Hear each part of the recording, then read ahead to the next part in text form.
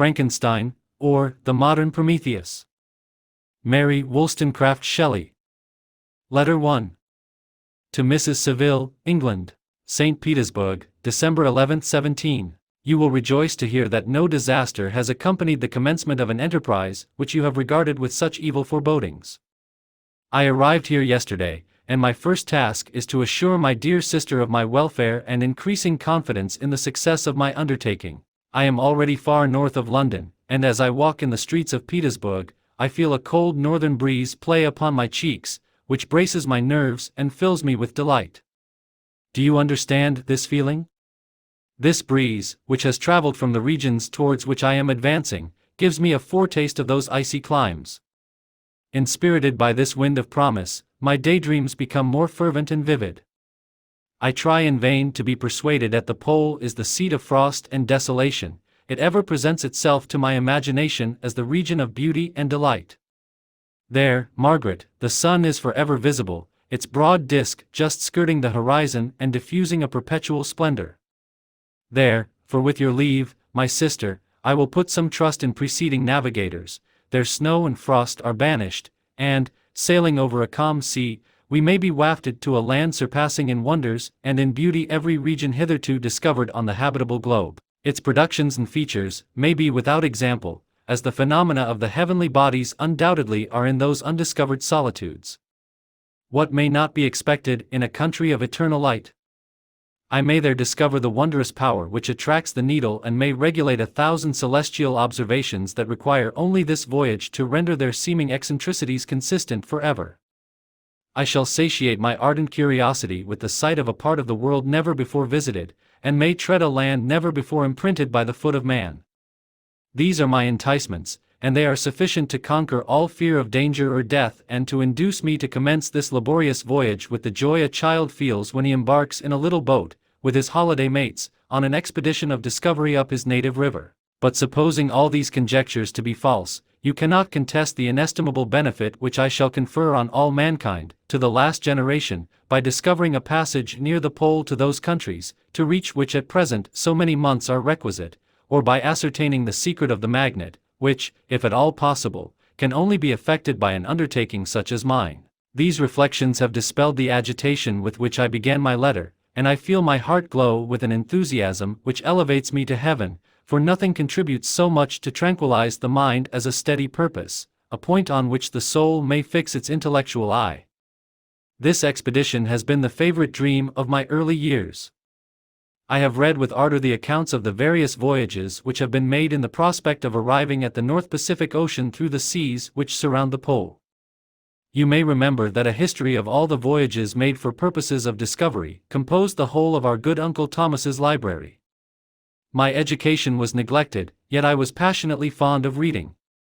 These volumes were my study day and night, and my familiarity with them increased that regret which I had felt, as a child, on learning that my father's dying injunction had forbidden my uncle to allow me to embark in a seafaring life. These visions faded when I perused, for the first time, those poets whose effusions entranced my soul and lifted it to heaven. I also became a poet and for 1 year lived in a paradise of my own creation. I imagined that I also might obtain a niche in the temple where the names of Homer and Shakespeare are consecrated. You are well acquainted with my failure and how heavily I bore the disappointment. But just at that time I inherited the fortune of my cousin, and my thoughts were turned into the channel of their earlier bent. 6 years have passed since I resolved on my present undertaking. I can, even now, remember the hour from which I dedicated myself to this great enterprise.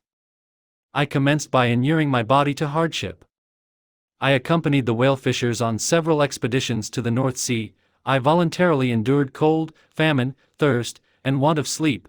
I often worked harder than the common sailors during the day and devoted my nights to the study of mathematics, the theory of medicine, and those branches of physical science from which a naval adventurer might derive the greatest practical advantage.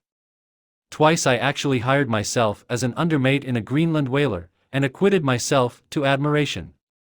I must own I felt a little proud when my captain offered me the second dignity in the vessel and entreated me to remain with the greatest earnestness, so valuable did he consider my services. And now, dear Margaret, do I not deserve to accomplish some great purpose?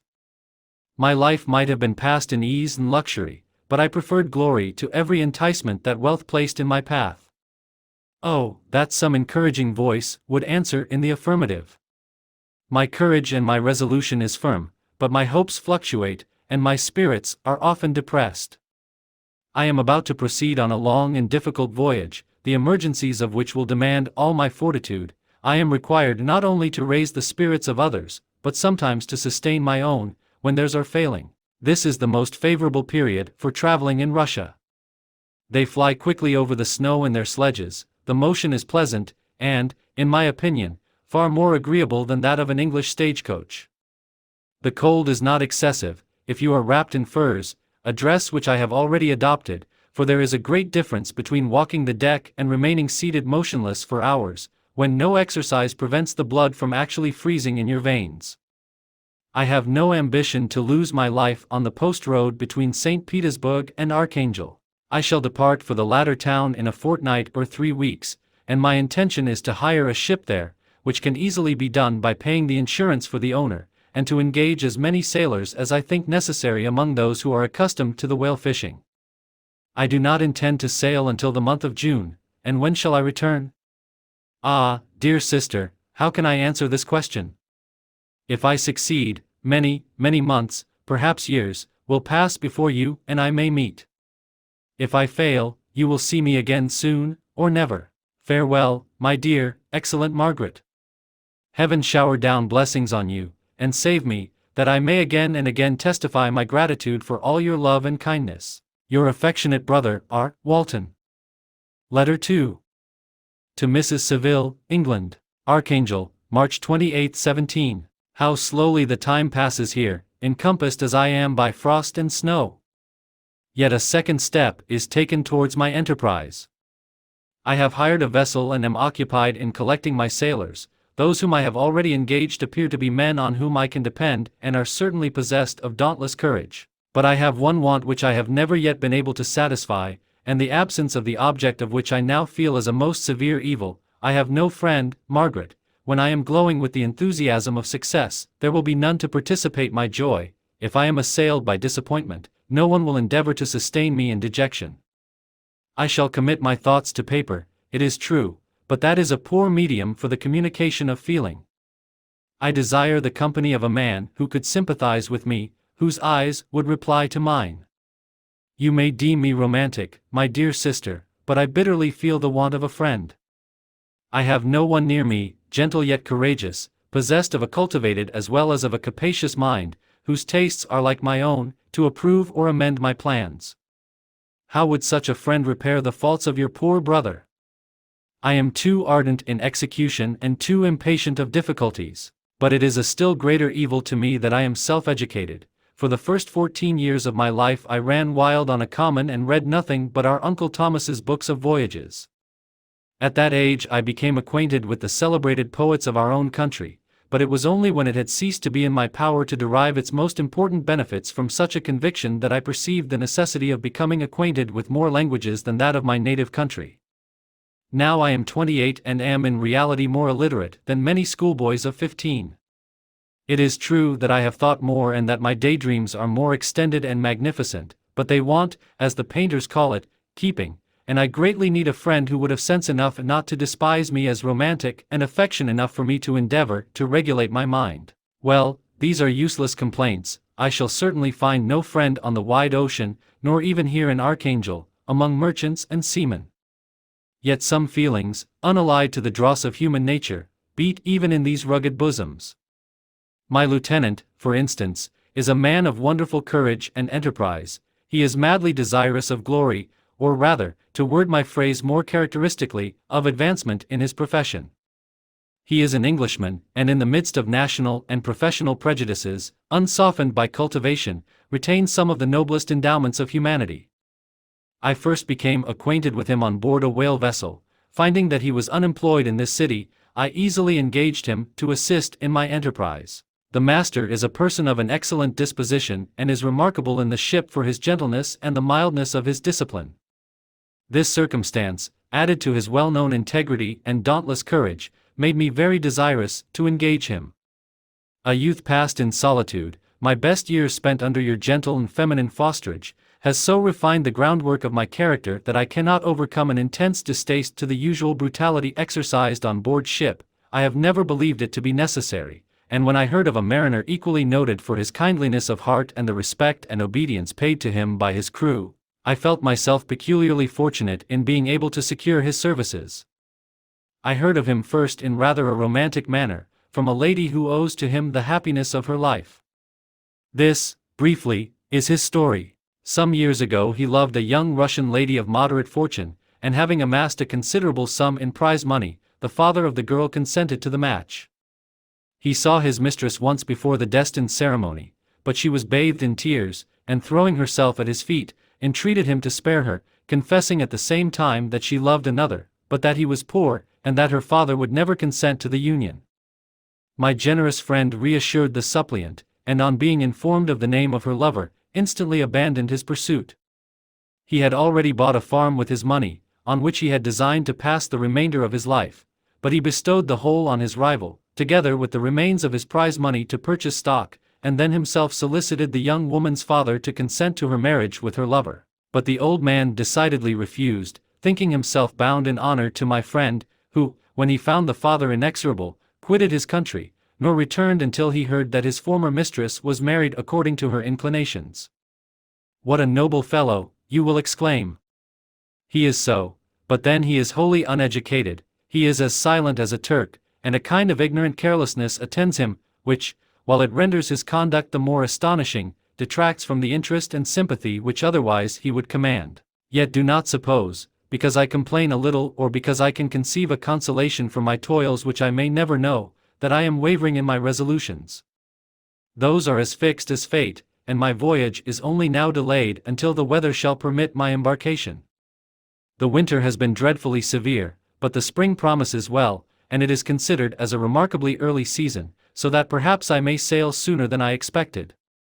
I shall do nothing rashly. You know me sufficiently to confide in my prudence and considerateness whenever the safety of others is committed to my care. I cannot describe to you my sensations on the near prospect of my undertaking. It is impossible to communicate to you a conception of the trembling sensation, half pleasurable and half fearful, with which I am preparing to depart. I am going to unexplored regions, to the land of mist and snow, but I shall kill no albatross, therefore do not be alarmed for my safety, or if I should come back to you as worn and woeful as the ancient mariner. You will smile at my allusion, but I will disclose a secret. I have often attributed my attachment to, my passionate enthusiasm for, the dangerous mysteries of ocean to that production of the most imaginative of modern poets. There is something at work in my soul which I do not understand. I am practically industrious, painstaking, a workman to execute with perseverance and labor, but besides this there is a love for the marvelous, a belief in the marvelous, intertwined in all my projects, which hurries me out of the common pathways of men, even to the wild sea and unvisited regions I am about to explore. But to return to dearer considerations. Shall I meet you again, after having traversed immense seas, and returned by the most southern cape of Africa or America? I dare not expect such success, yet I cannot bear to look on the reverse of the picture. Continue for the present to write to me by every opportunity. I may receive your letters on some occasions when I need them most to support my spirits. I love you very tenderly. Remember me with affection, should you never hear from me again. Your affectionate brother, Robert Walton. Letter 3. To Mrs. Saville, England, July 7, 17.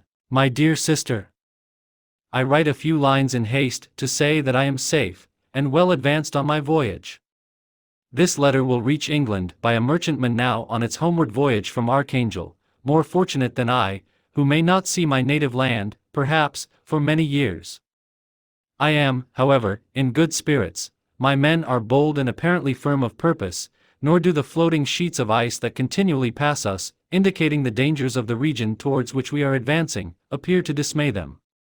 We have already reached a very high latitude, but it is the height of summer, and although not so warm as in England, the southern gales, which blow us speedily towards those shores which I so ardently desire to attain, breathe a degree of renovating warmth which I had not expected. No incidents have hitherto befallen us that would make a figure in a letter. One or two stiff gales and the springing of a leak are accidents which experienced navigators scarcely remember to record, and I shall be well content if nothing worse happen to us during our voyage. Adieu, my dear Margaret. Be assured that for my own sake, as well as yours, I will not rashly encounter danger. I will be cool, persevering, and prudent, but success shall crown my endeavors. Wherefore not? Thus far I have gone, tracing a secure way over the pathless seas, the very stars themselves being witnesses and testimonies of my triumph. Why not still proceed over the untamed yet obedient element? What can stop the determined heart and resolved will of man? My swelling heart involuntarily pours itself out thus. But I must finish. Heaven bless my beloved sister. R.W. Letter 4. To Mrs. Saville, England, August 5, 17. So strange an accident has happened to us that I cannot forbear recording it, although it is very probable that you will see me before these papers can come into your possession. Last Monday, July 31st, we were nearly surrounded by ice, which closed in the ship on all sides, scarcely leaving her the sea room in which she floated. Our situation was somewhat dangerous, especially as we were compassed round by a very thick fog. We accordingly lay to, hoping that some change would take place in the atmosphere and weather. About 2 o'clock the mist cleared away, and we beheld, stretched out in every direction, vast and irregular plains of ice, which seemed to have no end. Some of my comrades groaned, and my own mind began to grow watchful with anxious thoughts, when a strange sight suddenly attracted our attention and diverted our solicitude from our own situation. We perceived a low carriage, fixed on a sledge and drawn by dogs, pass on towards the north, at the distance of half a mile. A being which had the shape of a man, but apparently of gigantic stature, sat in the sledge and guided the dogs. We watched the rapid progress of the traveler with our telescopes until he was lost among the distant inequalities of the ice. This appearance excited our unqualified wonder. We were, as we believed, many hundred miles from any land, but this apparition seemed to denote that it was not, in reality, so distant as we had supposed. Shut in, however, by ice, it was impossible to follow his track, which we had observed with the greatest attention. About 2 hours after this occurrence we heard the ground sea, and before night the ice broke and freed our ship. We, however, lay to until the morning, fearing to encounter in the dark those large loose masses which float about after the breaking up of the ice. I profited of this time to rest for a few hours. In the morning, however, as soon as it was light, I went upon deck and found all the sailors busy on one side of the vessel, apparently talking to someone in the sea. It was, in fact, a sledge, like that we had seen before, which had drifted towards us in the night on a large fragment of ice. Only one dog remained alive, but there was a human being within it whom the sailors were persuading to enter the vessel. He was not, as the other traveler seemed to be, a savage inhabitant of some undiscovered island, but a European. When I appeared on deck the master said, "Here is our captain, and he will not allow you to perish on the open sea." On perceiving me, the stranger addressed me in English, although with a foreign accent. "Before I come on board your vessel," said he, "will you have the kindness to inform me whither you are bound?" You may conceive my astonishment on hearing such a question addressed to me from a man on the brink of destruction, and to whom I should have supposed that my vessel would have been a resource which he would not have exchanged for the most precious wealth the earth can afford. I replied, however, that we were on a voyage of discovery towards the northern pole. Upon hearing this, he appeared satisfied and consented to come on board. Good God! Margaret, if you had seen the man who thus capitulated for his safety, your surprise would have been boundless. His limbs were nearly frozen, and his body dreadfully emaciated by fatigue and suffering. I never saw a man in so wretched a condition. We attempted to carry him into the cabin, but as soon as he had quitted the fresh air he fainted. We accordingly brought him back to the deck and restored him to animation by rubbing him with brandy and forcing him to swallow a small quantity. As soon as he showed signs of life we wrapped him up in blankets and placed him near the chimney of the kitchen stove. By slow degrees he recovered and ate a little soup, which restored him wonderfully. 2 days passed in this manner before he was able to speak, and I often feared that his sufferings had deprived him of understanding. When he had in some measure recovered, I removed him to my own cabin and attended on him as much as my duty would permit.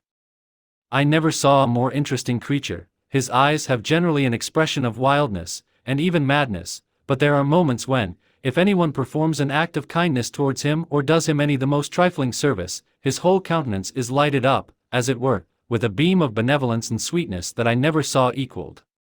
But he is generally melancholy and despairing, and sometimes he gnashes his teeth, as if impatient of the weight of woes that oppresses him. When my guest was a little recovered, I had great trouble to keep off the men, who wished to ask him 1,000 questions, but I would not allow him to be tormented by their idle curiosity, in a state of body and mind whose restoration evidently depended upon entire repose. Once, however, the lieutenant asked why he had come so far upon the ice in so strange a vehicle. His countenance instantly assumed an aspect of the deepest gloom, and he replied, "To seek one who fled from me." "And did the man whom you pursued travel in the same fashion?" "Yes." "Then I fancy we have seen him, for the day before we picked you up we saw some dogs drawing a sledge, with a man in it, across the ice." This aroused the stranger's attention, and he asked a multitude of questions concerning the route which the daemon, as he called him, had pursued. Soon after, when he was alone with me, he said, "I have, doubtless, excited your curiosity, as well as that of these good people, but you are too considerate to make inquiries." "Certainly, it would indeed be very impertinent and inhuman in me to trouble you with any inquisitiveness of mine. And yet you rescued me from a strange and perilous situation, you have benevolently restored me to life." Soon after this he inquired if I thought that the breaking up of the ice had destroyed the other sledge. I replied that I could not answer with any degree of certainty, for the ice had not broken until near midnight, and the traveler might have arrived at a place of safety before that time, but of this I could not judge. From this time a new spirit of life animated the decaying frame of the stranger. He manifested the greatest eagerness to be upon deck to watch for the sledge which had before appeared, but I have persuaded him to remain in the cabin, for he is far too weak to sustain the rawness of the atmosphere. I have promised that someone should watch for him and give him instant notice if any new object should appear in sight. Such is my journal of what relates to this strange occurrence up to the present day. The stranger has gradually improved in health, but is very silent and appears uneasy when anyone except myself enters his cabin. Yet his manners are so conciliating and gentle that the sailors are all interested in him, although they have had very little communication with him. For my own part, I begin to love him as a brother, and his constant and deep grief fills me with sympathy and compassion. He must have been a noble creature in his better days, being even now in wreck so attractive and amiable. I said in one of my letters, "My dear Margaret, that I should find no friend on the wide ocean, yet I have found a man who, before his spirit had been broken by misery, I should have been happy to have possessed as the brother of my heart." I shall continue my journal concerning the stranger at intervals, should I have any fresh incidents to record. August 13, 17. My affection for my guest increases every day. He excites at once my admiration and my pity to an astonishing degree. How can I see so noble a creature destroyed by misery without feeling the most poignant grief? He is so gentle, yet so wise, his mind is so cultivated, and when he speaks, although his words are culled with the choicest art, yet they flow with rapidity and unparalleled eloquence. He is now much recovered from his illness and is continually on the deck, apparently watching for the sledge that preceded his own. Yet, although unhappy, he is not so utterly occupied by his own misery but that he interests himself deeply in the projects of others. He has frequently conversed with me on mine, which I have communicated to him without disguise. He entered attentively into all my arguments in favor of my eventual success and into every minute detail of the measures I had taken to secure it.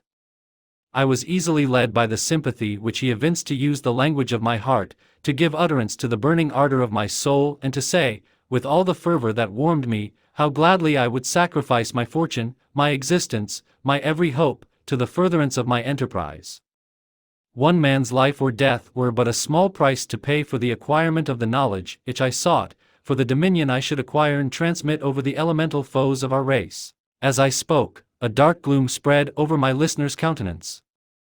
At first I perceived that he tried to suppress his emotion. He placed his hands before his eyes, and my voice quivered and failed me as I beheld tears trickle fast from between his fingers, a groan burst from his heaving breast. I paused. At length he spoke, in broken accents, "Unhappy man! Do you share my madness? Have you drunk also of the intoxicating draught? Hear me, let me reveal my tale, and you will dash the cup from your lips." Such words, you may imagine, strongly excited my curiosity, but the paroxysm of grief that had seized the stranger overcame his weakened powers, and many hours of repose and tranquil conversation were necessary to restore his composure. Having conquered the violence of his feelings, he appeared to despise himself for being the slave of passion, and quelling the dark tyranny of despair, he led me again to converse concerning myself personally. He asked me the history of my earlier years. The tale was quickly told, but it awakened various trains of reflection. I spoke of my desire of finding a friend, of my thirst for a more intimate sympathy with a fellow mind than had ever fallen to my lot, and expressed my conviction that a man could boast of little happiness who did not enjoy this blessing.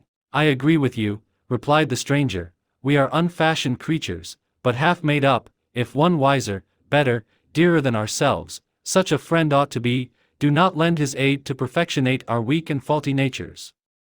I once had a friend, the most noble of human creatures, and am entitled, therefore, to judge respecting friendship. You have hope, and the world before you, and have no cause for despair. But I have lost everything and cannot begin life anew." As he said this, his countenance became expressive of a calm, settled grief that touched me to the heart. But he was silent and presently retired to his cabin. Even broken in spirit as he is, no one can feel more deeply than he does the beauties of nature. The starry sky, the sea, and every sight afforded by these wonderful regions seem still to have the power of elevating his soul from earth.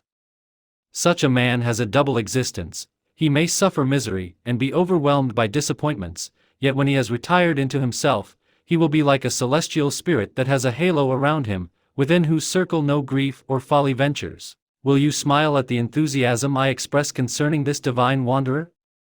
You would not if you saw him.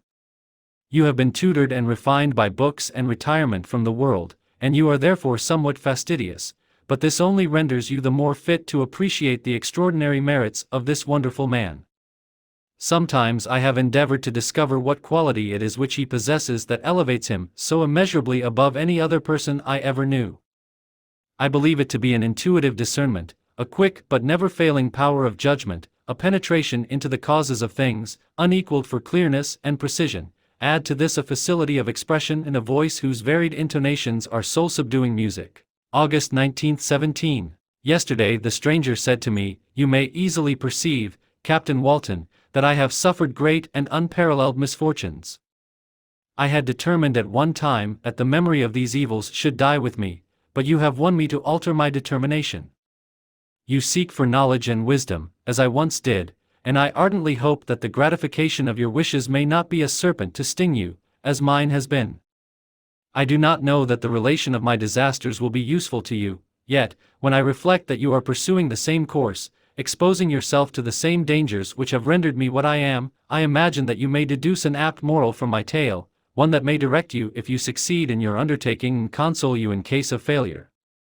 Prepare to hear of occurrences which are usually deemed marvelous. Were we among the tamer scenes of nature, I might fear to encounter your unbelief, perhaps your ridicule, but many things will appear possible in these wild and mysterious regions which would provoke the laughter of those unacquainted with the ever-varied powers of nature, nor can I doubt but that my tale conveys in its series internal evidence of the truth of the events of which it is composed.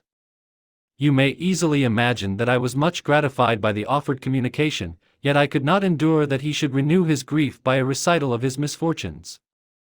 I felt the greatest eagerness to hear the promised narrative, partly from curiosity and partly from a strong desire to ameliorate his fate if it were in my power. I expressed these feelings in my answer. "I thank you," he replied, "for your sympathy, but it is useless, my fate is nearly fulfilled. I wait but for one event, and then I shall repose in peace."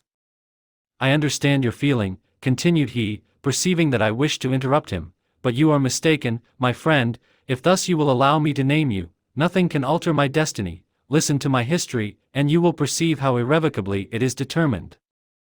He then told me that he would commence his narrative the next day, when I should be at leisure. This promise drew from me the warmest thanks.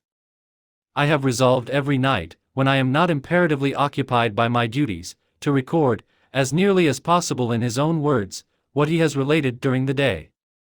If I should be engaged, I will at least make notes.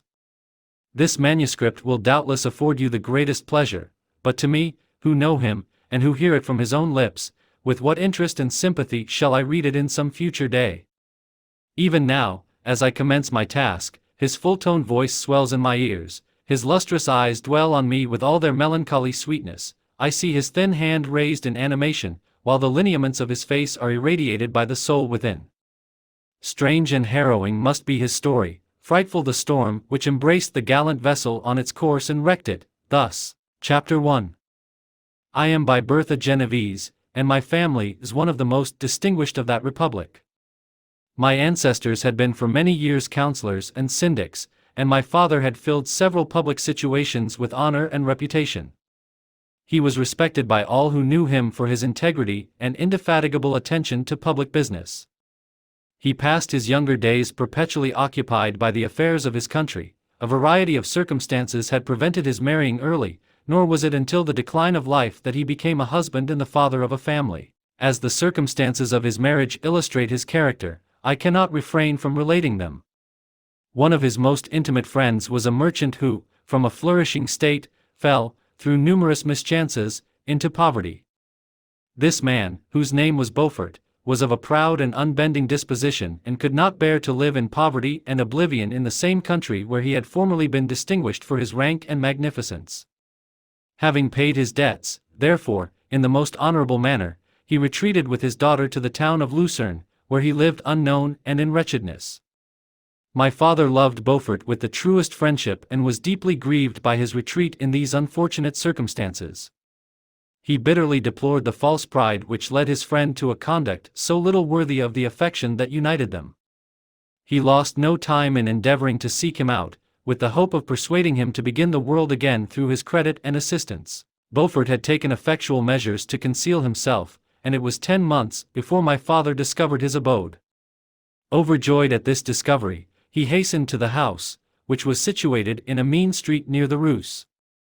But when he entered, misery and despair alone welcomed him. Beaufort had saved but a very small sum of money from the wreck of his fortunes, but it was sufficient to provide him with sustenance for some months, and in the meantime he hoped to procure some respectable employment in a merchant's house. The interval was, consequently, spent in inaction. His grief only became more deep and rankling when he had leisure for reflection, and at length it took so fast hold of his mind that at the end of 3 months he lay on a bed of sickness, incapable of any exertion. His daughter attended him with the greatest tenderness, but she saw with despair that their little fund was rapidly decreasing and that there was no other prospect of support. But Caroline Beaufort possessed a mind of an uncommon mold, and her courage rose to support her in her adversity. She procured plain work, she plaited straw, and by various means contrived to earn a pittance scarcely sufficient to support life. Several months passed in this manner. Her father grew worse, her time was more entirely occupied in attending him, her means of subsistence decreased, and in the 10th month her father died in her arms, leaving her an orphan and a beggar. This last blow overcame her, and she knelt by Beaufort's coffin weeping bitterly, when my father entered the chamber. He came like a protecting spirit to the poor girl, who committed herself to his care, and after the interment of his friend he conducted her to Geneva and placed her under the protection of a relation. 2 years after this event Caroline became his wife. There was a considerable difference between the ages of my parents, but this circumstance seemed to unite them only closer in bonds of devoted affection. There was a sense of justice in my father's upright mind which rendered it necessary that he should approve highly to love strongly. Perhaps during former years he had suffered from the late discovered unworthiness of one beloved and so was disposed to set a greater value on tried worth. There was a show of gratitude and worship in his attachment to my mother, differing wholly from the doting fondness of age, for it was inspired by reverence for her virtues and a desire to be the means of, in some degree, recompensing her for the sorrows she had endured, but which gave inexpressible grace to his behavior to her. Everything was made to yield to her wishes and her convenience. He strove to shelter her, as a fair exotic is sheltered by the gardener, from every rougher wind and to surround her with all that could tend to excite pleasurable emotion in her soft and benevolent mind. Her health, and even the tranquility of her hitherto constant spirit, had been shaken by what she had gone through. During the 2 years that had elapsed previous to their marriage, my father had gradually relinquished all his public functions, and immediately after their union they sought the pleasant climate of Italy, and the change of scene and interest attendant on a tour through that land of wonders, as a restorative for her weakened frame. From Italy they visited Germany and France. I, their eldest child, was born at Naples, and as an infant accompanied them in their rambles.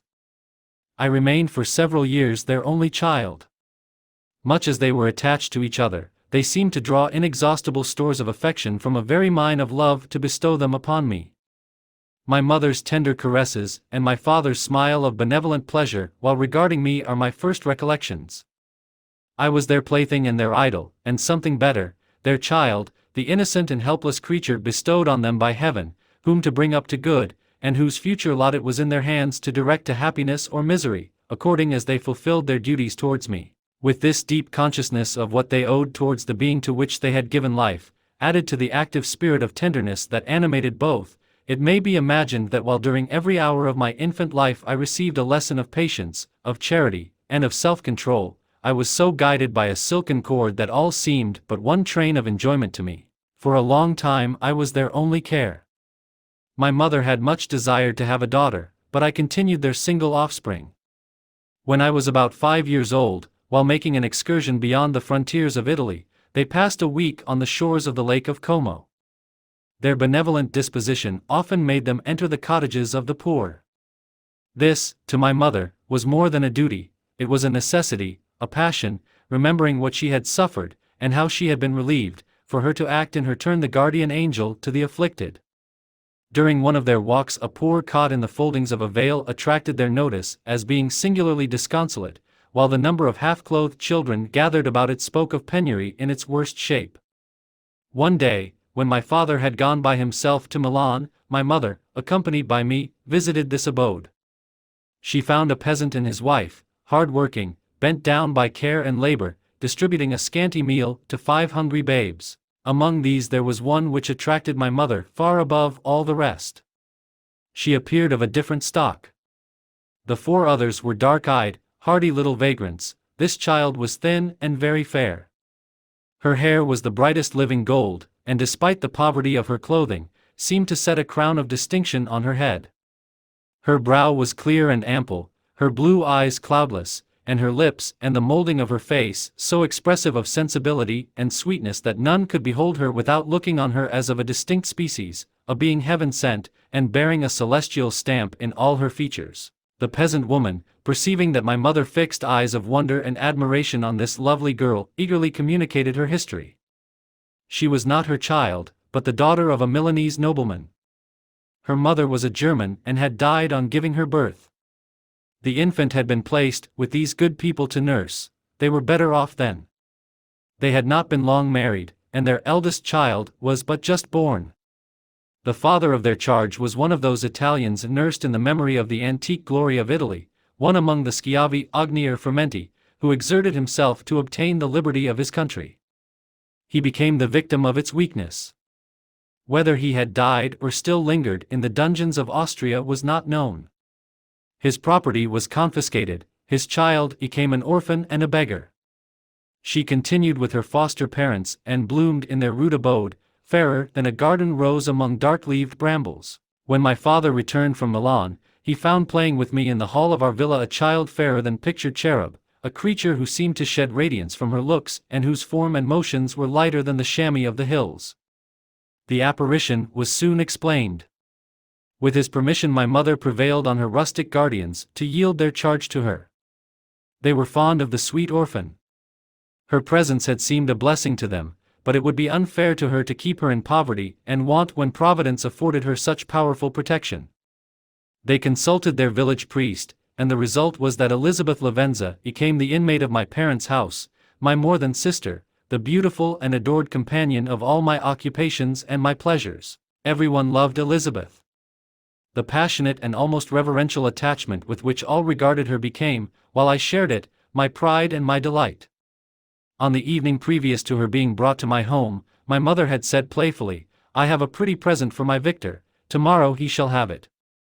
And when, on the morrow, she presented Elizabeth to me as her promised gift, with childish seriousness, interpreted her words literally and looked upon Elizabeth as mine, to protect, love, and cherish. All praises bestowed on her I received as made to a possession of my own. We called each other familiarly by the name of cousin. No word, no expression could body forth the kind of relation in which she stood to me, my more than sister, since till death she was to be mine only. Chapter 2. We were brought up together. There was not quite a year difference in our ages. I need not say that we were strangers to any species of disunion or dispute. Harmony was the soul of our companionship, and the diversity and contrast that subsisted in our characters drew us nearer together. Elizabeth was of a calmer and more concentrated disposition, but, with all my ardor, I was capable of a more intense application and was more deeply smitten with the thirst for knowledge. She busied herself with following the aerial creations of the poets, and in the majestic and wondrous scenes which surrounded our Swiss home, the sublime shapes of the mountains, the changes of the seasons, tempest and calm, the silence of winter, and the life and turbulence of our alpine summers, she found ample scope for admiration and delight. While my companion contemplated with a serious and satisfied spirit the magnificent appearances of things, I delighted in investigating their causes. The world was to me a secret which I desired to divine. Curiosity, earnest research to learn the hidden laws of nature, gladness akin to rapture, as they were unfolded to me, are among the earliest sensations I can remember. On the birth of a second son, my junior by 7 years, my parents gave up entirely their wandering life and fixed themselves in their native country. We possessed a house in Geneva, and a campaign on Belrive, the eastern shore of the lake, at the distance of rather more than a league from the city. We resided principally in the latter, and the lives of my parents were passed in considerable seclusion. It was my temper to avoid a crowd and to attach myself fervently to a few. I was indifferent, therefore, to my schoolfellows in general, but I united myself in the bonds of the closest friendship to one among them. Henry Clerval was the son of a merchant of Geneva. He was a boy of singular talent and fancy. He loved enterprise, hardship, and even danger for its own sake. He was deeply read in books of chivalry and romance. He composed heroic songs, and began to write many a tale of enchantment and knightly adventure. He tried to make U.S. act plays and to enter into masquerades, in which the characters were drawn from the heroes of Roncesvalles, of the Round Table of King Arthur, and the chivalrous train who shed their blood to redeem the Holy Sepulchre from the hands of the infidels. No human being could have passed a happier childhood than myself. My parents were possessed by the very spirit of kindness and indulgence. We felt that they were not the tyrants to rule our lot according to their caprice, but the agents and creators of all the many delights which we enjoyed.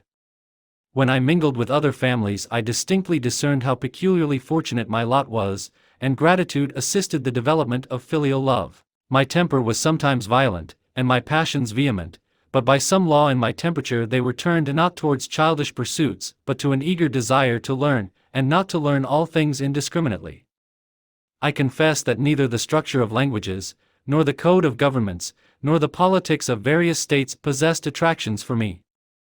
It was the secrets of heaven and earth that I desired to learn, and whether it was the outward substance of things, or the inner spirit of nature and the mysterious soul of man that occupied me, still my inquiries were directed to the metaphysical, or in its highest sense, the physical secrets of the world. Meanwhile Clerval occupied himself, so to speak, with the moral relations of things. The busy stage of life, the virtues of heroes, and the actions of men were his theme, and his hope and his dream was to become one among those whose names are recorded in story as the gallant and adventurous benefactors of our species. The saintly soul of Elizabeth shone like a shrine-dedicated lamp in our peaceful home. Her sympathy was ours, her smile, her soft voice, the sweet glance of her celestial eyes, were ever there to bless and animate us. She was the living spirit of love to soften and attract. I might have become sullen in my study, rough through the ardor of my nature, but that she was there to subdue me to a semblance of her own gentleness. And Clerval, could aught ill entrench on the noble spirit of Clerval? Yet he might not have been so perfectly humane, so thoughtful in his generosity, so full of kindness and tenderness amidst his passion for adventurous exploit, had she not unfolded to him the real loveliness of beneficence and made the doing good the end and aim of his soaring ambition. I feel exquisite pleasure in dwelling on the recollections of childhood, before misfortune had tainted my mind and changed its bright visions of extensive usefulness into gloomy and narrow reflections upon self. Besides, in drawing the picture of my early days, I also record those events which led, by insensible steps, to my after tale of misery, for when I would account to myself for the birth of that passion which afterwards ruled my destiny, I find it arise, like a mountain river, from ignoble and almost forgotten sources, but, swelling as it proceeded, it became the torrent which, in its course, has swept away all my hopes and joys. Natural philosophy is the genius that has regulated my fate. I desire, therefore, in this narration, to state those facts which led to my predilection for that science. When I was 13 years of age we all went on a party of pleasure to the baths ere though non, the inclemency of the weather obliged us to remain a day confined to the inn. In this house I chanced to find a volume of the works of Cornelius Agrippa. I opened it with apathy. The theory which he attempts to demonstrate and the wonderful facts which he relates soon changed this feeling into enthusiasm. A new light seemed to dawn upon my mind, and bounding with joy, I communicated my discovery to my father. My father looked carelessly at the title page of my book and said, "Ah! Cornelius Agrippa! My dear Victor, do not waste your time upon this, it is sad trash." If, instead of this remark, my father had taken the pains to explain to me that the principles of Agrippa had been entirely exploded and that a modern system of science had been introduced which possessed much greater powers than the ancient, because the powers of the latter were chimerical, while those of the former were real and practical, under such circumstances I should certainly have thrown Agrippa aside and have contented my imagination, warmed as it was, by returning with greater ardor to my former studies. It is even possible that the train of my ideas would never have received the fatal impulse that led to my ruin. But the cursory glance my father had taken of my volume by no means assured me that he was acquainted with its contents, and I continued to read with the greatest avidity. When I returned home my first care was to procure the whole works of this author, and afterwards of Paracelsus and Albertus Magnus. I read and studied the wild fancies of these writers with delight. They appeared to me treasures known to few besides myself. I have described myself as always having been imbued with a fervent longing to penetrate the secrets of nature. In spite of the intense labor and wonderful discoveries of modern philosophers, I always came from my studies discontented and unsatisfied. Sir Isaac Newton is said to have avowed that he felt like a child picking up shells beside the great and unexplored ocean of truth. Those of his successors in each branch of natural philosophy, with whom I was acquainted, appeared even to my boy's apprehensions as tyros engaged in the same pursuit. The untaught peasant beheld the elements around him and was acquainted with their practical uses. The most learned philosopher knew little more. He had partially unveiled the face of nature, but her immortal lineaments were still a wonder and a mystery. He might dissect, anatomize, and give names, but, not to speak of a final cause, causes in their secondary and tertiary grades were utterly unknown to him. I had gazed upon the fortifications and impediments that seemed to keep human beings from entering the citadel of nature, and rashly and ignorantly I had repined. But here were books, and here were men who had penetrated deeper and knew more. I took their word for all that they averred, and I became their disciple. It may appear strange that such should arise in the 18th century, but while I followed the routine of education in the schools of Geneva, I was, to a great degree, self-taught with regard to my favorite studies. My father was not scientific, and I was left to struggle with a child's blindness, added to a student's thirst for knowledge. Under the guidance of my new preceptors, I entered with the greatest diligence into the search of the philosopher's stone and the elixir of life, but the latter soon obtained my undivided attention. Wealth was an inferior object, but what glory would attend the discovery if I could banish disease from the human frame and render man invulnerable to any but a violent death? Nor were these my only visions. The raising of ghosts or devils was a promise liberally accorded by my favorite authors, the fulfillment of which I most eagerly sought, and if my incantations were always unsuccessful, I attributed the failure rather to my own inexperience and mistake than to a want of skill or fidelity in my instructors. And thus for a time I was occupied by exploded systems, mingling, like an unadept, 1,000 contradictory theories and floundering desperately in a very slough of multifarious knowledge, guided by an ardent imagination and childish reasoning, till an accident again changed the current of my ideas. When I was about 15 years old we had retired to our house, near Belrive, when we witnessed a most violent and terrible thunderstorm. It advanced from behind the mountains of Jura, and the thunder burst at once with frightful loudness from various quarters of the heavens. I remained, while the storm lasted, watching its progress with curiosity and delight. As I stood at the door, on a sudden I beheld a stream of fire issue from an old and beautiful oak which stood about 20 yards from our house, and so soon as the dazzling light vanished, the oak had disappeared, and nothing remained but a blasted stump. When we visited it the next morning, we found the tree shattered in a singular manner. It was not splintered by the shock, but entirely reduced to thin ribbons of wood. I never beheld anything so utterly destroyed. Before this I was not unacquainted with the more obvious laws of electricity. On this occasion a man of great research in natural philosophy was with us, and excited by this catastrophe, he entered on the explanation of a theory which he had formed on the subject of electricity and galvanism, which was at once new and astonishing to me. All that he said threw greatly into the shade Cornelius Agrippa, Albertus Magnus, and Paracelsus, the lords of my imagination, but by some fatality the overthrow of these men disinclined me to pursue my accustomed studies. It seemed to me as if nothing would or could ever be known. All that had so long engaged my attention suddenly grew despicable. By one of those caprices of the mind which we are perhaps most subject to in early youth, I at once gave up my former occupations, set down natural history and all its progeny as a deformed and abortive creation, and entertained the greatest disdain for a would-be science which could never even step within the threshold of real knowledge. In this mood of mind I betook myself to the mathematics and the branches of study appertaining to that science as being built upon secure foundations, and so worthy of my consideration. Thus strangely are our souls constructed, and by such slight ligaments are we bound to prosperity or ruin.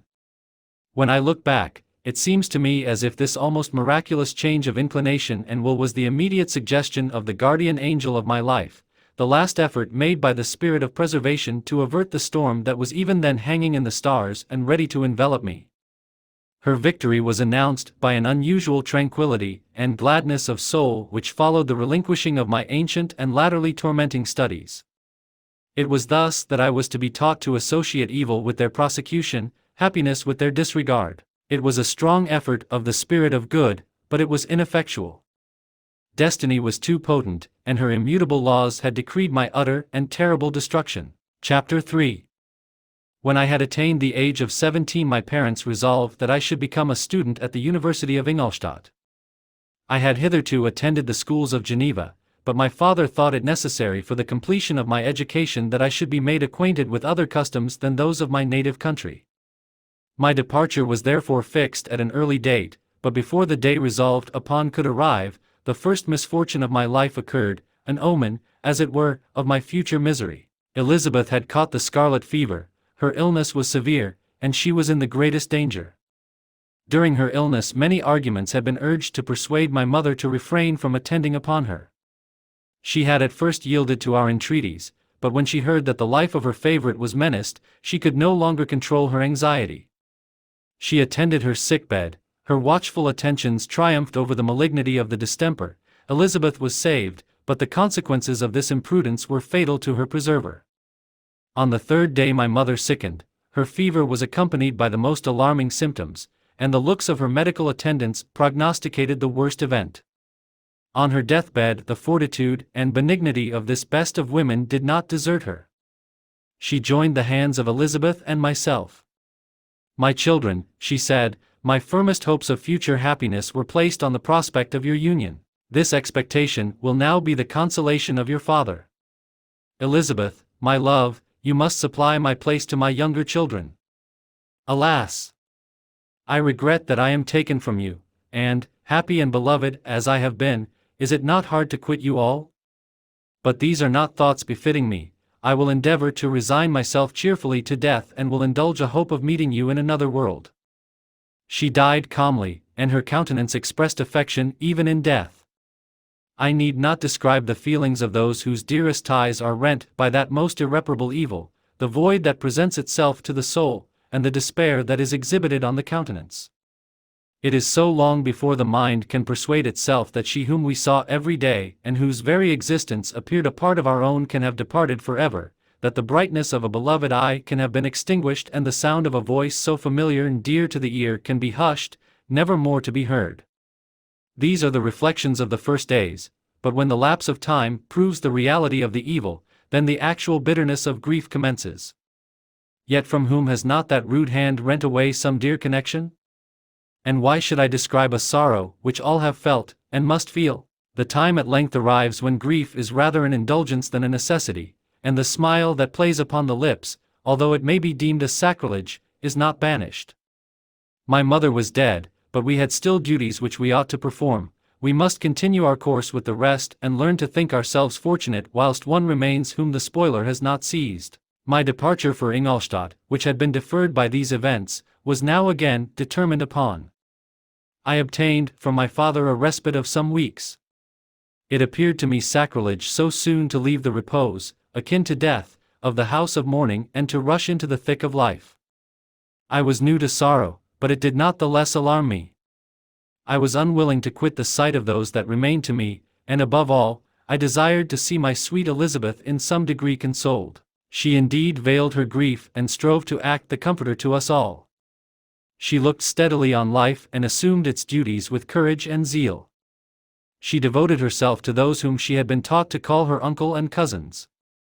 Never was she so enchanting as at this time, when she recalled the sunshine of her smiles and spent them upon us. She forgot even her own regret in her endeavors to make us forget. The day of my departure at length arrived. Clerval spent the last evening with us. He had endeavored to persuade his father to permit him to accompany me and to become my fellow student, but in vain. His father was a narrow-minded trader and saw idleness and ruin in the aspirations and ambition of his son. Henry deeply felt the misfortune of being debarred from a liberal education. He said little, but when he spoke I read in his kindling eye and in his animated glance a restrained but firm resolve not to be chained to the miserable details of commerce. We sat late. We could not tear ourselves away from each other nor persuade ourselves to say the word farewell. It was said, and we retired under the pretense of seeking repose, each fancying that the other was deceived, but when at morning's dawn I descended to the carriage which was to convey me away, they were all there, my father again to bless me, Clerval to press my hand once more, my Elizabeth to renew her entreaties that I would write often and to bestow the last feminine attentions on her playmate and friend. I threw myself into the chaise that was to convey me away, and indulged in the most melancholy reflections. I, who had ever been surrounded by amiable companions, continually engaged in endeavoring to bestow mutual pleasure, I was now alone. In the university whither I was going I must form my own friends, and be my own protector. My life had hitherto been remarkably secluded and domestic, and this had given me invincible repugnance to new countenances. I loved my brothers, Elizabeth, and Clerval. These were old familiar faces, but I believed myself totally unfitted for the company of strangers. Such were my reflections as I commenced my journey, but as I proceeded, my spirits and hopes rose. I ardently desired the acquisition of knowledge. I had often, when at home, thought it hard to remain during my youth cooped up in one place, and had longed to enter the world and take my station among other human beings. Now my desires were complied with, and it would, indeed, have been folly to repent. I had sufficient leisure for these and many other reflections during my journey to Ingolstadt, which was long and fatiguing. At length the high white steeple of the town met my eyes. I alighted and was conducted to my solitary apartment to spend the evening as I pleased. The next morning I delivered my letters of introduction and paid a visit to some of the principal professors. Chance, or rather the evil influence, the angel of destruction, which asserted omnipotent sway over me from the moment I turned my reluctant steps from my father's door, led me first to M. Krempe, professor of natural philosophy. He was an uncouth man, but deeply imbued in the secrets of his science. He asked me several questions concerning my progress in the different branches of science appertaining to natural philosophy. I replied carelessly, and partly in contempt, mentioned the names of my alchemists as the principal authors I had studied. The professor stared.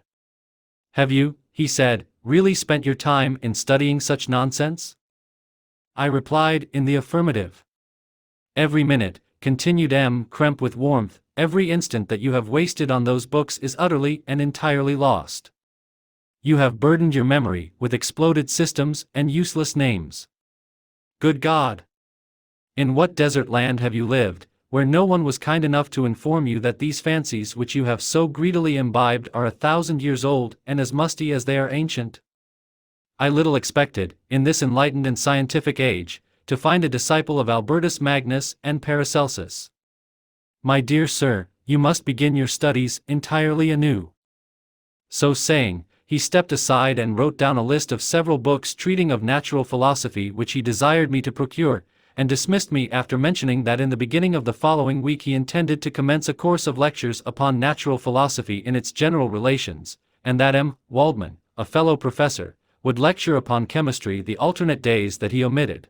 I returned home not disappointed, for I have said that I had long considered those authors useless whom the professor reprobated, but I returned not at all the more inclined to recur to these studies in any shape. M. Kremp was a little squat man with a gruff voice and a repulsive countenance. The teacher, therefore, did not prepossess me in favor of his pursuits.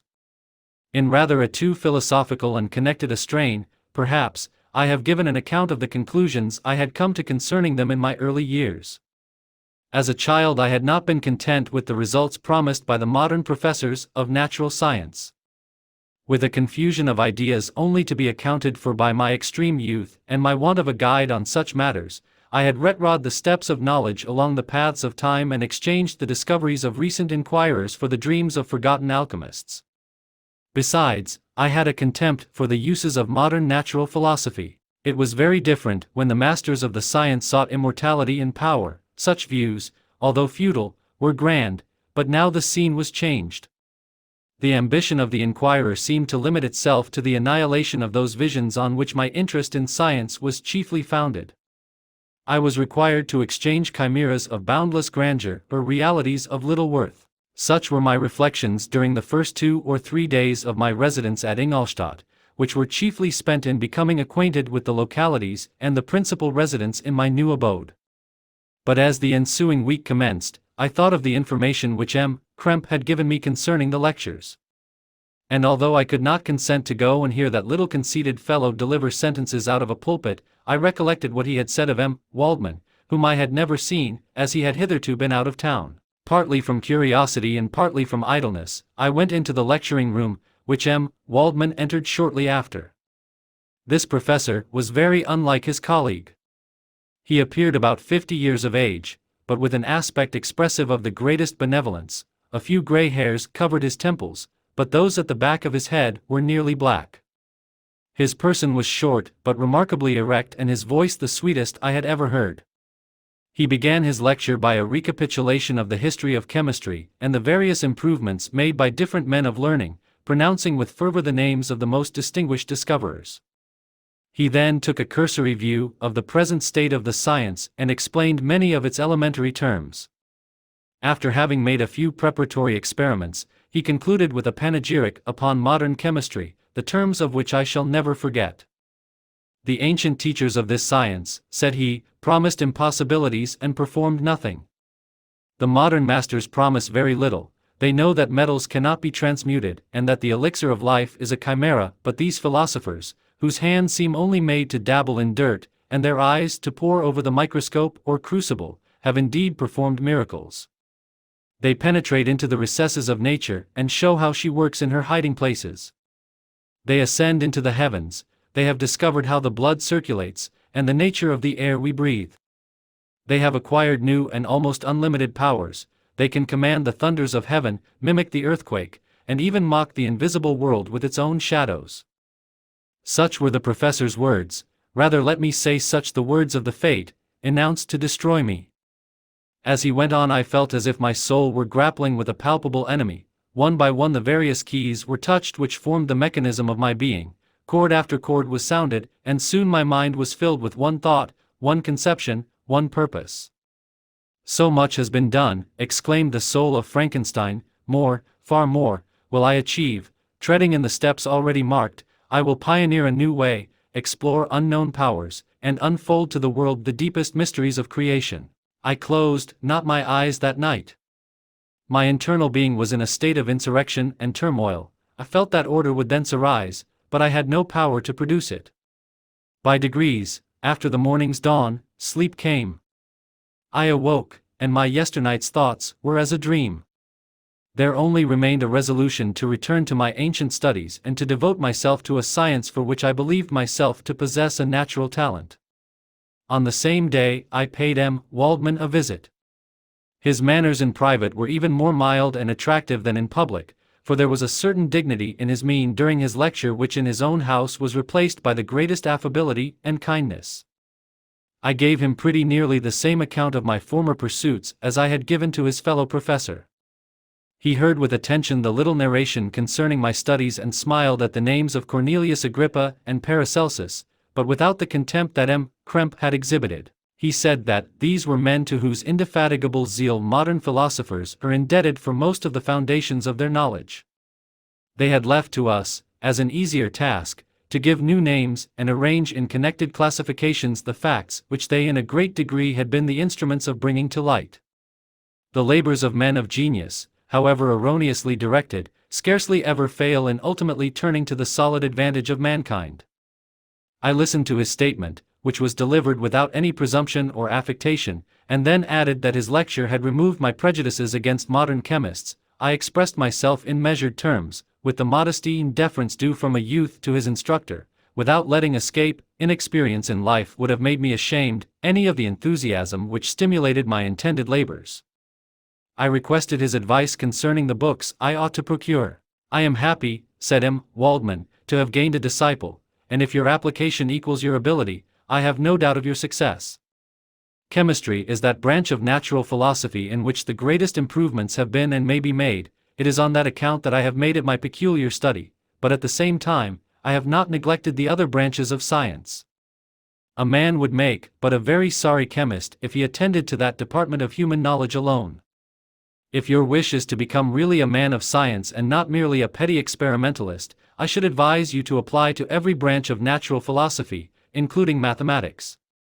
He then took me into his laboratory and explained to me the uses of his various machines, instructing me as to what I ought to procure and promising me the use of his own when I should have advanced far enough in the science not to derange their mechanism.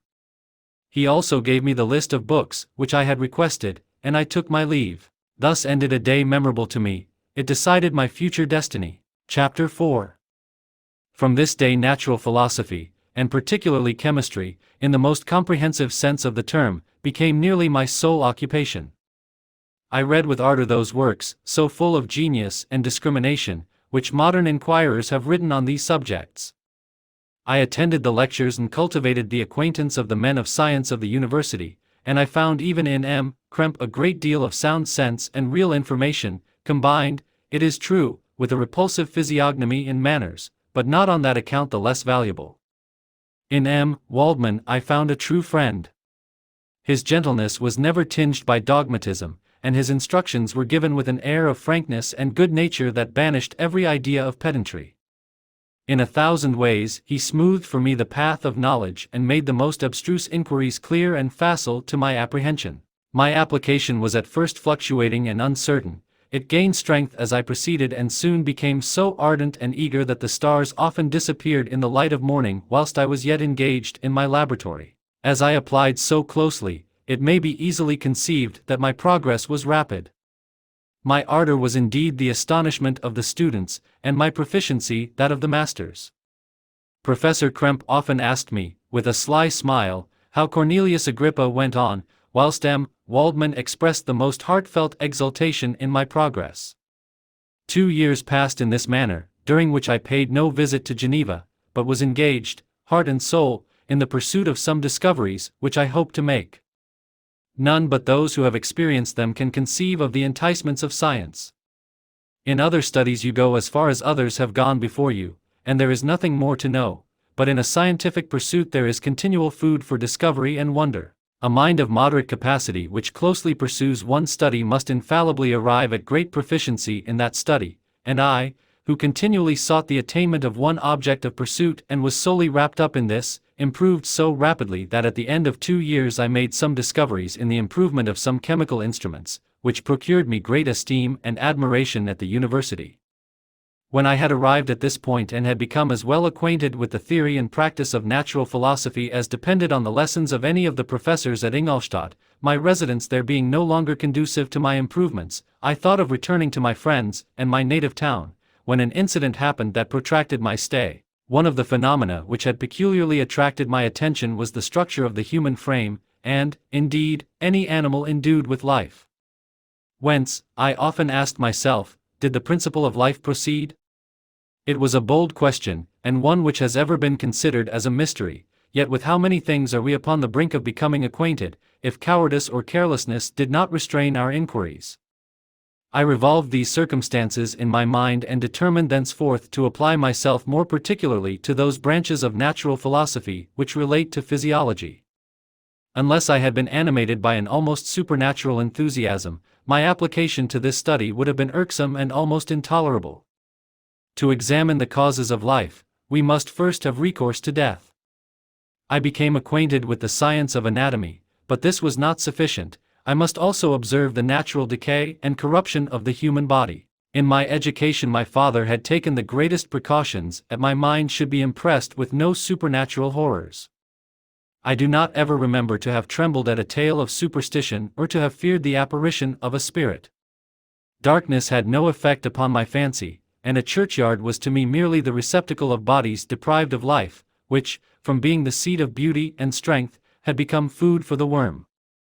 Now I was led to examine the cause and progress of this decay and forced to spend days and nights in vaults and charnel houses. My attention was fixed upon every object the most insupportable to the delicacy of the human feelings. I saw how the fine form of man was degraded and wasted. I beheld the corruption of death succeed to the blooming cheek of life. I saw how the worm inherited the wonders of the eye and brain. I paused, examining and analyzing all the minutiae of causation, as exemplified in the change from life to death, and death to life, until from the midst of this darkness a sudden light broke in upon me, a light so brilliant and wondrous, yet so simple, that while I became dizzy with the immensity of the prospect which it illustrated, I was surprised that among so many men of genius who had directed their inquiries towards the same science, that I alone should be reserved to discover so astonishing a secret. Remember, I am not recording the vision of a madman. The sun does not more certainly shine in the heavens than that which I now affirm is true. Some miracle might have produced it, yet the stages of the discovery are distinct and probable. After days and nights of incredible labor and fatigue, I succeeded in discovering the cause of generation and life. Nay, more, I became myself capable of bestowing animation upon lifeless matter. The astonishment which I had at first experienced on this discovery soon gave place to delight and rapture. After so much time spent in painful labor, to arrive at once at the summit of my desires was the most gratifying consummation of my toils. But this discovery was so great and overwhelming that all the steps by which I had been progressively led to it were obliterated, and I beheld only the result. What had been the study and desire of the wisest men since the creation of the world was now within my grasp. Not that, like a magic scene, it all opened upon me at once. The information I had obtained was of a nature rather to direct my endeavors so soon as I should point them towards the object of my search than to exhibit that object already accomplished. I was like the Arabian who had been buried with the dead and found a passage to life, aided only by one glimmering and seemingly ineffectual light. I see by your eagerness and the wonder and hope which your eyes express, my friend, that you expect to be informed of the secret with which I am acquainted. That cannot be. Listen patiently until the end of my story, and you will easily perceive why I am reserved upon that subject. I will not lead you on, unguarded and ardent as I then was, to your destruction and infallible misery. Learn from me, if not by my precepts, at least by my example, how dangerous is the acquirement of knowledge and how much happier that man is who believes his native town to be the world, than he who aspires to become greater than his nature will allow. When I found so astonishing a power placed within my hands, I hesitated a long time concerning the manner in which I should employ it. Although I possessed the capacity of bestowing animation, yet to prepare a frame for the reception of it, with all its intricacies of fibers, muscles, and veins, still remained a work of inconceivable difficulty and labor. I doubted at first whether I should attempt the creation of a being like myself, or one of simpler organization, but my imagination was too much exalted by my first success to permit me to doubt of my ability to give life to an animal as complex and wonderful as man. The materials at present within my command hardly appeared adequate to so arduous an undertaking, but I doubted not that I should ultimately succeed. I prepared myself for a multitude of reverses, my operations might be incessantly baffled, and at last my work be imperfect, yet when I considered the improvement which every day takes place in science and mechanics, I was encouraged to hope my present attempts would at least lay the foundations of future success. Nor could I consider the magnitude and complexity of my plan as any argument of its impracticability. It was with these feelings that I began the creation of a human being. As the minuteness of the parts formed a great hindrance to my speed, I resolved, contrary to my first intention, to make the being of a gigantic stature, that is to say, about 8 feet in height, and proportionably large. After having formed this determination, and having spent some months in successfully collecting and arranging my materials, I began. No one can conceive the variety of feelings which bore me onwards, like a hurricane, in the first enthusiasm of success. Life and death appeared to me ideal bounds, which I should first break through, and pour a torrent of light into our dark world. A new species would bless me as its creator and source, many happy and excellent natures would owe their being to me. No father could claim the gratitude of his child so completely as I should deserve theirs. Pursuing these reflections, I thought that if I could bestow animation upon lifeless matter, I might in process of time, although I now found it impossible, renew life where death had apparently devoted the body to corruption. These thoughts supported my spirits, while I pursued my undertaking with unremitting ardor. My cheek had grown pale with study, and my person had become emaciated with confinement. Sometimes, on the very brink of certainty, I failed, yet still I clung to the hope which the next day or the next hour might realize. One secret which I alone possessed was the hope to which I had dedicated myself, and the moon gazed on my midnight labors, while, with unrelaxed and breathless eagerness, I pursued nature to her hiding places. Who shall conceive the horrors of my secret toil as I dabbled among the unhallowed damps of the grave or tortured the living animal to animate the lifeless clay? My limbs now tremble, and my eyes swim with the remembrance, but then a resistless and almost frantic impulse urged me forward. I seemed to have lost all soul or sensation but for this one pursuit. It was indeed but a passing trance, that only made me feel with renewed acuteness so soon as, the unnatural stimulus ceasing to operate, I had returned to my old habits. I collected bones from charnel houses and disturbed, with profane fingers, the tremendous secrets of the human frame. In a solitary chamber, or rather cell, at the top of the house, and separated from all the other apartments by a gallery and staircase, I kept my workshop of filthy creation. My eyeballs were starting from their sockets in attending to the details of my employment.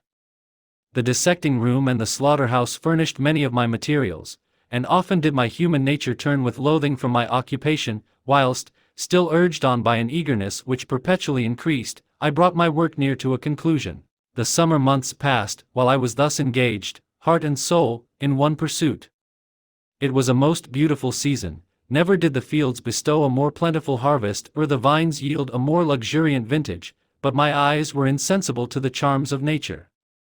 And the same feelings which made me neglect the scenes around me caused me also to forget those friends who were so many miles absent, and whom I had not seen for so long a time. I knew my silence disquieted them, and I well remembered the words of my father. I know that while you are pleased with yourself you will think of us with affection, and we shall hear regularly from you. You must pardon me if I regard any interruption in your correspondence as a proof that your other duties are equally neglected.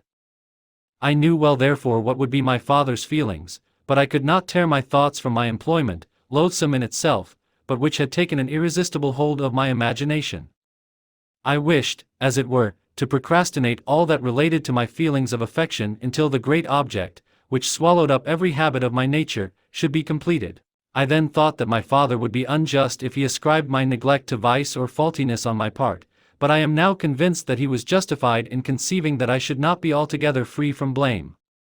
A human being in perfection ought always to preserve a calm and peaceful mind and never to allow passion or a transitory desire to disturb his tranquility.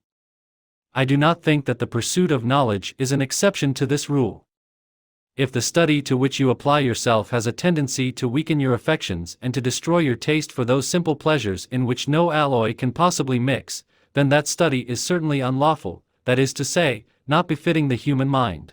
If this rule were always observed, if no man allowed any pursuit whatsoever to interfere with the tranquility of his domestic affections, Greece had not been enslaved, Caesar would have spared his country, America would have been discovered more gradually, and the empires of Mexico and Peru had not been destroyed. But I forget that I am moralizing in the most interesting part of my tale, and your looks remind me to proceed. My father made no reproach in his letters and only took notice of my silence by inquiring into my occupations more particularly than before. Winter, spring, and summer passed away during my labors, but I did not watch the blossom or the expanding leaves, sights which before always yielded me supreme delight, so deeply was I engrossed in my occupation. The leaves of that year had withered before my work drew near to a close, and now every day showed me more plainly how well I had succeeded. But my enthusiasm was checked by my anxiety, and I appeared rather like one doomed by slavery to toil in the mines, or any other unwholesome trade than an artist occupied by his favorite employment. Every night I was oppressed by a slow fever, and I became nervous to a most painful degree. The fall of a leaf startled me, and I shunned my fellow creatures as if I had been guilty of a crime. Sometimes I grew alarmed at the wreck I perceived that I had become. The energy of my purpose alone sustained me, my labors would soon end, and I believed that exercise and amusement would then drive away incipient disease, and I promised myself both of these when my creation should be complete. Chapter 5. It was on a dreary night of November that I beheld the accomplishment of my toils. With an anxiety that almost amounted to agony, I collected the instruments of life around me, that I might infuse a spark of being into the lifeless thing that lay at my feet. It was already 1 in the morning, the rain pattered dismally against the panes, and my candle was nearly burnt out, when, by the glimmer of the half-extinguished light, I saw the dull yellow eye of the creature open. It breathed hard, and a convulsive motion agitated its limbs. How can I describe my emotions at this catastrophe, or how delineate the wretch whom with such infinite pains and care I had endeavored to form? His limbs were in proportion, and I had selected his features as beautiful. Beautiful! Great God! His yellow skin scarcely covered the work of muscles and arteries beneath, his hair was of a lustrous black, and flowing, his teeth of a pearly whiteness, but these luxuriances only formed a more horrid contrast with his watery eyes, that seemed almost of the same color as the dun-white sockets in which they were set, his shriveled complexion and straight black lips. The different accidents of life are not so changeable as the feelings of human nature. I had worked hard for nearly 2 years, for the sole purpose of infusing life into an inanimate body. For this I had deprived myself of rest and health. I had desired it with an ardor that far exceeded moderation, but now that I had finished, the beauty of the dream vanished, and breathless horror and disgust filled my heart. Unable to endure the aspect of the being I had created, I rushed out of the room and continued a long time traversing my bedchamber, unable to compose my mind to sleep. At length lassitude succeeded to the tumult I had before endured, and I threw myself on the bed in my clothes, endeavoring to seek a few moments of forgetfulness. But it was in vain. I slept, indeed, but I was disturbed by the wildest dreams. I thought I saw Elizabeth, in the bloom of health, walking in the streets of Ingolstadt. Delighted and surprised, I embraced her, but as I imprinted the first kiss on her lips, they became livid with the hue of death, her features appeared to change, and I thought that I held the corpse of my dead mother in my arms. A shroud enveloped her form, and I saw the grave worms crawling in the folds of the flannel. I started from my sleep with horror, a cold dew covered my forehead, my teeth chattered, and every limb became convulsed, when, by the dim and yellow light of the moon, as it forced its way through the window shutters, I beheld the wretch, the miserable monster whom I had created. He held up the curtain of the bed, and his eyes, if eyes they may be called, were fixed on me. His jaws opened, and he muttered some inarticulate sounds, while a grin wrinkled his cheeks. He might have spoken, but I did not hear. One hand was stretched out, seemingly to detain me, but I escaped and rushed downstairs. I took refuge in the courtyard belonging to the house which I inhabited, where I remained during the rest of the night, walking up and down in the greatest agitation, listening attentively, catching and fearing each sound as if it were to announce the approach of the demoniacal corpse to which I had so miserably given life. Oh! No mortal could support the horror of that countenance. A mummy again endued with animation could not be so hideous as that wretch. I had gazed on him while unfinished. He was ugly then, but when those muscles and joints were rendered capable of motion, it became a thing such as even Dante could not have conceived. I passed the night wretchedly. Sometimes my pulse beat so quickly and hardly that I felt the palpitation of every artery.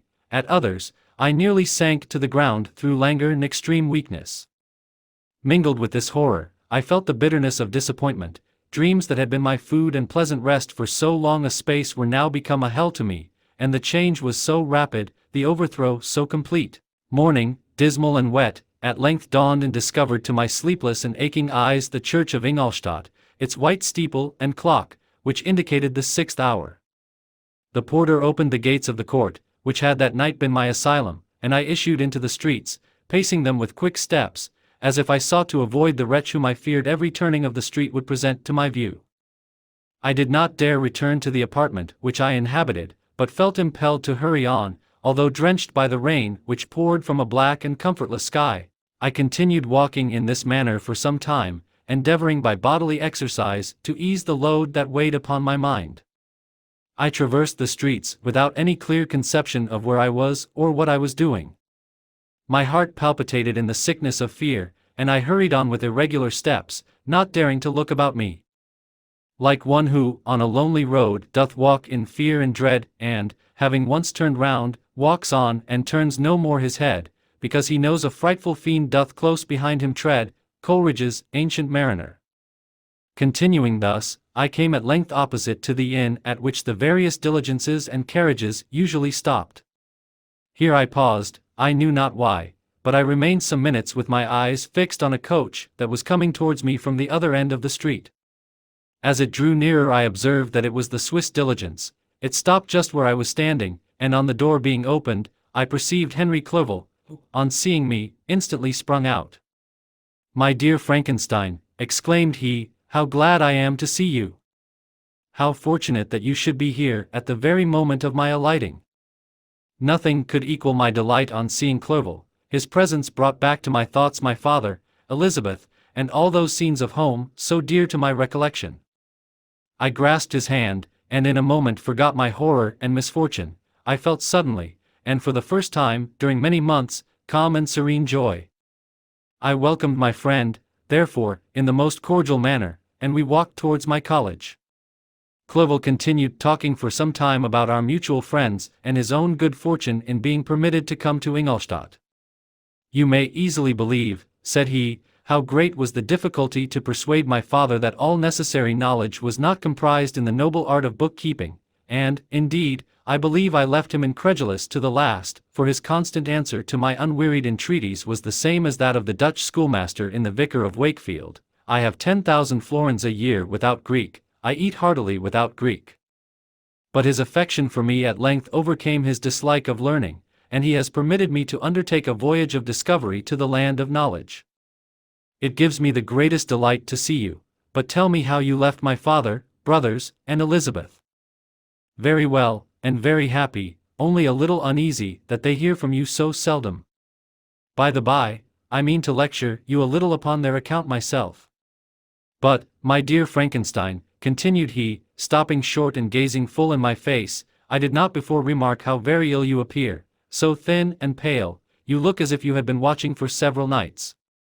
"You have guessed right. I have lately been so deeply engaged in one occupation that I have not allowed myself sufficient rest, as you see, but I sincerely hope, that all these employments are now at an end, and that I am at length free." I trembled excessively. I could not endure to think of, and far less to allude to, the occurrences of the preceding night. I walked with a quick pace, and we soon arrived at my college. I then reflected, and the thought made me shiver, that the creature whom I had left in my apartment might still be there, alive and walking about. I dreaded to behold this monster, but I feared still more that Henry should see him. Entreating him, therefore, to remain a few minutes at the bottom of the stairs, I darted up towards my own room. My hand was already on the lock of the door before I recollected myself. I then paused, and a cold shivering came over me. I threw the door forcibly open, as children are accustomed to do when they expect a spectre to stand in waiting for them on the other side, but nothing appeared. I stepped fearfully in. The apartment was empty, and my bedroom was also freed from its hideous guest. I could hardly believe that so great a good fortune could have befallen me, but when I became assured that my enemy had indeed fled, I clapped my hands for joy and ran down to Clerval. We ascended into my room, and the servant presently brought breakfast, but I was unable to contain myself. It was not joy only that possessed me. I felt my flesh tingle with excess of sensitiveness, and my pulse beat rapidly. I was unable to remain for a single instant in the same place. I jumped over the chairs, clapped my hands, and laughed aloud. Clerval at first attributed my unusual spirits to joy on his arrival, but when he observed me more attentively, he saw a wildness in my eyes for which he could not account, and my loud, unrestrained, heartless laughter frightened and astonished him. "My dear Victor," cried he, "what, for God's sake, is the matter? Do not laugh in that manner. How ill you are! What is the cause of all this?" "Do not ask me," cried I, putting my hands before my eyes, for I thought I saw the dreaded spectre glide into the room. "He can tell. Oh, save me! Save me!" I imagined that the monster seized me. I struggled furiously and fell down in a fit. Poor Clerval! What must have been his feelings? A meeting, which he anticipated with such joy, so strangely turned to bitterness. But I was not the witness of his grief, for I was lifeless and did not recover my senses for a long, long time. This was the commencement of a nervous fever which confined me for several months. During all that time Henry was my only nurse. I afterwards learned that, knowing my father's advanced age and unfitness for so long a journey, and how wretched my sickness would make Elizabeth, he spared them this grief by concealing the extent of my disorder. He knew that I could not have a more kind and attentive nurse than himself, and, firm in the hope he felt of my recovery, he did not doubt that, instead of doing harm, he performed the kindest action that he could towards them. But I was in reality very ill, and surely nothing but the unbounded and unremitting attentions of my friend could have restored me to life. The form of the monster on whom I had bestowed existence was forever before my eyes, and I raved incessantly concerning him. Doubtless my words surprised Henry. He at first believed them to be the wanderings of my disturbed imagination, but the pertinacity with which I continually recurred to the same subject persuaded him that my disorder indeed owed its origin to some uncommon and terrible event. By very slow degrees, and with frequent relapses that alarmed and grieved my friend, I recovered. I remember the first time I became capable of observing outward objects with any kind of pleasure. I perceived that the fallen leaves had disappeared and that the young buds were shooting forth from the trees that shaded my window. It was a divine spring, and the season contributed greatly to my convalescence.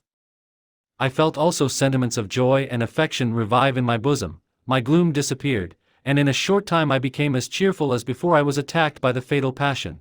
"Dearest Clerval," exclaimed I, "how kind, how very good you are to me!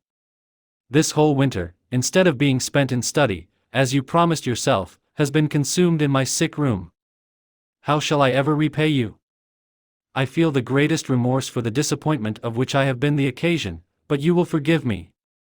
You will repay me entirely if you do not discompose yourself, but get well as fast as you can, and since you appear in such good spirits, I may speak to you on one subject, may I not?"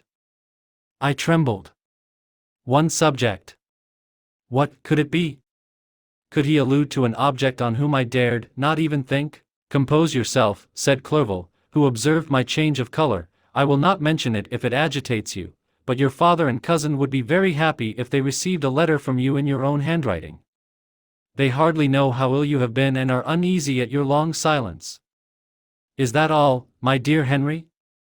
How could you suppose that my first thought would not fly towards those dear, dear friends whom I love and who are so deserving of my love? If this is your present temper, my friend, you will perhaps be glad to see a letter that has been lying here some days for you. It is from your cousin, I believe." Chapter 6. Clerval then put the following letter into my hands. It was from my own Elizabeth. "My dearest cousin, you have been ill, very ill, and even the constant letters of dear kind Henry are not sufficient to reassure me on your account. You are forbidden to write, to hold a pen, yet one word from you, dear Victor, is necessary to calm our apprehensions.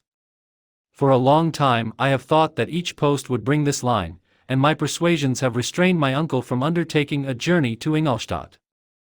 I have prevented his encountering the inconveniences and perhaps dangers of so long a journey, yet how often have I regretted not being able to perform it myself. I figure to myself that the task of attending on your sick bed has devolved on some mercenary old nurse, who could never guess your wishes nor minister to them with the care and affection of your poor cousin. Yet that is over now. Clovel writes that indeed you are getting better. I eagerly hope that you will confirm this intelligence soon in your own handwriting. Get well, and return to us. You will find a happy, cheerful home and friends who love you dearly. Your father's health is vigorous, and he asks but to see you, but to be assured that you are well, and not a care will ever cloud his benevolent countenance. How pleased you would be to remark the improvement of our Ernest. He is now 16 and full of activity and spirit. He is desirous to be a true Swiss and to enter into foreign service, but we cannot part with him, at least until his elder brother returns to us. My uncle is not pleased with the idea of a military career in a distant country, but Ernest never had your powers of application. He looks upon study as an odious fetter. His time is spent in the open air, climbing the hills or rowing on the lake. I fear that he will become an idler unless we yield the point and permit him to enter on the profession which he has selected. Little alteration, except the growth of our dear children, has taken place since you left us. The blue lake and snow-clad mountains, they never change, and I think our placid home and our contented hearts are regulated by the same immutable laws. My trifling occupations take up my time and amuse me, and I am rewarded for any exertions by seeing none but happy, kind faces around me. Since you left us, but one change has taken place in our little household. Do you remember on what occasion Justine Moritz entered our family? Probably you do not. I will relate her history, therefore, in a few words. Madame Moritz, her mother, was a widow with 4 children, of whom Justine was the third. This girl had always been the favorite of her father, but through a strange perversity, her mother could not endure her, and after the death of M. Moritz, treated her very ill. My aunt observed this, and when Justine was 12 years of age, prevailed on her mother to allow her to live at our house. The republican institutions of our country have produced simpler and happier manners than those which prevail in the great monarchies that surround it. Hence there is less distinction between the several classes of its inhabitants, and the lower orders, being neither so poor or so despised, their manners are more refined and moral. A servant in Geneva does not mean the same thing as a servant in France and England. Justine, thus received in our family, learned the duties of a servant, a condition which, in our fortunate country, does not include the idea of ignorance and a sacrifice of the dignity of a human being. Justine, you may remember, was a great favorite of yours, and I recollect you once remarked that if you were in an ill humor, one glance from Justine could dissipate it, for the same reason that Ariosto gives concerning the beauty of Angelica. She looked so frank-hearted and happy. My aunt conceived a great attachment for her, by which she was induced to give her an education superior to that which she had at first intended. This benefit was fully repaid. Justine was the most grateful little creature in the world. I do not mean that she made any professions. I never heard one pass her lips, but you could see by her eyes that she almost adored her protectress. Although her disposition was gay and in many respects inconsiderate, yet she paid the greatest attention to every gesture of my aunt. She thought her the model of all excellence and endeavored to imitate her phraseology and manners, so that even now she often reminds me of her. When my dearest aunt died, everyone was too much occupied in their own grief to notice poor Justine, who had attended her during her illness with the most anxious affection. Poor Justine was very ill, but other trials were reserved for her. One by one, her brothers and sister died, and her mother, with the exception of her neglected daughter, was left childless. The conscience of the woman was troubled. She began to think that the deaths of her favorites was a judgment from heaven to chastise her partiality. She was a Roman Catholic, and I believe her confessor confirmed the idea which she had conceived. Accordingly, a few months after your departure for Ingolstadt, Justine was called home by her repentant mother. Poor girl! She wept when she quitted our house. She was much altered since the death of my aunt. Grief had given softness and a winning mildness to her manners, which had before been remarkable for vivacity. Nor was her residence at her mother's house of a nature to restore her gaiety. The poor woman was very vacillating in her repentance. She sometimes begged Justine to forgive her unkindness, but much oftener accused her of having caused the deaths of her brothers and sister. Perpetual fretting at length threw Madame Moritz into a decline, which at first increased her irritability, but she is now at peace forever. She died on the first approach of cold weather, at the beginning of this last winter. Justine has just returned to us, and I assure you I love her tenderly. She is very clever and gentle, and extremely pretty. As I mentioned before, her mien and her expression continually remind me of my dear aunt. I must say also a few words to you, my dear cousin, of little darling William. I wish you could see him. He is very tall of his age, with sweet laughing blue eyes, dark eyelashes, and curling hair. When he smiles, 2 little dimples appear on each cheek, which are rosy with health. He has already had 1 or 2 little wives, but Louisa Byron is his favorite, a pretty little girl of 5 years of age. Now, dear Victor, I dare say you wish to be indulged in a little gossip concerning the good people of Geneva. The pretty Miss Mansfield has already received the congratulatory visits on her approaching marriage with a young Englishman, John Melbourne, Esq. Her ugly sister, Manon, married M. de Villard, the rich banker, last autumn. Your favorite schoolfellow, Louis Manoyer, has suffered several misfortunes since the departure of Clerval from Geneva. But he has already recovered his spirits, and is reported to be on the point of marrying a lively pretty Frenchwoman, Madame Tavernier. She is a widow, and much older than Manoyer, but she is very much admired, and a favorite with everybody. I have ridden myself into better spirits, dear cousin, but my anxiety returns upon me as I conclude. Write, dearest Victor, 1 line, 1 word will be a blessing to us. 10,000 thanks to Henry for his kindness, his affection, and his many letters. We are sincerely grateful. Adieu. My cousin, take care of yourself, and, I entreat you, write. Elizabeth Lavenza, Geneva, March 18, 17. Dear, dear Elizabeth! I exclaimed, when I had read her letter, I will write instantly and relieve them from the anxiety they must feel. I wrote, and this exertion greatly fatigued me, but my convalescence had commenced, and proceeded regularly. In another fortnight I was able to leave my chamber. One of my first duties on my recovery was to introduce Clerval to the several professors of the university. In doing this, I underwent a kind of rough usage, ill-befitting the wounds that my mind had sustained. Ever since the fatal night, the end of my labors, and the beginning of my misfortunes, I had conceived a violent antipathy even to the name of natural philosophy. When I was otherwise quite restored to health, the sight of a chemical instrument would renew all the agony of my nervous symptoms. Henry saw this, and had removed all my apparatus from my view. He had also changed my apartment, for he perceived that I had acquired a dislike for the room which had previously been my laboratory. But these cares of Clerval were made of no avail, and I visited the professors. M. Waldman inflicted torture, and he praised, with kindness and warmth, the astonishing progress I had made in the sciences. He soon perceived that I disliked the subject, but not guessing the real cause, he attributed my feelings to modesty, and changed the subject from my improvement to the science itself, with a desire, as I evidently saw, of drawing me out. What could I do? He meant to please, and he tormented me.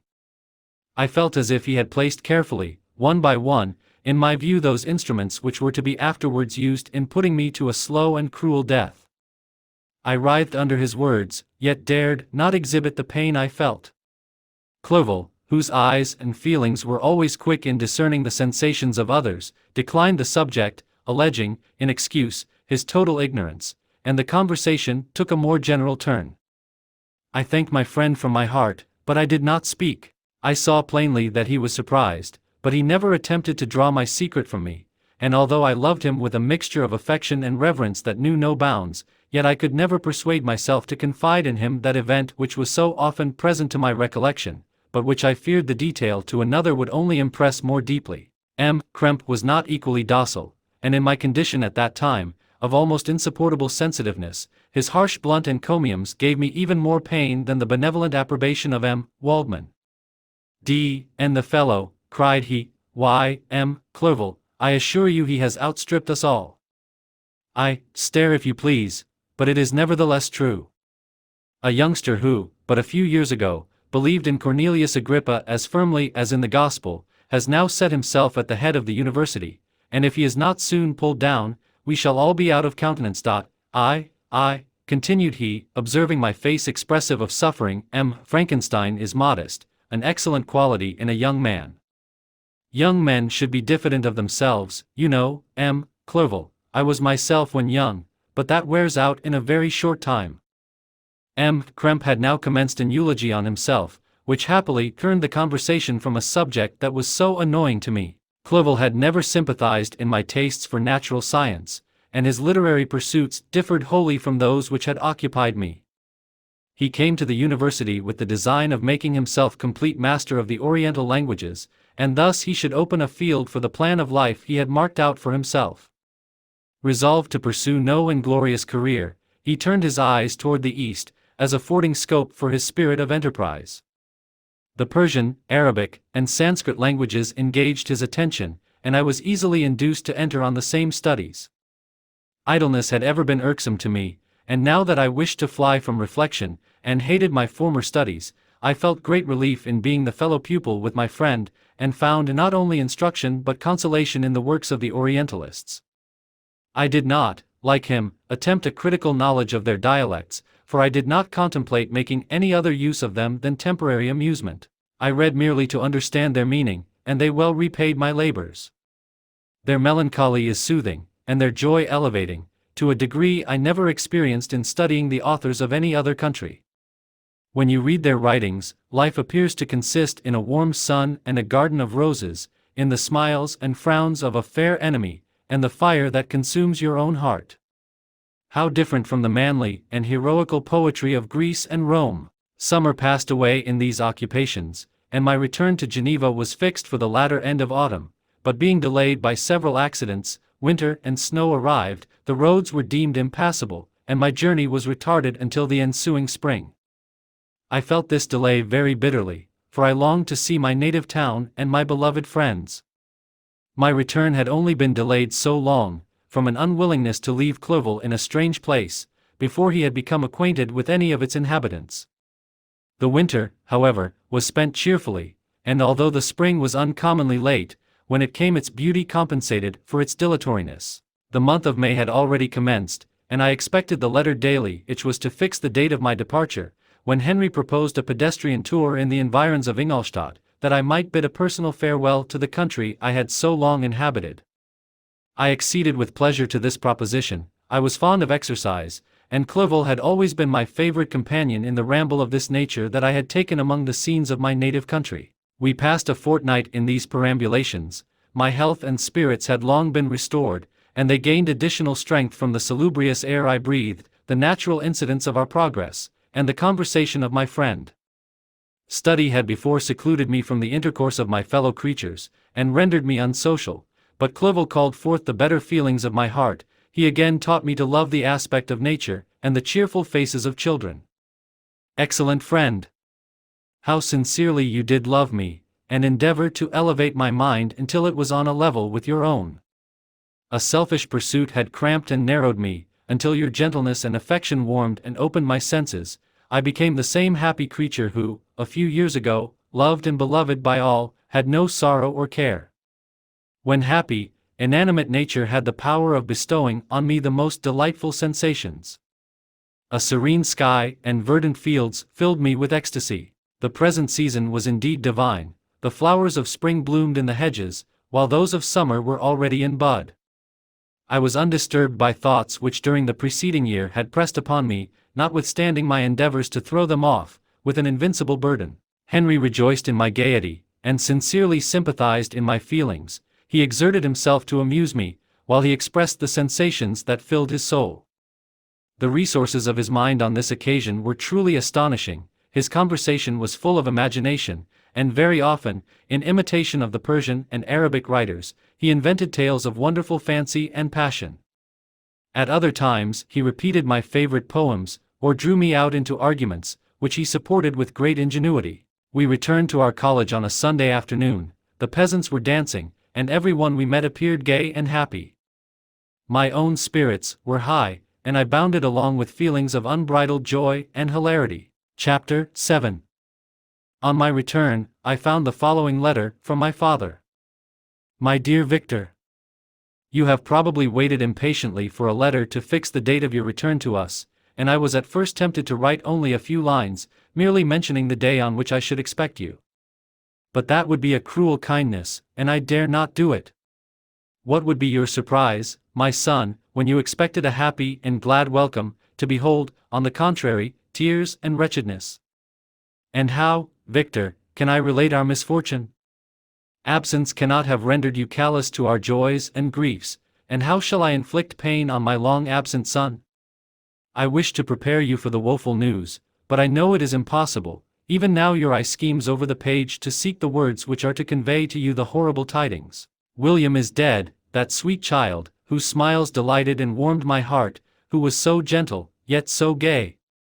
Victor, he is murdered. I will not attempt to console you, but will simply relate the circumstances of the transaction.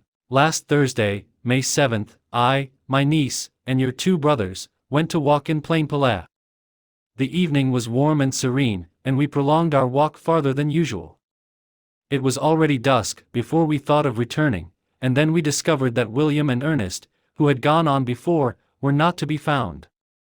We accordingly rested on a seat until they should return. Presently Ernest came, and inquired if we had seen his brother. He said that he had been playing with him, that William had run away to hide himself, and that he vainly sought for him, and afterwards waited for a long time, but that he did not return. This account rather alarmed us, and we continued to search for him until night fell, when Elizabeth conjectured that he might have returned to the house. He was not there. We returned again, with torches, for I could not rest, when I thought that my sweet boy had lost himself, and was exposed to all the damps and dews of night. Elizabeth also suffered extreme anguish. About 5 in the morning I discovered my lovely boy, whom the night before I had seen blooming and active in health, stretched on the grass livid and motionless. The print of the murderer's finger was on his neck. He was conveyed home, and the anguish that was visible in my countenance betrayed the secret to Elizabeth. She was very earnest to see the corpse. At first I attempted to prevent her, but she persisted, and entering the room where it lay, hastily examined the neck of the victim, and clasping her hands, exclaimed, "O God! I have murdered my darling child." She fainted, and was restored with extreme difficulty. When she again lived, it was only to weep and sigh. She told me that same evening William had teased her to let him wear a very valuable miniature that she possessed of your mother. This picture is gone, and was doubtless the temptation which urged the murderer to the deed. We have no trace of him at present, although our exertions to discover him are unremitted, but they will not restore my beloved William. Come, dearest Victor, you alone can console Elizabeth. She weeps continually, and accuses herself unjustly as the cause of his death. Her words pierce my heart. We are all unhappy, but will not that be an additional motive for you, my son, to return and be our comforter? Your dear mother. Alas, Victor! I now say, thank God she did not live to witness the cruel, miserable death of her youngest darling. Come, Victor, not brooding thoughts of vengeance against the assassin, but with feelings of peace and gentleness, that will heal, instead of festering, the wounds of our minds. Enter the house of mourning, my friend, but with kindness and affection for those who love you, and not with hatred for your enemies. Your affectionate and afflicted father, Alphonse Frankenstein. Geneva, May 12, 17. Clerval, who had watched my countenance as I read this letter, was surprised to observe the despair that succeeded the joy I at first expressed on receiving news from my friends. I threw the letter on the table, and covered my face with my hands. "My dear Frankenstein," exclaimed Henry, when he perceived me weep with bitterness, "are you always to be unhappy? My dear friend, what has happened?" I motioned him to take up the letter, while I walked up and down the room in the extremest agitation. Tears also gushed from the eyes of Clerval, as he read the account of my misfortune. "I can offer you no consolation, my friend," said he, "your disaster is irreparable. What do you intend to do?" "To go instantly to Geneva. Come with me, Henry, to order the horses." During our walk, Clerval endeavored to say a few words of consolation. He could only express his heartfelt sympathy. "Poor William," said he, "dear lovely child, he now sleeps with his angel mother. Who that had seen him bright and joyous in his young beauty, but must weep over his untimely loss. To die so miserably, to feel the murderer's grasp. How much more a murdered that could destroy radiant innocence. Poor little fellow! One only consolation have we, his friends mourn and weep, but he is at rest. The pang is over, his sufferings are at an end forever. A sod covers his gentle form, and he knows no pain. He can no longer be a subject for pity, we must reserve that for his miserable survivors." Clerval spoke thus as we hurried through the streets. The words impressed themselves on my mind, and I remembered them afterwards in solitude. But now, as soon as the horses arrived, I hurried into a cabriolet, and bade farewell to my friend. My journey was very melancholy. At first I wished to hurry on, for I longed to console and sympathize with my loved and sorrowing friends, but when I drew near my native town, I slackened my progress.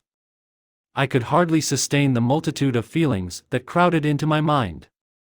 I passed through scenes familiar to my youth, but which I had not seen for nearly 6 years. How altered everything might be during that time! One sudden and desolating change had taken place, but 1,000 little circumstances might have by degrees worked other alterations, which, although they were done more tranquilly, might not be the less decisive.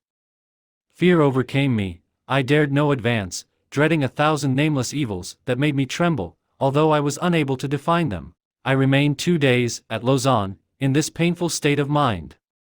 I contemplated the lake, the waters were placid, all around was calm, and the snowy mountains, the palaces of nature, were not changed.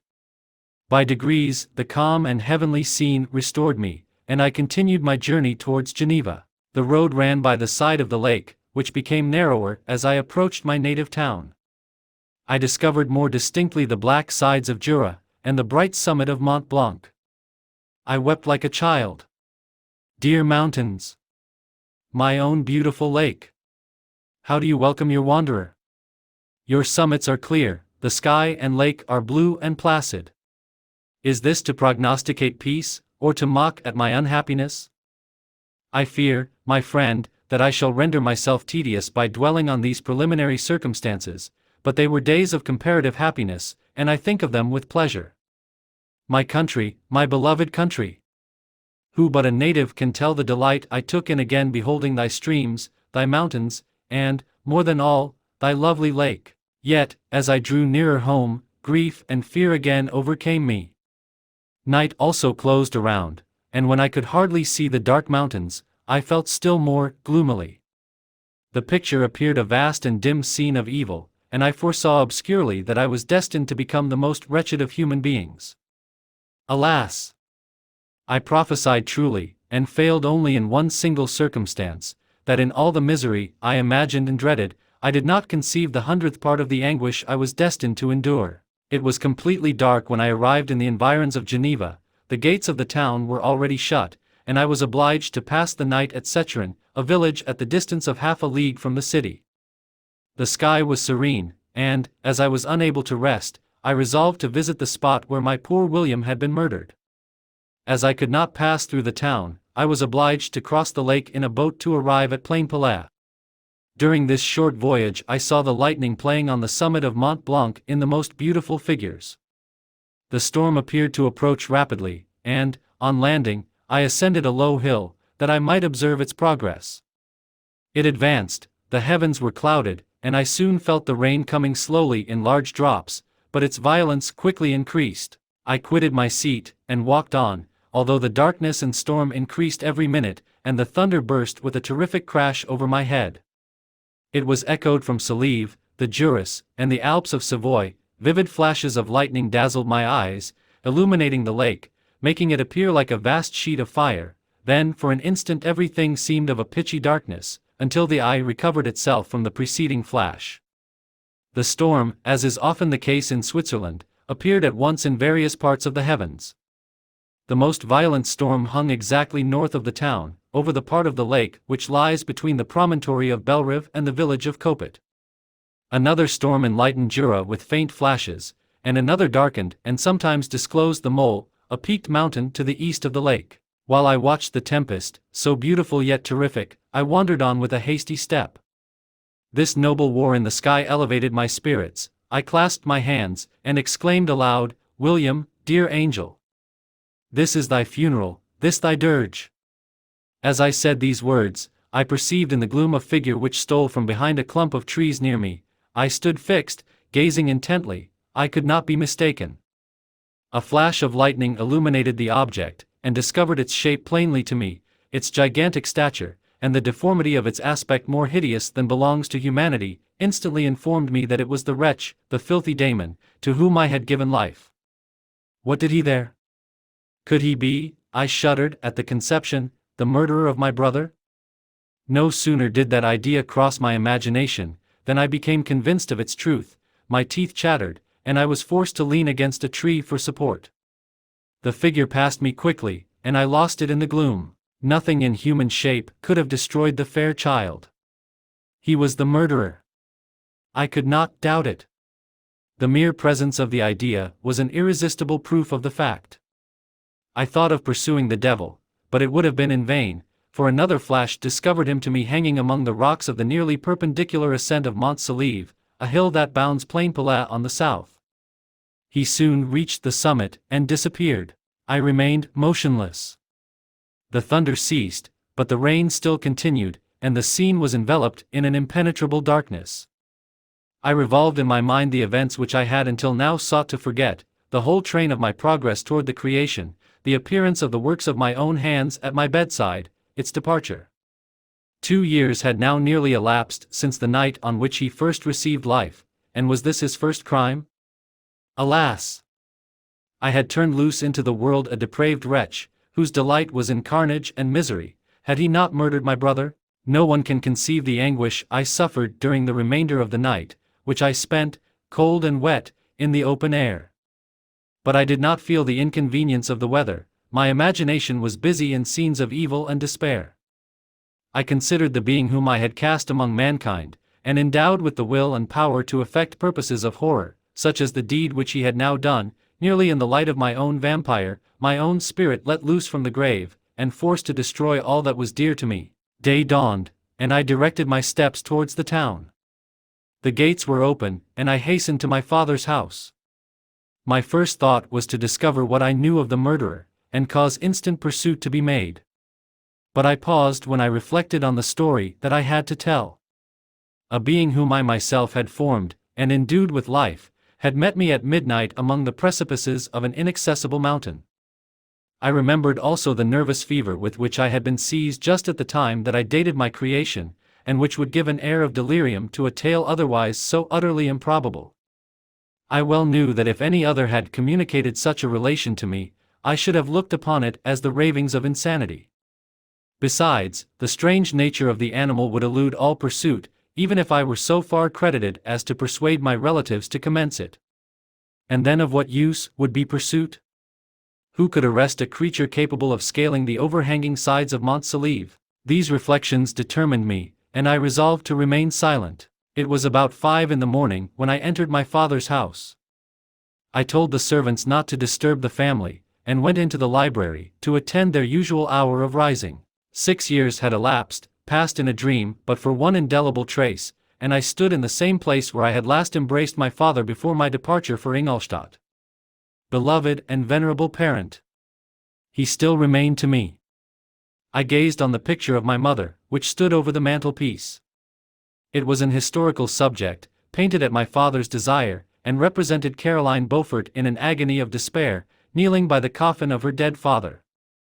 Her garb was rustic, and her cheek pale, but there was an air of dignity and beauty that hardly permitted the sentiment of pity. Below this picture was a miniature of William, and my tears flowed when I looked upon it. While I was thus engaged, Ernest entered. He had heard me arrive, and hastened to welcome me. "Welcome, my dearest Victor," said he. "Ah! I wish you had come 3 months ago, and then you would have found us all joyous and delighted. You come to us now to share a misery which nothing can alleviate, yet your presence will, I hope, revive our father, who seems sinking under his misfortune, and your persuasions will induce poor Elizabeth to cease her vain and tormenting self-accusations. Poor William. He was our darling and our pride. Tears, unrestrained, fell from my brother's eyes, a sense of mortal agony crept over my frame. Before, I had only imagined the wretchedness of my desolated home, the reality came on me as a new, and a not less terrible, disaster. I tried to calm Ernest, I inquired more minutely concerning my father, and here I named my cousin. She most of all, said Ernest, requires consolation. She accused herself of having caused the death of my brother, and that made her very wretched. But since the murderer has been discovered. The murderer discovered. Good God! How can that be? Who could attempt to pursue him? It is impossible. One might as well try to overtake the winds, or confine a mountain stream with a straw. I saw him too, he was free last night. I do not know what you mean, replied my brother, in accents of wonder, but to us the discovery we have made completes our misery. No one would believe it at first, and even now Elizabeth will not be convinced, notwithstanding all the evidence. Indeed, who would credit that Justine Moritz, who was so amiable, and fond of all the family, could suddenly become so capable of so frightful, so appalling a crime? Justine Moritz. Poor girl, is she the accused? But it is wrongfully, every one knows that, no one believes it, surely, Ernest? No one did at first, but several circumstances came out, that have almost forced conviction upon us, and her own behavior has been so confused, as to add to the evidence of facts await that, I fear, leaves no hope for doubt. But she will be tried today, and you will then hear all. He then related that, the morning on which the murder of poor William had been discovered, Justine had been taken ill, and confined to her bed for several days. During this interval, one of the servants, happening to examine the apparel she had worn on the night of the murder, had discovered in her pocket the picture of my mother, which had been judged to be the temptation of the murderer. The servant instantly showed it to one of the others, who, without saying a word to any of the family, went to a magistrate, and, upon their deposition, Justine was apprehended. On being charged with the fact, the poor girl confirmed the suspicion in a great measure by her extreme confusion of manner. This was a strange tale, but it did not shake my faith, and I replied earnestly, "You are all mistaken, I know the murderer. Justine, poor, good Justine, is innocent." At that instant my father entered. I saw unhappiness deeply impressed on his countenance, but he endeavored to welcome me cheerfully, and, after we had exchanged our mournful greeting, would have introduced some other topic than that of our disaster, had not Ernest exclaimed, "Good God, Papa! Victor says that he knows who was the murderer of poor William." "We do also, unfortunately," replied my father, "for indeed I had rather have been forever ignorant than have discovered so much depravity and ungratitude in one I valued so highly." "My dear father, you are mistaken, Justine is innocent. If she is, God forbid that she should suffer as guilty. She is to be tried today, and I sincerely hope, that she will be acquitted." This speech calmed me. I was firmly convinced in my own mind that Justine, and indeed every human being, was guiltless of this murder. I had no fear, therefore, that any circumstantial evidence could be brought forward strong enough to convict her. My tale was not one to announce publicly, its astounding horror would be looked upon as madness by the vulgar. Did any one indeed exist, except I, the Creator, who would believe, unless his senses convinced him, in the existence of the living monument of presumption and rash ignorance which I had let loose upon the world? We were soon joined by Elizabeth. Time had altered her since I last beheld her, it had endowed her with loveliness surpassing the beauty of her childish years. There was the same candor, the same vivacity, but it was allied to an expression more full of sensibility and intellect. She welcomed me with the greatest affection. "Your arrival, my dear cousin," said she, "fills me with hope. You perhaps will find some means to justify my poor guiltless Justine. Alas! Who is safe, if she be convicted of crime? I rely on her innocence as certainly as I do upon my own. Our misfortune is doubly hard to us. We have not only lost that lovely darling boy, but this poor girl, whom I sincerely love, is to be torn away by even a worse fate. If she is condemned, I never shall know joy more. But she will not, I am sure she will not, and then I shall be happy again, even after the sad death of my little William. She is innocent, my Elizabeth, said I, and that shall be proved. Fear nothing, but let your spirits be cheered by the assurance of her acquittal. How kind and generous you are! Every one else believes in her guilt, and that made me wretched, for I knew that it was impossible, and to see every one else prejudiced in so deadly a manner rendered me hopeless and despairing. She wept. Dearest niece, said my father, dry your tears. If she is, as you believe, innocent, rely on the justice of our laws, and the activity with which I shall prevent the slightest shadow of partiality. Chapter 8. We passed a few sad hours until 11 o'clock, when the trial was to commence. My father and the rest of the family being obliged to attend as witnesses, I accompanied them to the court. During the whole of this wretched mockery of justice I suffered living torture. It was to be decided whether the result of my curiosity and lawless devices would cause the death of two of my fellow beings, one a smiling babe full of innocence and joy, the other far more dreadfully murdered, with every aggravation of infamy that could make the murder memorable in horror. Justine also was a girl of merit and possessed qualities which promised to render her life happy. Now all was to be obliterated in an ignominious grave, and I the cause. 1,000 times rather would I have confessed myself guilty of the crime ascribed to Justine, but I was absent when it was committed, and such a declaration would have been considered as the ravings of a madman and would not have exculpated her who suffered through me. The appearance of Justine was calm. She was dressed in mourning, and her countenance, always engaging, was rendered, by the solemnity of her feelings, exquisitely beautiful. Yet she appeared confident in innocence and did not tremble, although gazed on and execrated by thousands, for all the kindness which her beauty might otherwise have excited was obliterated in the minds of the spectators by the imagination of the enormity she was supposed to have committed. She was tranquil, yet her tranquillity was evidently constrained, and as her confusion had before been adduced as a proof of her guilt, she worked up her mind to an appearance of courage. When she entered the court, she threw her eyes round it and quickly discovered where we were seated. A tear seemed to dim her eye when she saw us, but she quickly recovered herself, and a look of sorrowful affection seemed to attest her utter guiltlessness. The trial began, and after the advocate against her had stated the charge, several witnesses were called. Several strange facts combined against her, which might have staggered anyone who had not such proof of her innocence as I had. She had been out the whole of the night on which the murder had been committed, and towards morning had been perceived by a market woman not far from the spot where the body of the murdered child had been afterwards found. The woman asked her what she did there, but she looked very strangely and only returned a confused and unintelligible answer. She returned to the house about 8 o'clock, and when one inquired where she had passed the night, she replied that she had been looking for the child and demanded earnestly if anything had been heard concerning him. When shown the body, she fell into violent hysterics and kept her bed for several days. The picture was then produced which the servant had found in her pocket, and when Elizabeth, in a faltering voice, proved that it was the same which, an hour before the child had been missed, she had placed round his neck, a murmur of horror and indignation filled the court. Justine was called on for her defense. As the trial had proceeded, her countenance had altered. Surprise, horror, and misery were strongly expressed. Sometimes she struggled with her tears, but when she was desired to plead, she collected her powers and spoke in an audible although variable voice. God knows, she said, how entirely I am innocent. But I do not pretend that my protestations should acquit me.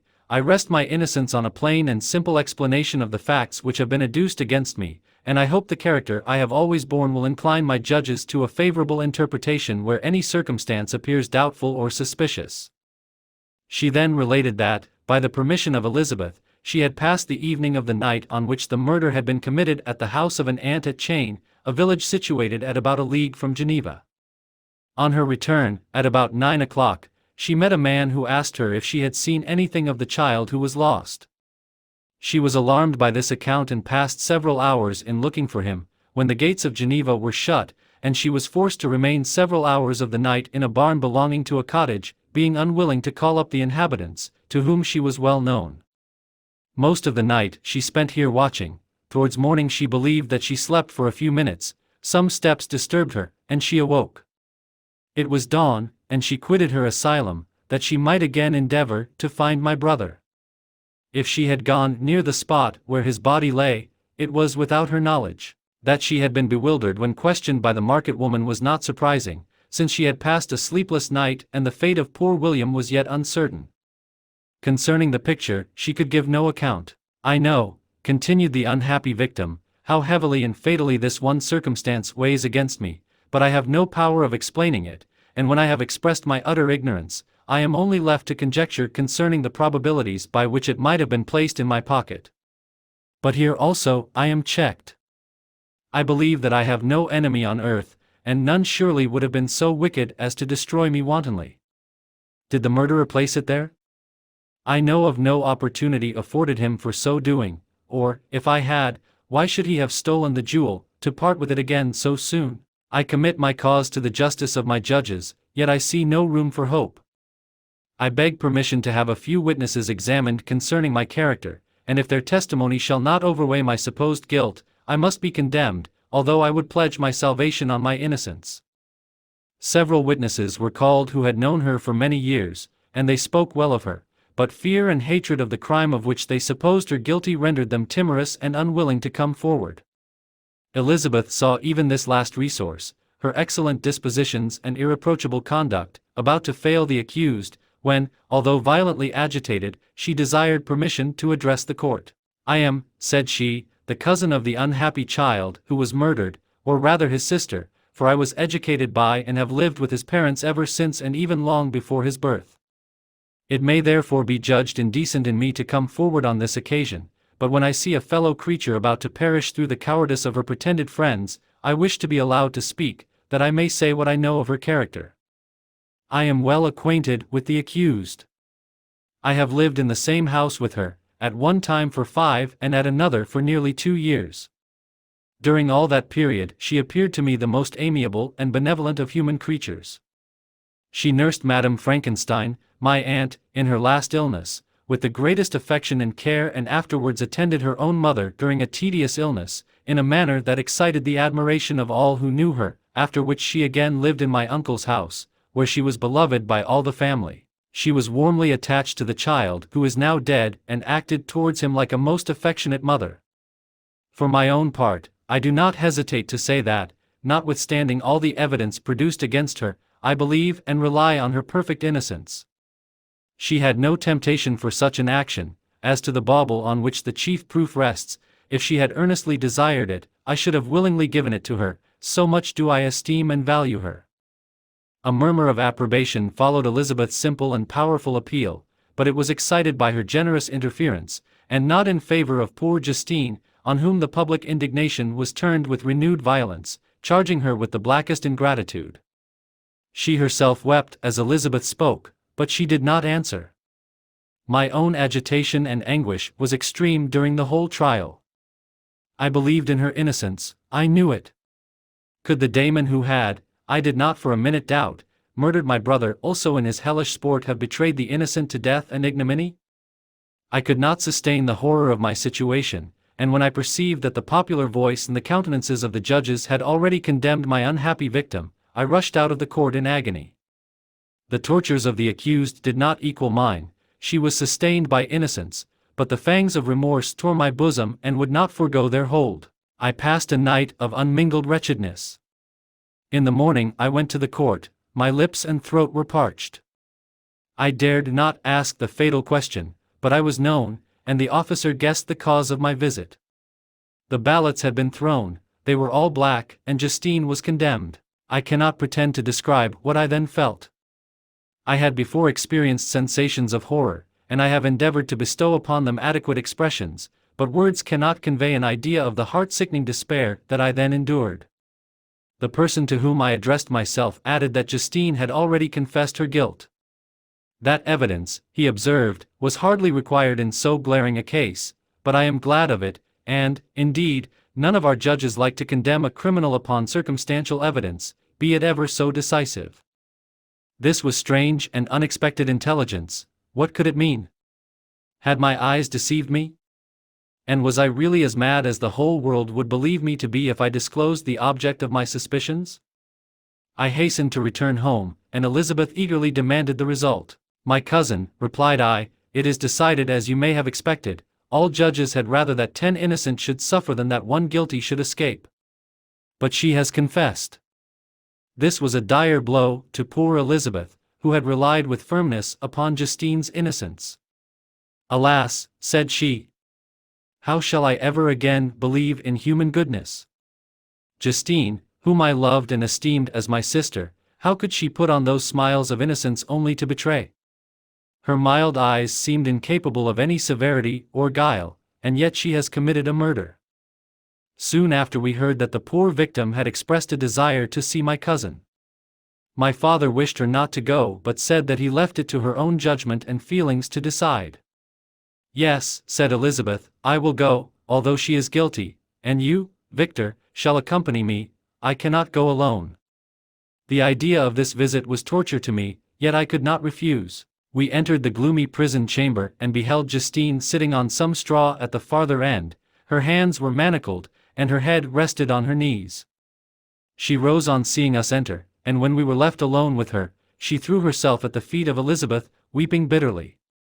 My cousin wept also. "Oh, Justine," said she, "why did you rob me of my last consolation?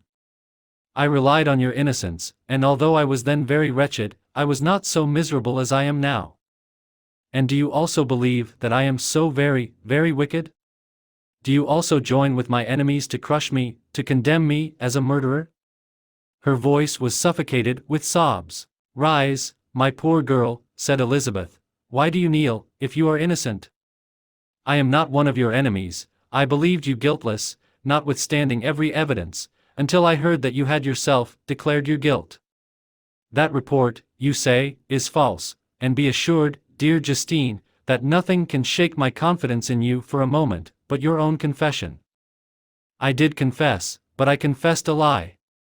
I confessed that I might obtain absolution, but now that falsehood lies heavier at my heart than all my other sins. The God of heaven forgive me. Ever since I was condemned, my confessor has besieged me. He threatened and menaced, until I almost began to think that I was the monster that he said I was. He threatened excommunication and hell fire in my last moments if I continued obdurate. Dear lady, I had none to support me, all looked on me as a wretch doomed to ignominy and perdition. What could I do? In an evil hour I subscribed to a lie, and now only am I truly miserable." She paused, weeping, and then continued, "I thought with horror, my sweet lady, that you should believe your Justine, whom your blessed aunt had so highly honored, and whom you loved, was a creature capable of a crime which none but the devil himself could have perpetrated. Dear William! Dearest, blessed child! I soon shall see you again in heaven, where we shall all be happy, and that consoles me, going as I am to suffer ignominy and death. Oh, Justine! Forgive me for having for one moment distrusted you. Why did you confess? But do not mourn, dear girl. Do not fear. I will proclaim, I will prove your innocence. I will melt the stony hearts of your enemies by my tears and prayers. You shall not die. You, my playfellow, my companion, my sister, perish on the scaffold. No. No. I never could survive so horrible a misfortune." Justine shook her head mournfully. "I do not fear to die," she said, "that pang is past. God raises my weakness and gives me courage to endure the worst. I leave a sad and bitter world, and if you remember me and think of me as of one unjustly condemned, I am resigned to the fate awaiting me. Learn from me, dear lady, to submit in patience to the will of heaven." During this conversation I had retired to a corner of the prison room, where I could conceal the horrid anguish that possessed me. Despair! Who dared talk of that?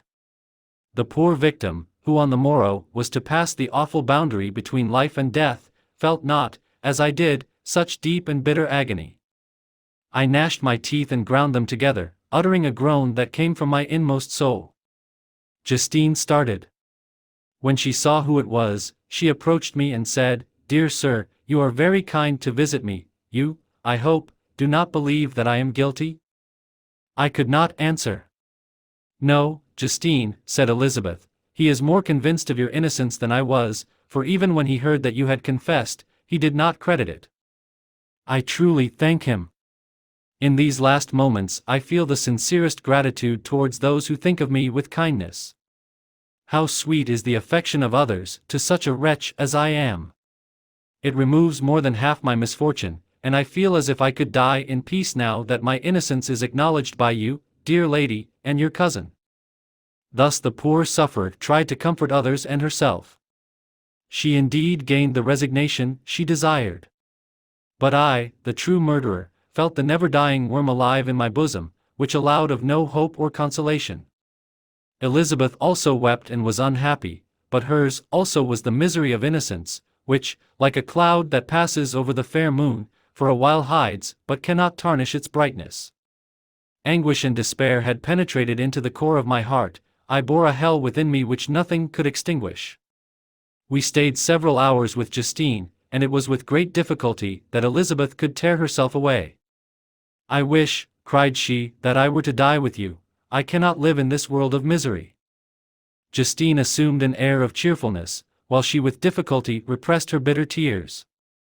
She embraced Elizabeth and said in a voice of half-suppressed emotion, "Farewell, sweet lady, dearest Elizabeth, my beloved and only friend. May heaven, in its bounty, bless and preserve you. May this be the last misfortune that you will ever suffer.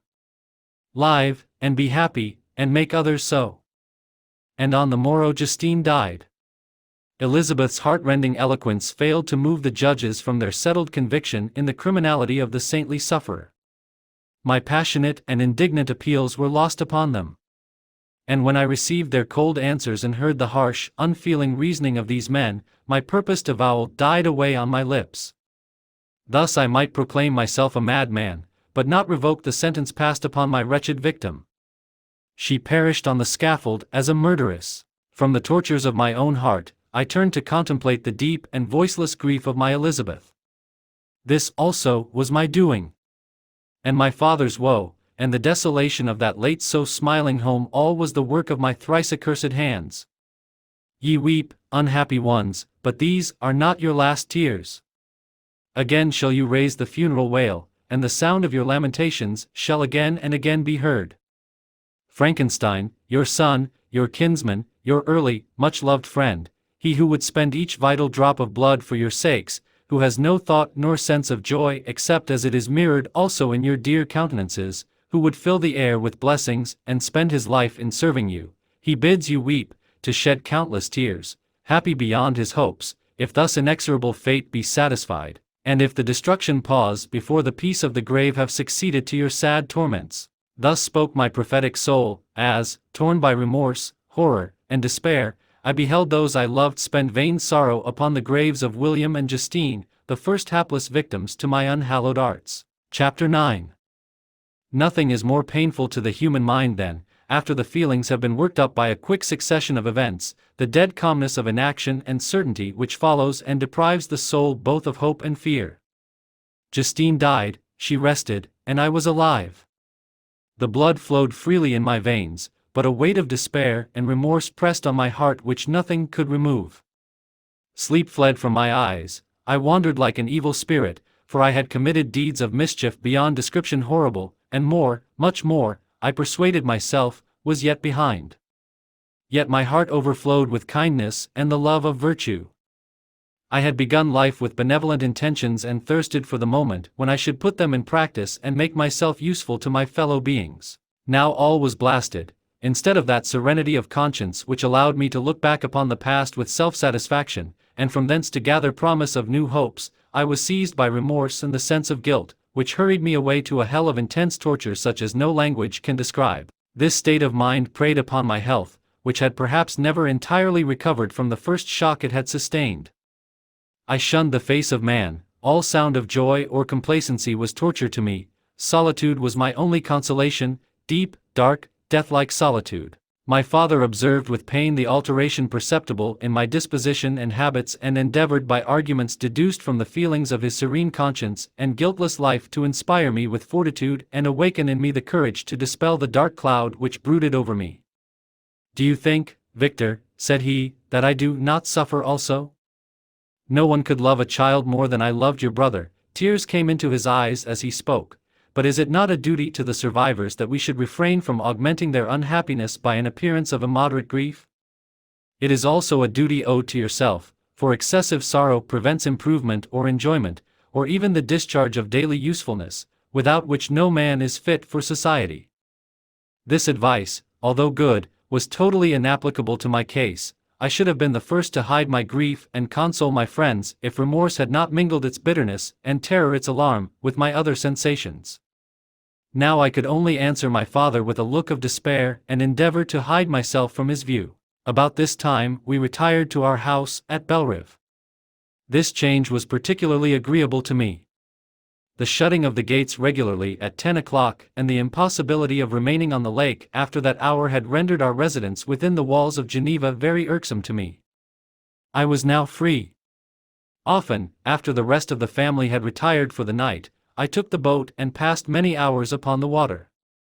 Sometimes, with my sails set, I was carried by the wind, and sometimes, after rowing into the middle of the lake, I left the boat to pursue its own course and gave way to my own miserable reflections. I was often tempted, when all was at peace around me, and I the only unquiet thing that wandered restless in a scene so beautiful and heavenly, if I except some bat, or the frogs, whose harsh and interrupted croaking was heard only when I approached the shore, often, I say, I was tempted to plunge into the silent lake, that the waters might close over me and my calamities forever. But I was restrained, when I thought of the heroic and suffering Elizabeth, whom I tenderly loved, and whose existence was bound up in mine.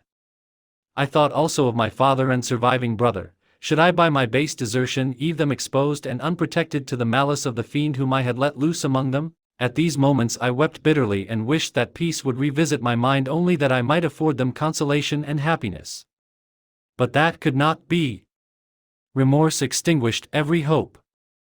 I had been the author of unalterable evils, and I lived in daily fear lest the monster whom I had created should perpetrate some new wickedness. I had an obscure feeling that all was not over and that he would still commit some signal crime, which by its enormity should almost efface the recollection of the past. There was always scope for fear so long as anything I loved remained behind. My abhorrence of this fiend cannot be conceived. When I thought of him I gnashed my teeth, my eyes became inflamed, and I ardently wished to extinguish that life which I had so thoughtlessly bestowed. When I reflected on his crimes and malice, my hatred and revenge burst all bounds of moderation. I would have made a pilgrimage to the highest peak of the Andes, could I, when there, have precipitated him to their base.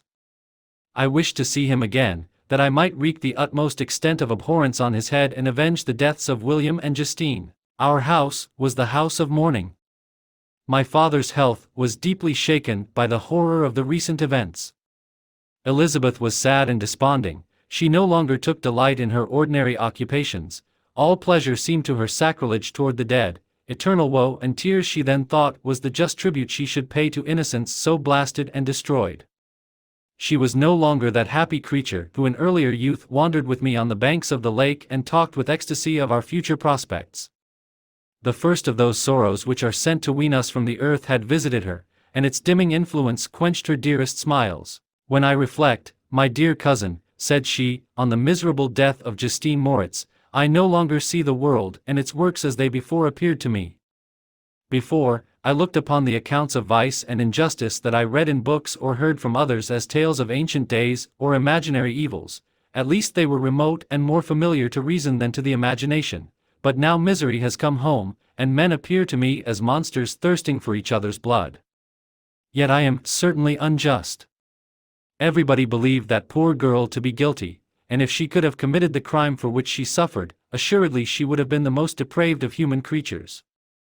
For the sake of a few jewels, to have murdered the son of her benefactor and friend, a child whom she had nursed from its birth, and appeared to love as if it had been her own, I could not consent to the death of any human being. But certainly I should have thought such a creature unfit to remain in the society of men. But she was innocent. I know, I feel she was innocent. You are of the same opinion, and that confirms me. Alas! Victor, when falsehood can look so like the truth, who can assure themselves of certain happiness? I feel as if I were walking on the edge of a precipice, towards which thousands are crowding and endeavoring to plunge me into the abyss. William and Justine were assassinated, and the murderer escapes. He walks about the world free, and perhaps respected. But even if I were condemned to suffer on the scaffold for the same crimes, would not change places with such a wretch. I listened to this discourse with the extremest agony. I, not indeed, but in effect, was the true murderer. Elizabeth read my anguish in my countenance, and kindly taking my hand, said, "My dearest friend, you must calm yourself. These events have affected me, God knows how deeply, but I am not so wretched as you are. There is an expression of despair, and sometimes of revenge, in your countenance that makes me tremble. Dear Victor, banish these dark passions. Remember the friends around you, who center all their hopes in you. Have we lost the power of rendering you happy? Ah! While we love, while we are true to each other, here in this land of peace and beauty, your native country, we may reap every tranquil blessing. What can disturb our peace?" And could not such words from her whom I fondly prized before every other gift of fortune suffice to chase away the fiend that lurked in my heart? Even as she spoke I drew near to her, as if in terror, lest at that very moment the destroyer had been near to rob me of her. Thus not the tenderness of friendship, nor the beauty of earth, nor of heaven, could redeem my soul from woe. The very accents of love were ineffectual. I was encompassed by a cloud which no beneficial influence could penetrate. The wounded deer dragging its fainting limbs to some untrodden brake, there to gaze upon the arrow which had pierced it, and to die, was but a type of me. Sometimes I could cope with the sullen despair that overwhelmed me, but sometimes the whirlwind passions of my soul drove me to seek, by bodily exercise and by change of place, some relief from my intolerable sensations. It was during an access of this kind that I suddenly left my home, and bending my steps towards the near alpine valleys, sought in the magnificence, the eternity of such scenes, to forget myself and my ephemeral, because human, sorrows. My wanderings were directed towards the valley of Chamonix. I had visited it frequently during my boyhood. 6 years had passed since then. I was a wreck, but naught had changed in those savage and enduring scenes. I performed the first part of my journey on horseback. I afterwards hired a mule, as the more sure-footed and least liable to receive injury on these rugged roads. The weather was fine. It was about the middle of the month of August, nearly 2 months after the death of Justine, that miserable epoch from which I dated all my woe. The weight upon my spirit was sensibly lightened as I plunged yet deeper in the ravine of Arve. The immense mountains and precipices that overhung me on every side, the sound of the river raging among the rocks, and the dashing of the waterfalls around spoke of a power mighty as omnipotence, and I ceased to fear or to bend before any being less almighty than that which had created and ruled the elements, here displayed in their most terrific guise.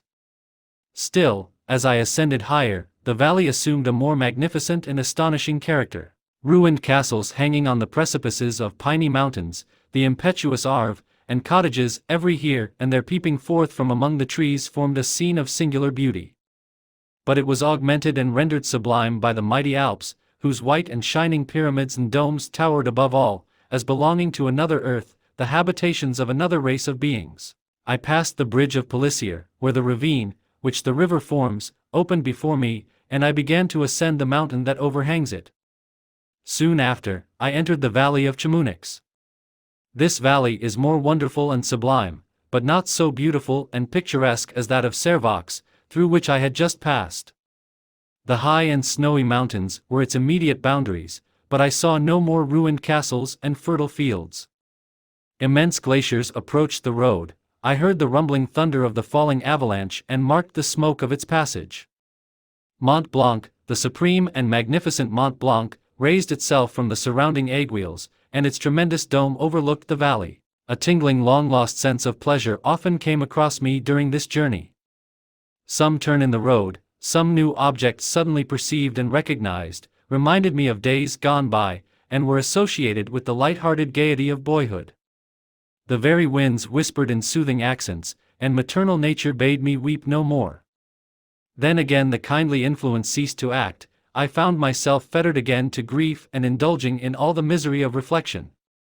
Then I spurred on my animal, striving so to forget the world, my fears, and more than all, myself, or, in a more desperate fashion, I alighted and threw myself on the grass, weighed down by horror and despair. At length I arrived at the village of Chamonix. Exhaustion succeeded to the extreme fatigue both of body and of mind which I had endured. For a short space of time I remained at the window watching the pallid lightnings that played above Mont Blanc and listening to the rushing of the Arve, which pursued its noisy way beneath. The same lulling sounds acted as a lullaby to my too keen sensations. When I placed my head upon my pillow, sleep crept over me. I felt it as it came and blessed the giver of oblivion. Chapter 10. I spent the following day roaming through the valley. I stood beside the sources of the Arverne, which take their rise in a glacier that with slow pace is advancing down from the summit of the hills to barricade the valley.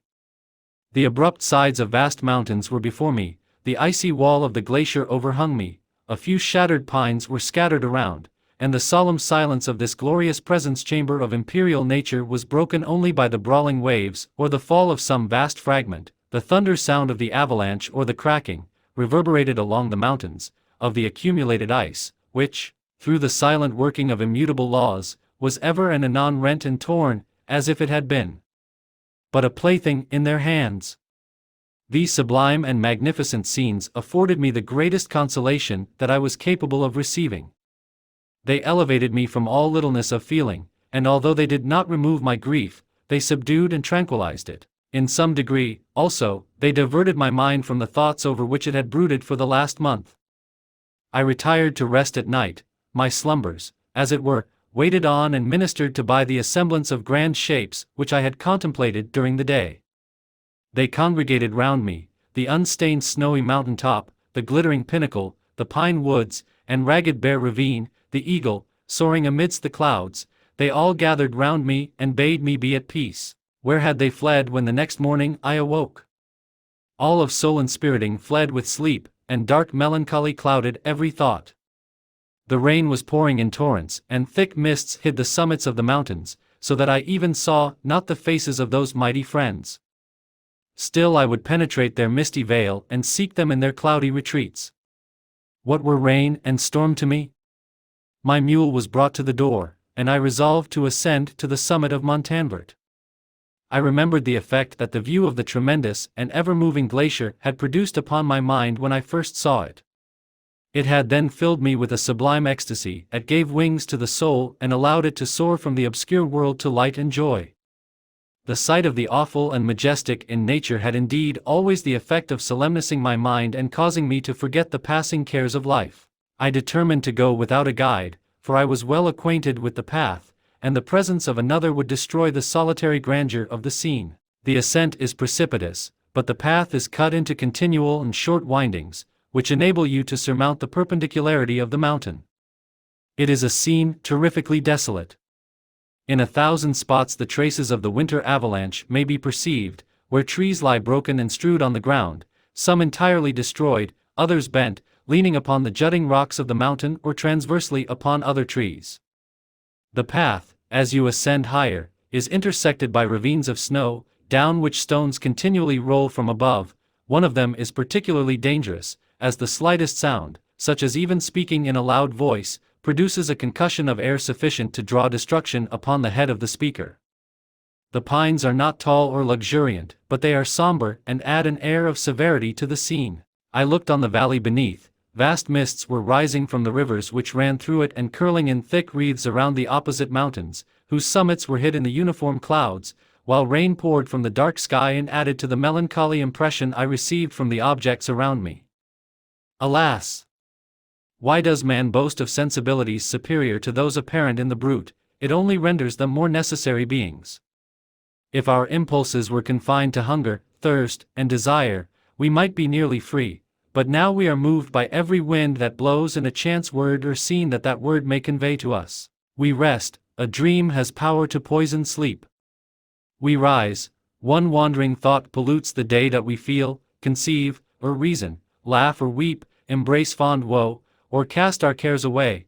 It is the same, for, be it joy or sorrow, the path of its departure still is free. Man's yesterday may ne'er be like his morrow, not may endure but mutability. It was nearly noon when I arrived at the top of the ascent. For some time I sat upon the rock that overlooks the sea of ice. A mist covered both that and the surrounding mountains. Presently a breeze dissipated the cloud, and I descended upon the glacier. The surface is very uneven, rising like the waves of a troubled sea, descending low, and interspersed by rifts that sink deep.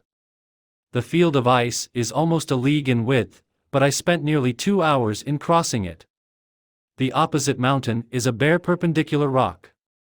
From the side where I now stood Montanvert was exactly opposite, at the distance of a league, and above it rose Mont Blanc, in awful majesty. I remained in a recess of the rock, gazing on this wonderful and stupendous scene. The sea, or rather the vast river of ice, wound among its dependent mountains, whose aerial summits hung over its recesses.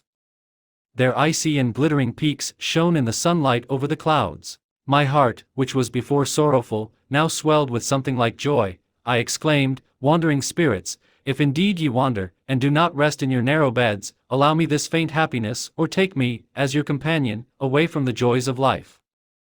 As I said this I suddenly beheld the figure of a man, at some distance, advancing towards me with superhuman speed. He bounded over the crevices in the ice, among which I had walked with caution. His stature, also, as he approached, seemed to exceed that of man. I was troubled, a mist came over my eyes, and I felt a faintness seize me, but I was quickly restored by the cold gale of the mountains. I perceived, as the shape came nearer, sight tremendous, and abhorred, that it was the wretch whom I had created. I trembled with rage and horror, resolving to wait his approach and then close with him in mortal combat. He approached, his countenance bespoke bitter anguish, combined with disdain and malignity, while its unearthly ugliness rendered it almost too horrible for human eyes. But I scarcely observed this. Rage and hatred had at first deprived me of utterance, and I recovered only to overwhelm him with words expressive of furious detestation and contempt. "Devil," I exclaimed, "do you dare approach me? And do not you fear the fierce vengeance of my arm wreaked on your miserable head? Begone, vile insect! Or rather, stay, that I may trample you to dust. And, oh, that I could, with the extinction of your miserable existence, restore those victims whom you have so diabolically murdered." "I expected this reception," said the daemon. "All men hate the wretched. How, then, must I be hated, who am miserable beyond all living things? Yet you, my Creator, detest and spurn me, thy creature, to whom thou art bound by ties only dissoluble by the annihilation of one of us. You purpose to kill me. How dare you sport thus with life? Do your duty towards me, and I will do mine towards you and the rest of mankind. If you will comply with my conditions, I will leave them and you at peace, but if you refuse, I will glut the maw of death, until it be satiated with the blood of your remaining friends. Abhorred monster! Fiend that thou art! The tortures of hell are too mild a vengeance for thy crimes. Wretched devil! You reproach me with your creation. Come on, then, that I may extinguish the spark which I so negligently bestowed." My rage was without bounds. I sprang on him, impelled by all the feelings which can arm one being against the existence of another. He easily eluded me and said, "Be calm. I entreat you to hear me before you give vent to your hatred on my devoted head. Have I not suffered enough, that you seek to increase my misery? Life, although it may only be an accumulation of anguish, is dear to me, and I will defend it. Remember, thou hast made me more powerful than thyself, my height is superior to thine, my joints more supple. But I will not be tempted to set myself in opposition to thee.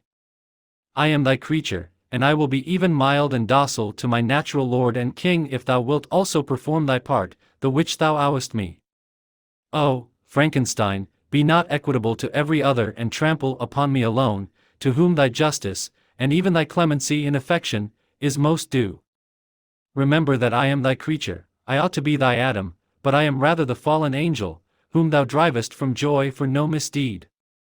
Everywhere I see bliss, from which I alone am irrevocably excluded. I was benevolent and good, misery made me a fiend. Make me happy, and I shall again be virtuous. Begone! I will not hear you.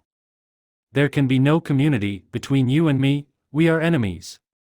Begone, or let us try our strength in a fight, in which one must fall. How can I move thee? will no entreaties cause thee to turn a favorable eye upon thy creature, who implores thy goodness and compassion? Believe me, Frankenstein, I was benevolent, my soul glowed with love and humanity, but am I not alone, miserably alone? You, my creator, abhor me. What hope can I gather from your fellow creatures, who owe me nothing? They spurn and hate me. The desert mountains and dreary glaciers are my refuge. I have wandered here many days. The caves of ice, which I only do not fear, are a dwelling to me, and the only one which man does not grudge. These bleak skies I hail, for they are kinder to me than your fellow beings. If the multitude of mankind knew of my existence, they would do as you do, and arm themselves for my destruction. Shall I not then hate them who abhor me? I will keep no terms with my enemies. I am miserable, and they shall share my wretchedness. Yet it is in your power to recompense me, and deliver them from an evil which it only remains for you to make so great, that not only you and your family, but thousands of others, shall be swallowed up in the whirlwinds of its rage. Let your compassion be moved, and do not disdain me. Listen to my tale. When you have heard that, abandon or commiserate me, as you shall judge that I deserve. But hear me. The guilty are allowed, by human laws, bloody as they are, to speak in their own defense before they are condemned. Listen to me, Frankenstein. You accuse me of murder, and yet you would, with a satisfied conscience, destroy your own creature. Oh, praise the eternal justice of man! Yet I ask you not to spare me. Listen to me, and then, if you can, and if you will, destroy the work of your hands. Why do you call to my remembrance, I rejoined, circumstances of which I shudder to reflect, that I have been the miserable origin and author?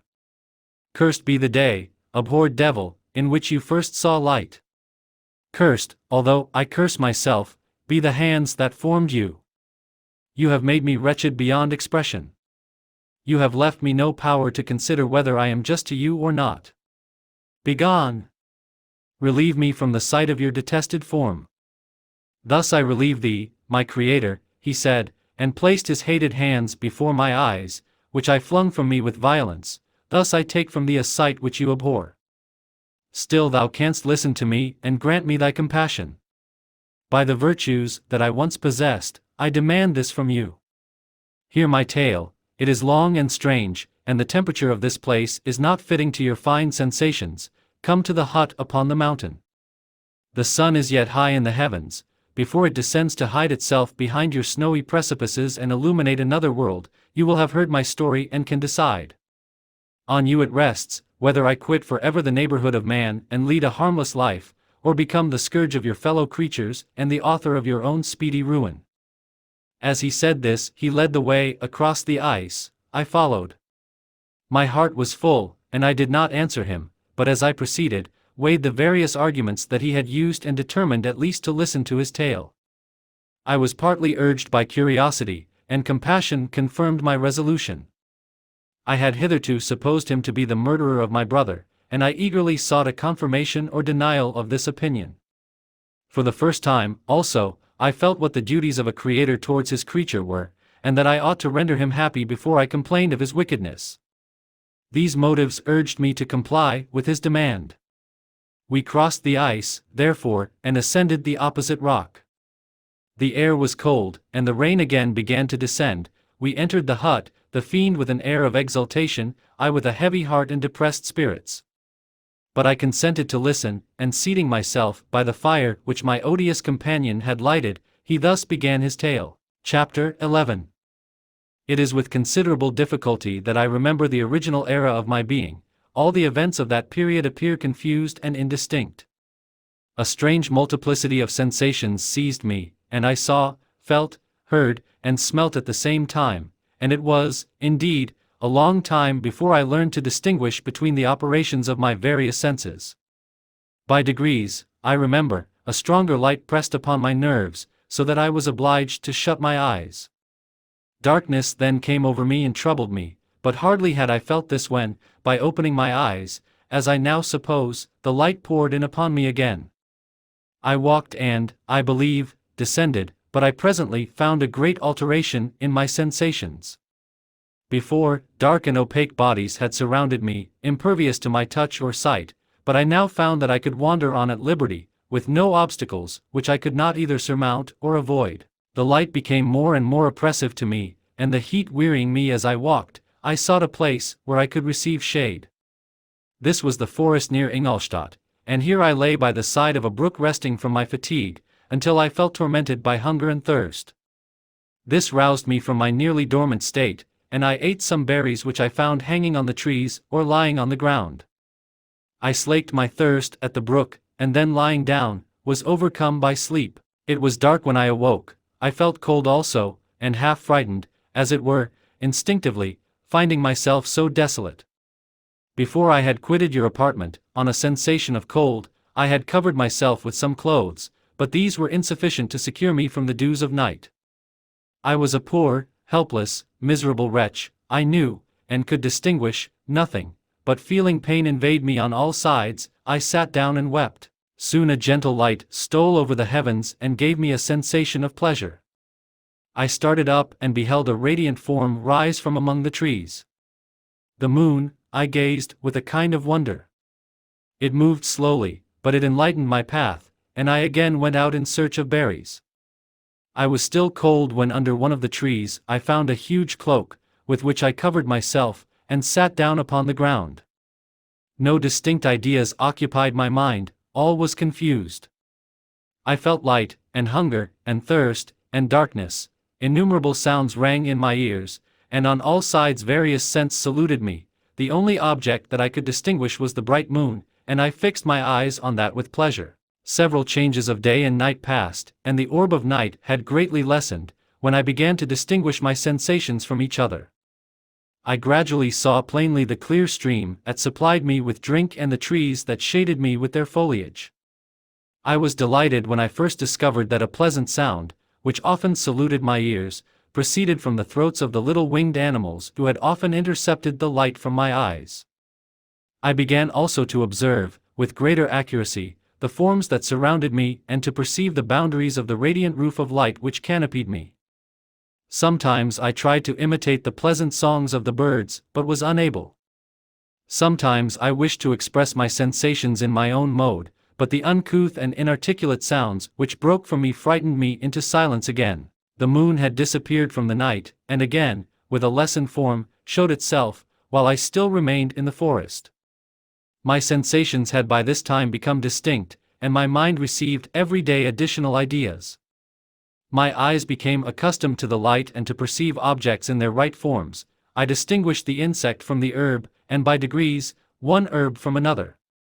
I found that the sparrow uttered none but harsh notes, whilst those of the blackbird and thrush were sweet and enticing. One day, when I was oppressed by cold, I found a fire which had been left by some wandering beggars, and was overcome with delight at the warmth I experienced from it. In my joy, I thrust my hand into the live embers, but quickly drew it out again with a cry of pain. How strange, I thought, that the same cause should produce such opposite effects. I examined the materials of the fire, and to my joy found it to be composed of wood. I quickly collected some branches, but they were wet and would not burn. I was pained at this, and sat still watching the operation of the fire. The wet wood which I had placed near the heat dried and itself became inflamed. I reflected on this, and by touching the various branches, I discovered the cause, and busied myself in collecting a great quantity of wood, that I might dry it and have a plentiful supply of fire. When night came on and brought sleep with it, I was in the greatest fear lest my fire should be extinguished. I covered it carefully with dry wood and leaves and placed wet branches upon it, and then, spreading my cloak, I lay on the ground and sank into sleep. It was morning when I awoke, and my first care was to visit the fire. I uncovered it, and a gentle breeze quickly fanned it into a flame. I observed this also and contrived a fan of branches, which roused the embers when they were nearly extinguished. When night came again I found, with pleasure, that the fire gave light as well as heat and that the discovery of this element was useful to me in my food, for I found some of the offals that the travelers had left had been roasted and tasted much more savory than the berries I gathered from the trees. I tried, therefore, to dress my food in the same manner, placing it on the live embers. I found that the berries were spoiled by this operation, and the nuts and roots much improved. Food, however, became scarce, and I often spent the whole day searching in vain for a few acorns to assuage the pangs of hunger. When I found this, I resolved to quit the place that I had hitherto inhabited, to seek for one where the few wants I experienced would be more easily satisfied. In this emigration, exceedingly lamented the loss of the fire which I had obtained through accident and knew not how to reproduce it. I gave several hours to the serious consideration of this difficulty, but I was obliged to relinquish all attempt to supply it, and wrapping myself up in my cloak, I struck across the wood towards the setting sun. I passed 3 days in these rambles and at length discovered the open country. A great fall of snow had taken place the night before, and the fields were of one uniform white. The appearance was disconsolate, and I found my feet chilled by the cold damp substance that covered the ground. It was about 7 in the morning, and I longed to obtain food and shelter. At length I perceived a small hut, on a rising ground, which had doubtless been built for the convenience of some shepherd. This was a new sight to me, and I examined the structure with great curiosity. Finding the door open, I entered. An old man sat in it, near a fire, over which he was preparing his breakfast. He turned on hearing a noise, and perceiving me, shrieked loudly, and quitting the hut, ran across the fields with a speed of which his debilitated form hardly appeared capable. His appearance, different from any I had ever before seen, and his flight somewhat surprised me. But I was enchanted by the appearance of the hut. Here the snow and rain could not penetrate, the ground was dry, and it presented to me then as exquisite and divine a retreat as pandemonium appeared to the demons of hell after their sufferings in the lake of fire. I greedily devoured the remnants of the shepherd's breakfast, which consisted of bread, cheese, milk, and wine. The latter, however, I did not like. Then, overcome by fatigue, I lay down among some straw and fell asleep. It was noon when I awoke, and allured by the warmth of the sun, which shone brightly on the white ground, I determined to recommence my travels, and, depositing the remains of the peasant's breakfast in a wallet I found, I proceeded across the fields for several hours, until at sunset I arrived at a village. How miraculous did this appear! The huts, the neater cottages, and stately houses engaged my admiration by turns. The vegetables in the gardens, the milk and cheese that I saw placed at the windows of some of the cottages, allured my appetite. One of the best of these I entered, but I had hardly placed my foot within the door before the children shrieked, and one of the women fainted. The whole village was roused, some fled, some attacked me, until, grievously bruised by stones and many other kinds of missile weapons, I escaped to the open country and fearfully took refuge in a low hovel, quite bare, and making a wretched appearance after the palaces I had beheld in the village. This hovel, however, joined a cottage of a neat and pleasant appearance, but after my late dearly bought experience, I dared not enter it. My place of refuge was constructed of wood, but so low that I could with difficulty sit upright in it. No wood, however, was placed on the earth, which formed the floor, but it was dry, and although the wind entered it by innumerable chinks, I found it an agreeable asylum from the snow and rain. Here, then, I retreated and lay down happy to have found a shelter, however miserable, from the inclemency of the season, and still more from the barbarity of man. As soon as morning dawned I crept from my kennel, that I might view the adjacent cottage and discover if I could remain in the habitation I had found. It was situated against the back of the cottage and surrounded on the sides which were exposed by a pig-sty and a clear pool of water. One part was open, and by that I had crept in, but now I covered every crevice by which I might be perceived with stones and wood, yet in such a manner that I might move them on occasion to pass out. All the light I enjoyed came through the sty, and that was sufficient for me. Having thus arranged my dwelling and carpeted it with clean straw, I retired, for I saw the figure of a man at a distance, and I remembered too well my treatment the night before to trust myself in his power. I had first, however, provided for my sustenance for that day by a loaf of coarse bread, which I purloined, and a cup with which I could drink more conveniently than from my hand of the pure water which flowed by my retreat. The floor was a little raised, so that it was kept perfectly dry, and by its vicinity to the chimney of the cottage it was tolerably warm. Being thus provided, I resolved to reside in this hovel until something should occur which might alter my determination. It was indeed a paradise compared to the bleak forest, my former residence, the raindropping branches, and dank earth. I ate my breakfast with pleasure and was about to remove a plank to procure myself a little water when I heard a step, and looking through a small chink, I beheld a young creature, with a pail on her head, passing before my hovel. The girl was young and of gentle demeanor, unlike what I have since found cottagers and farmhouse servants to be. Yet she was meanly dressed, a coarse blue petticoat and a linen jacket being her only garb. Her fair hair was plaited but not adorned. She looked patient yet sad. I lost sight of her, and in about a quarter of an hour she returned bearing the pail, which was now partly filled with milk. As she walked along, seemingly incommoded by the burden, a young man met her, whose countenance expressed a deeper despondence. Uttering a few sounds with an air of melancholy, he took the pail from her head and bore it to the cottage himself. She followed, and they disappeared. Presently I saw the young man again, with some tools in his hand, cross the field behind the cottage, and the girl was also busied, sometimes in the house and sometimes in the yard. On examining my dwelling, I found that one of the windows of the cottage had formerly occupied a part of it, but the panes had been filled up with wood. In one of these was a small and almost imperceptible chink through which the eye could just penetrate. Through this crevice a small room was visible, whitewashed and clean but very bare of furniture. In one corner, near a small fire, sat an old man, leaning his head on his hands in a disconsolate attitude.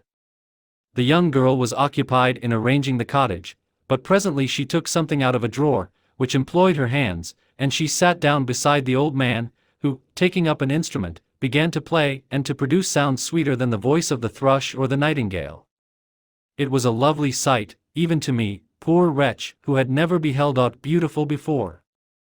The silver hair and benevolent countenance of the aged Katager won my reverence, while the gentle manners of the girl enticed my love. He played a sweet mournful air which I perceived drew tears from the eyes of his amiable companion, of which the old man took no notice, until she sobbed audibly. He then pronounced a few sounds, and the fair creature, leaving her work, knelt at his feet. He raised her and smiled with such kindness and affection that I felt sensations of a peculiar and overpowering nature. They were a mixture of pain and pleasure, such as I had never before experienced, either from hunger or cold, warmth or food, and I withdrew from the window, unable to bear these emotions. Soon after this the young man returned, bearing on his shoulders a load of wood. The girl met him at the door, helped to relieve him of his burden, and taking some of the fuel into the cottage, placed it on the fire. Then she and the youth went apart into a nook of the cottage, and he showed her a large loaf and a piece of cheese. She seemed pleased and went into the garden for some roots and plants, which she placed in water, and then upon the fire. She afterwards continued her work, whilst the young man went into the garden and appeared busily employed in digging and pulling up roots. After he had been employed thus about an hour, the young woman joined him and they entered the cottage together. The old man had, in the meantime, been pensive, but on the appearance of his companions he assumed a more cheerful air, and they sat down to eat. The meal was quickly dispatched. The young woman was again occupied in arranging the cottage. The old man walked before the cottage in the sun for a few minutes, leaning on the arm of the youth. Nothing could exceed in beauty the contrast between these two excellent creatures. One was old, with silver hairs and a countenance beaming with benevolence and love. The younger was slight and graceful in his figure, and his features were molded with the finest symmetry, yet his eyes and attitude expressed the utmost sadness and despondency. The old man returned to the cottage, and the youth, with tools different from those he had used in the morning, directed his steps across the fields. Night quickly shut in, but to my extreme wonder, I found that the cottagers had a means of prolonging light by the use of tapers, and was delighted to find that the setting of the sun did not put an end to the pleasure I experienced in watching my human neighbors.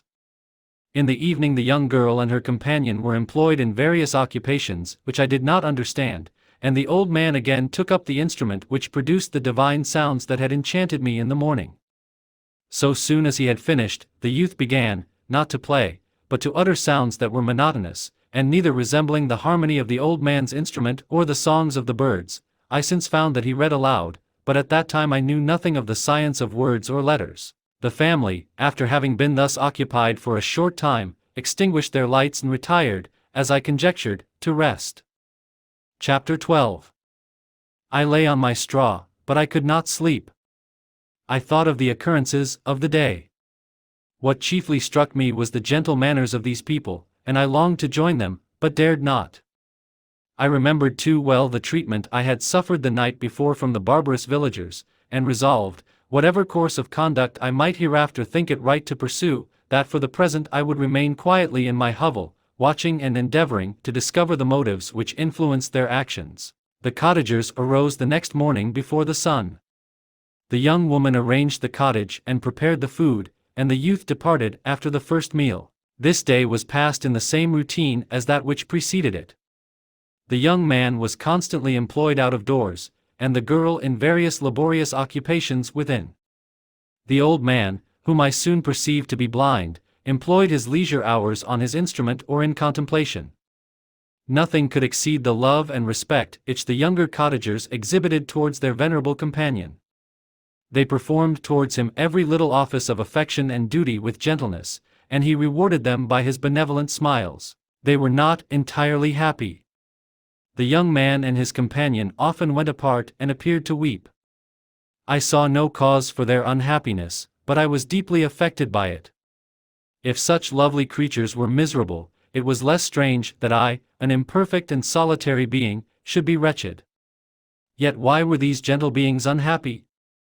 They possessed a delightful house, for such it was in my eyes, and every luxury. They had a fire to warm them when chill and delicious viands when hungry. They were dressed in excellent clothes, and, still more, they enjoyed one another's company and speech, interchanging each day looks of affection and kindness. What did their tears imply? Did they really express pain? I was at first unable to solve these questions, but perpetual attention and time explained to me many appearances which were at first enigmatic. A considerable period elapsed before I discovered one of the causes of the uneasiness of this amiable family. It was poverty, and they suffered that evil in a very distressing degree. Their nourishment consisted entirely of the vegetables of their garden and the milk of one cow, which gave very little during the winter, when its masters could scarcely procure food to support it. They often, I believe, suffered the pangs of hunger very poignantly, especially the two younger cottagers, for several times they placed food before the old man when they reserved none for themselves. This trait of kindness moved me sensibly. I had been accustomed, during the night, to steal a part of their store for my own consumption, but when I found that in doing this I inflicted pain on the cottagers, I abstained and satisfied myself with berries, nuts, and roots which I gathered from a neighboring wood. I discovered also another means through which I was enabled to assist their labors. I found that the youth spent a great part of each day in collecting wood for the family fire, and during the night I often took his tools, the use of which I quickly discovered, and brought home firing sufficient for the consumption of several days. I remember, the first time that I did this, the young woman, when she opened the door in the morning, appeared greatly astonished on seeing a great pile of wood on the outside. She uttered some words in a loud voice, and the youth joined her, who also expressed surprise.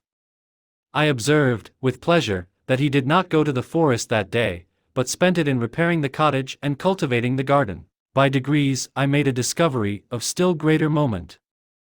I found that these people possessed a method of communicating their experience and feelings to one another by articulate sounds. I perceived that the words they spoke sometimes produced pleasure or pain, smiles or sadness, in the minds and countenances of the hearers. This was indeed a godlike science, and I ardently desired to become acquainted with it. But I was baffled in every attempt I made for this purpose. Their pronunciation was quick, and the words they uttered, not having any apparent connection with visible objects, I was unable to discover any clue by which I could unravel the mystery of their reference. By great application, however, and after having remained during the space of several revolutions of the moon in my hovel, I discovered the names that were given to some of the most familiar objects of discourse. I learned and applied the words fire, milk, bread, and wood. I learned also the names of the cottagers themselves. The youth and his companion had each of them several names, but the old man had only one, which was father. The girl was called sister or Agatha, and the youth Felix, brother, or son. I cannot describe the delight I felt when I learned the ideas appropriated to each of these sounds and was able to pronounce them. I distinguished several other words without being able as yet to understand or apply them, such as good, dearest, unhappy. I spent the winter in this manner. The gentle manners and beauty of the cottagers greatly endeared them to me. When they were unhappy, I felt depressed; when they rejoiced, I sympathized in their joys. I saw few human beings besides them, and if any other happened to enter the cottage, their harsh manners and rude gait only enhanced to me the superior accomplishments of my friends. The old man, I could perceive, often endeavored to encourage his children, as sometimes I found that he called them, to cast off their melancholy. He would talk in a cheerful accent, with an expression of goodness that bestowed pleasure even upon me. Agatha listened with respect, her eyes sometimes filled with tears, which she endeavored to wipe away unperceived, but I generally found that her countenance and tone were more cheerful after having listened to the exhortations of her father. It was not thus with Felix. He was always the saddest of the group, and even to my unpracticed senses, he appeared to have suffered more deeply than his friends. But if his countenance was more sorrowful, his voice was more cheerful than that of his sister, especially when he addressed the old man. I could mention innumerable instances which, although slight, marked the dispositions of these amiable cottagers. In the midst of poverty and want, Felix carried with pleasure to his sister the first little white flower that peeped out from beneath the snowy ground. Early in the morning, before she had risen, he cleared away the snow that obstructed her path to the milk-house, drew water from the well, and brought the wood from the outhouse, where, to his perpetual astonishment, he found his store always replenished by an invisible hand. In the day, I believe, he worked sometimes for a neighboring farmer, because he often went forth and did not return until dinner, yet brought no wood with him. At other times he worked in the garden, but as there was little to do in the frosty season, he read to the old man and Agatha. This reading had puzzled me extremely at first, but by degrees I discovered that he uttered many of the same sounds when he read as when he talked. I conjectured, therefore, that he found on the paper signs for speech which he understood, and I ardently longed to comprehend these also, but how was that possible when I did not even understand the sounds for which they stood as signs? I improved, however, sensibly in this science, but not sufficiently to follow up any kind of conversation, although I applied my whole mind to the endeavor, for I easily perceived that, although I eagerly longed to discover myself to the cottagers, I ought not to make the attempt until I had first become master of their language, which knowledge might enable me to make them overlook the deformity of my figure, for with this also the contrast perpetually presented to my eyes had made me acquainted. I had admired the perfect forms of my cottagers, their grace, beauty, and delicate complexions, but how was I terrified when I viewed myself in a transparent pool. At first I started back, unable to believe that it was indeed I who was reflected in the mirror, and when I became fully convinced that I was in reality the monster that I am, I was filled with the bitterest sensations of despondence and mortification. Alas! I did not yet entirely know the fatal effects of this miserable deformity. As the sun became warmer and the light of day longer, the snow vanished, and I beheld the bare trees and the black earth. From this time Felix was more employed, and the heart-moving indications of impending famine disappeared. Their food, as I afterwards found, was coarse, but it was wholesome, and they procured a sufficiency of it. Several new kinds of plants sprang up in the garden, which they dressed, and these signs of comfort increased daily as the season advanced. The old man, leaning on his son, walked each day, at noon, when it did not rain, as I found it was called when the heavens poured forth its waters. This frequently took place, but a high wind quickly dried the earth, and the season became far more pleasant than it had been. My mode of life in my hovel was uniform. During the morning I attended the motions of the cottagers, and when they were dispersed in various occupations, I slept. The remainder of the day was spent in observing my friends.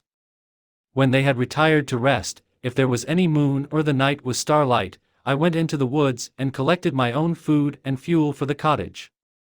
When I returned, as often as it was necessary, I cleared their path from the snow and performed those offices that I had seen done by Felix.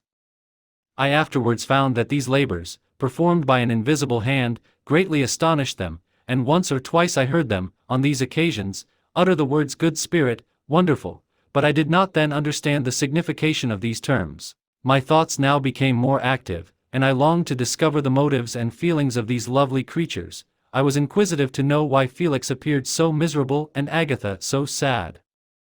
I thought, foolish wretch, that it might be in my power to restore happiness to these deserving people. When I slept or was absent, the forms of the venerable blind father, the gentle Agatha, and the excellent Felix flitted before me. I looked upon them as superior beings who would be the arbiters of my future destiny. I formed in my imagination 1,000 pictures of presenting myself to them, and their reception of me. I imagined that they would be disgusted, until, by my gentle demeanor and conciliating words, I should first win their favor and afterwards their love. These thoughts exhilarated me and led me to apply with fresh ardor to the acquiring the art of language. My organs were indeed harsh, but supple, and although my voice was very unlike the soft music of their tones, yet I pronounced such words as I understood with tolerable ease.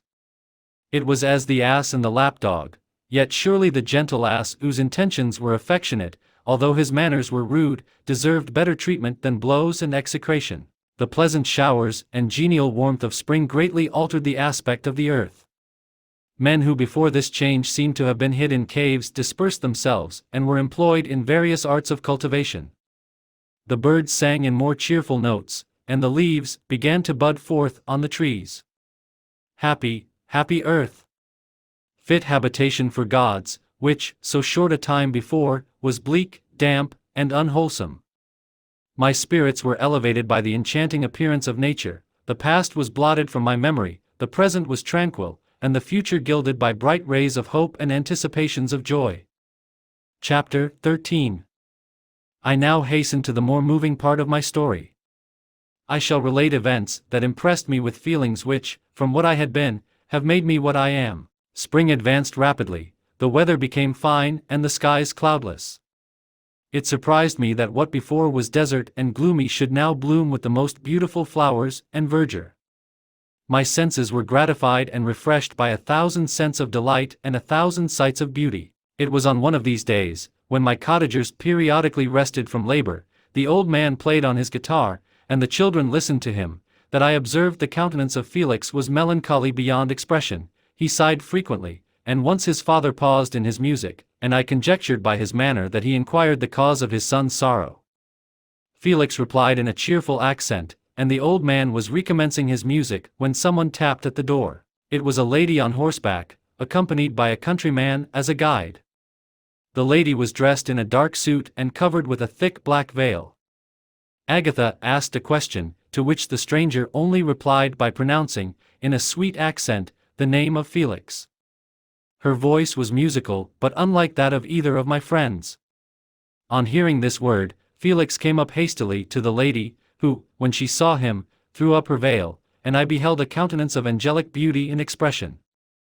Her hair of a shining raven black, and curiously braided, her eyes were dark, but gentle, although animated, her features of a regular proportion, and her complexion wondrously fair, each cheek tinged with a lovely pink. Felix seemed ravished with delight when he saw her. Every trait of sorrow vanished from his face, and it instantly expressed a degree of ecstatic joy, of which I could hardly have believed it capable. His eyes sparkled, as his cheek flushed with pleasure, and at that moment I thought him as beautiful as the stranger.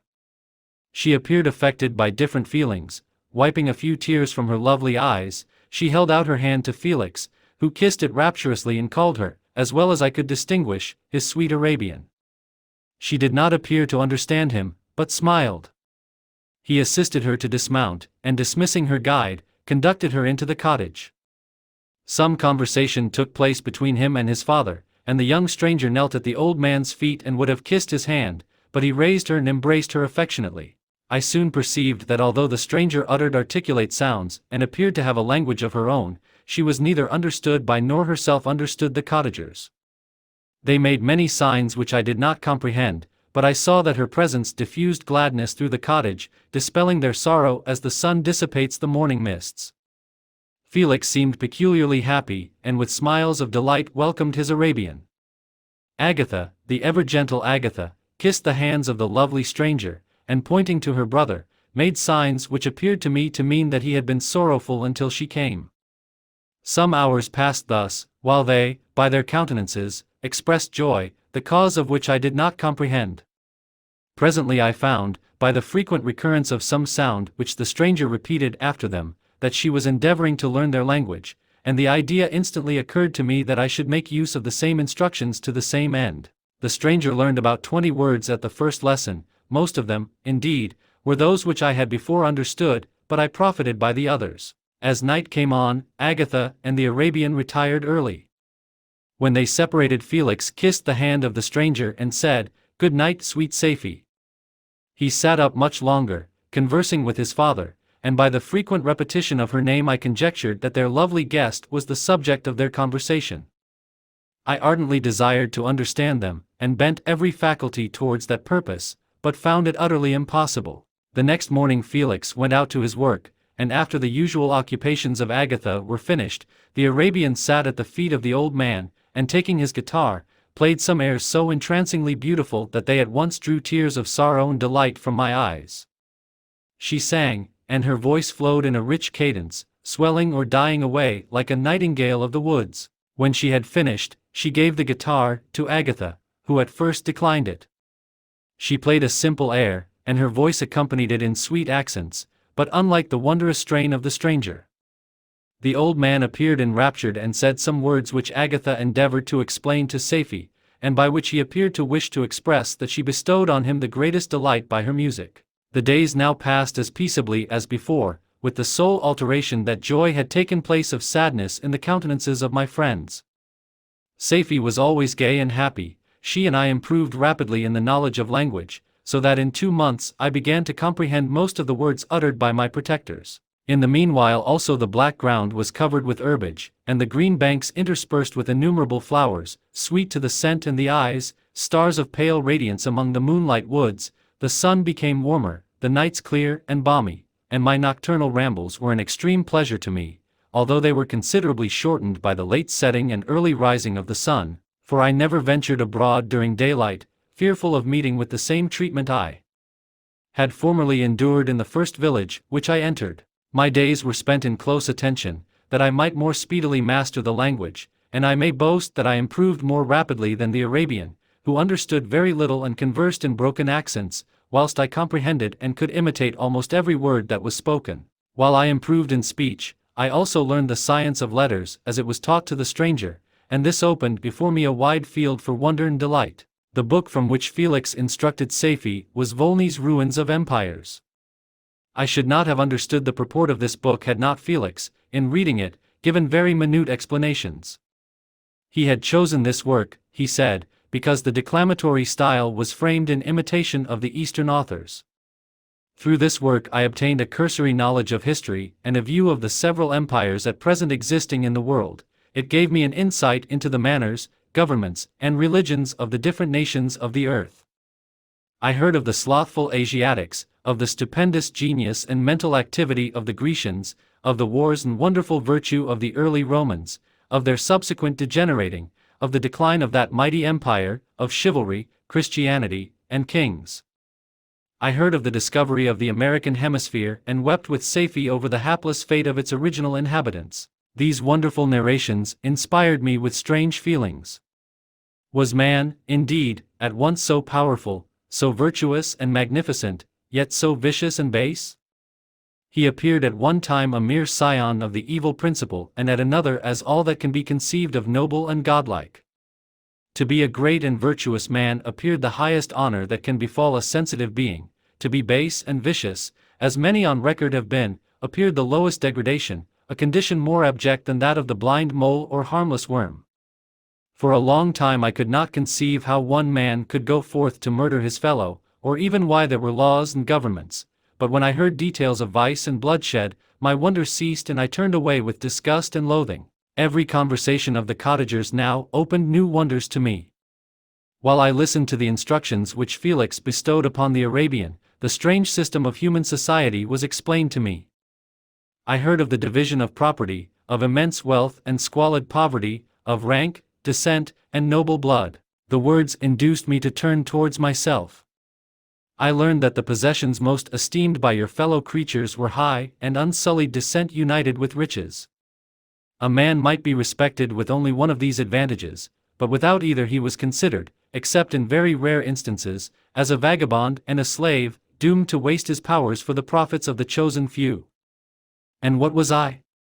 Of my creation and creator I was absolutely ignorant, but I knew that I possessed no money, no friends, no kind of property.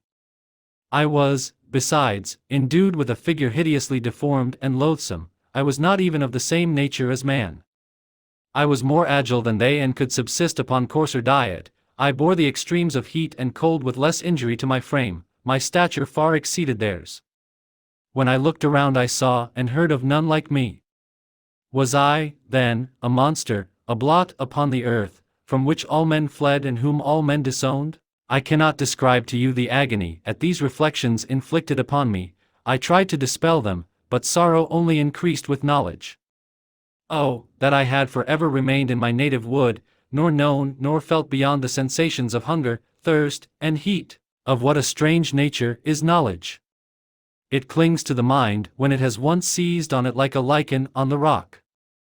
I wished sometimes to shake off all thought and feeling, but I learned that there was but one means to overcome the sensation of pain, and that was death, a state which I feared yet did not understand.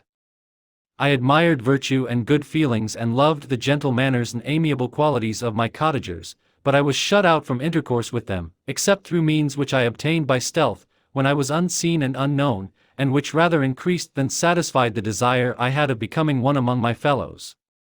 The gentle words of Agatha and the animated smiles of the charming Arabian were not for me. The mild exhortations of the old man and the lively conversation of the loved Felix were not for me. Miserable, unhappy wretch! Other lessons were impressed upon me even more deeply. I heard of the difference of sexes, and the birth and growth of children, how the father doted on the smiles of the infant, and the lively sallies of the older child, how all the life and cares of the mother were wrapped up in the precious charge, how the mind of youth expanded and gained knowledge of brother, sister, and all the various relationships which bind one human being to another in mutual bonds. But where were my friends and relations?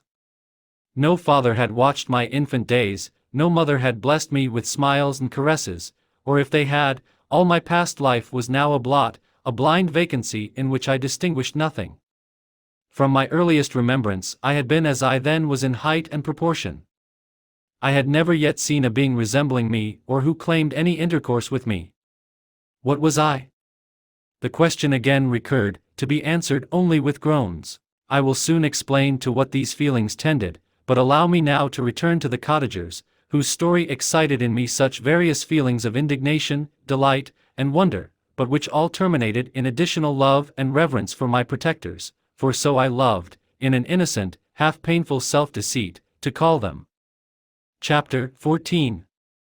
Some time elapsed before I learned the history of my friends. It was one which could not fail to impress itself deeply on my mind, unfolding as it did a number of circumstances, each interesting and wonderful to one so utterly inexperienced as I was. The name of the old man was de Lacy. He was descended from a good family in France, where he had lived for many years in affluence, respected by his superiors and beloved by his equals. His son was bred in the service of his country, and Agatha had ranked with ladies of the highest distinction. A few months before my arrival they had lived in a large and luxurious city called Paris, surrounded by friends and possessed of every enjoyment which virtue, refinement of intellect, or taste, accompanied by a moderate fortune, could afford. The father of Safie had been the cause of their ruin. He was a Turkish merchant and had inhabited Paris for many years, when, for some reason which I could not learn, he became obnoxious to the government. He was seized and cast into prison the very day that Safie arrived from Constantinople to join him. He was tried and condemned to death. The injustice of his sentence was very flagrant, all Paris was indignant, and it was judged that his religion and wealth rather than the crime alleged against him had been the cause of his condemnation. Felix had accidentally been present at the trial. His horror and indignation were uncontrollable when he heard the decision of the court. He made, at that moment, a solemn vow to deliver him and then looked around for the means. After many fruitless attempts to gain admittance to the prison, he found a strongly grated window in an unguarded part of the building, which lighted the dungeon of the unfortunate Mohammedan, who, loaded with chains, waited in despair the execution of the barbarous sentence. Felix visited the grate at night and made known to the prisoner his intentions in his favor. The Turk, amazed and delighted, endeavored to kindle the zeal of his deliverer by promises of reward and wealth. Felix rejected his offers with contempt, yet when he saw the lovely Safie, who was allowed to visit her father and who by her gestures expressed her lively gratitude, the youth could not help owning to his own mind that the captive possessed a treasure which would fully reward his toil and hazard. The Turk quickly perceived the impression that his daughter had made on the heart of Felix and endeavored to secure him more entirely in his interests by the promise of her hand in marriage so soon as he should be conveyed to a place of safety. Felix was too delicate to accept this offer, yet he looked forward to the probability of the event as to the consummation of his happiness. During the ensuing days, while the preparations were going forward for the escape of the merchant, the zeal of Felix was warmed by several letters that he received from this lovely girl, who found means to express her thoughts in the language of her lover by the aid of an old man, a servant of her father who understood French. She thanked him in the most ardent terms for his intended services towards her parent, and at the same time she gently deplored her own fate. I have copies of these letters, for I found means, during my residence in the hovel, to procure the implements of writing, and the letters were often in the hands of Felix or Agatha. Before I depart I will give them to you, they will prove the truth of my tale, but at present, as the sun is already far declined, I shall only have time to repeat the substance of them to you. Saifi related that her mother was a Christian Arab, seized and made a slave by the Turks. Recommended by her beauty, she had won the heart of the father of Saifi, who married her. The young girl spoke in high and enthusiastic terms of her mother, who, born in freedom, spurned the bondage to which she was now reduced. She instructed her daughter in the tenets of her religion and taught her to aspire to higher powers of intellect and an independence of spirit forbidden to the female followers of Muhammad. This lady died, but her lessons were indelibly impressed on the mind of Saifi, who sickened at the prospect of again returning to Asia and being immured within the walls of a harem, allowed only to occupy herself with infantile amusements, ill-suited to the temper of her soul, now accustomed to grand ideas and a noble emulation for virtue. The prospect of marrying a Christian and remaining in a country ere women were allowed to take a rank in society was enchanting to her. The day for the execution of the Turk was fixed, but on the night previous to it he quitted his prison and before morning was distant many leagues from Paris. Felix had procured passports in the name of his father, sister, and himself. He had previously communicated his plan to the former, who aided the deceit by quitting his house, under the pretense of a journey, and concealed himself, with his daughter, in an obscure part of Paris. Felix conducted the fugitives through France to Lyons and across Mont Cenis to Leghorn, where the merchant had decided to wait a favorable opportunity of passing into some part of the Turkish dominions. Saifi resolved to remain with her father until the moment of his departure, before which time the Turk renewed his promise that she should be united to his deliverer, and Felix remained with them in expectation of that event, and in the meantime he enjoyed the society of the Arabian, who exhibited towards him the simplest and tenderest affection. They conversed with one another through the means of an interpreter, and sometimes with the interpretation of looks, and Saifi sang to him the divine airs of her native country. The Turk allowed this intimacy to take place and encouraged the hopes of the youthful lovers, while in his heart he had formed far other plans. He loathed the idea that his daughter should be united to a Christian, but he feared the resentment of Felix if he should appear lukewarm, for he knew that he was still in the power of his deliverer if he should choose to betray him to the Italian state which they inhabited. He revolved 1,000 plans by which he should be enabled to prolong the deceit until it might be no longer necessary, and secretly to take his daughter with him when he departed. His plans were facilitated by the news which arrived from Paris. The government of France were greatly enraged at the escape of their victim and spared no pains to detect and punish his deliverer. The plot of Felix was quickly discovered, and de Lacy and Agatha were thrown into prison. The news reached Felix and roused him from his dream of pleasure. His blind and aged father and his gentle sister lay in a noisome dungeon while he enjoyed the free air and the society of her whom he loved. This idea was torture to him. He quickly arranged with the Turk that if the latter should find a favorable opportunity for escape before Felix could return to Italy, Saifi should remain as a boarder at a convent at Leghorn, and then, quitting the lovely Arabian, he hastened to Paris and delivered himself up to the vengeance of the law, hoping to free de Lacy and Agatha by this proceeding. He did not succeed. They remained confined for 5 months before the trial took place, the result of which deprived them of their fortune and condemned them to a perpetual exile from their native country. They found a miserable asylum in the cottage in Germany, where I discovered them. Felix soon learned that the treacherous Turk, for whom he and his family endured such unheard of oppression, on discovering that his deliverer was thus reduced to poverty and ruin, became a traitor to good feeling and honor and had quitted Italy with his daughter, insultingly sending Felix a pittance of money to aid him, as he said, in some plan of future maintenance. Such were the events that preyed on the heart of Felix and rendered him, when I first saw him, the most miserable of his family. He could have endured poverty, and while this distress had been the meat of his virtue, he gloried in it, but the ingratitude of the Turk and the loss of his beloved Safie were misfortunes more bitter and irreparable. The arrival of the Arabian now infused new life into his soul. When the news reached Leghorn that Felix was deprived of his wealth and rank, the merchant commanded his daughter to think no more of her lover, but to prepare to return to her native country. The generous nature of Safie was outraged by this command. She attempted to expostulate with her father, but he left her angrily, reiterating his tyrannical mandate. A few days after, the Turk entered his daughter's apartment and told her hastily that he had reason to believe that his residence at Leghorn had been divulged and that he should speedily be delivered up to the French government. He had consequently hired a vessel to convey him to Constantinople, for which city he should sail in a few hours. He intended to leave his daughter under the care of a confidential servant, to follow at her leisure with the greater part of his property, which had not yet arrived at Leghorn. When alone, Safie resolved in her own mind the plan of conduct that it would become her to pursue in this emergency. A residence in Turkey was abhorrent to her, her religion and her feelings were alike averse to it.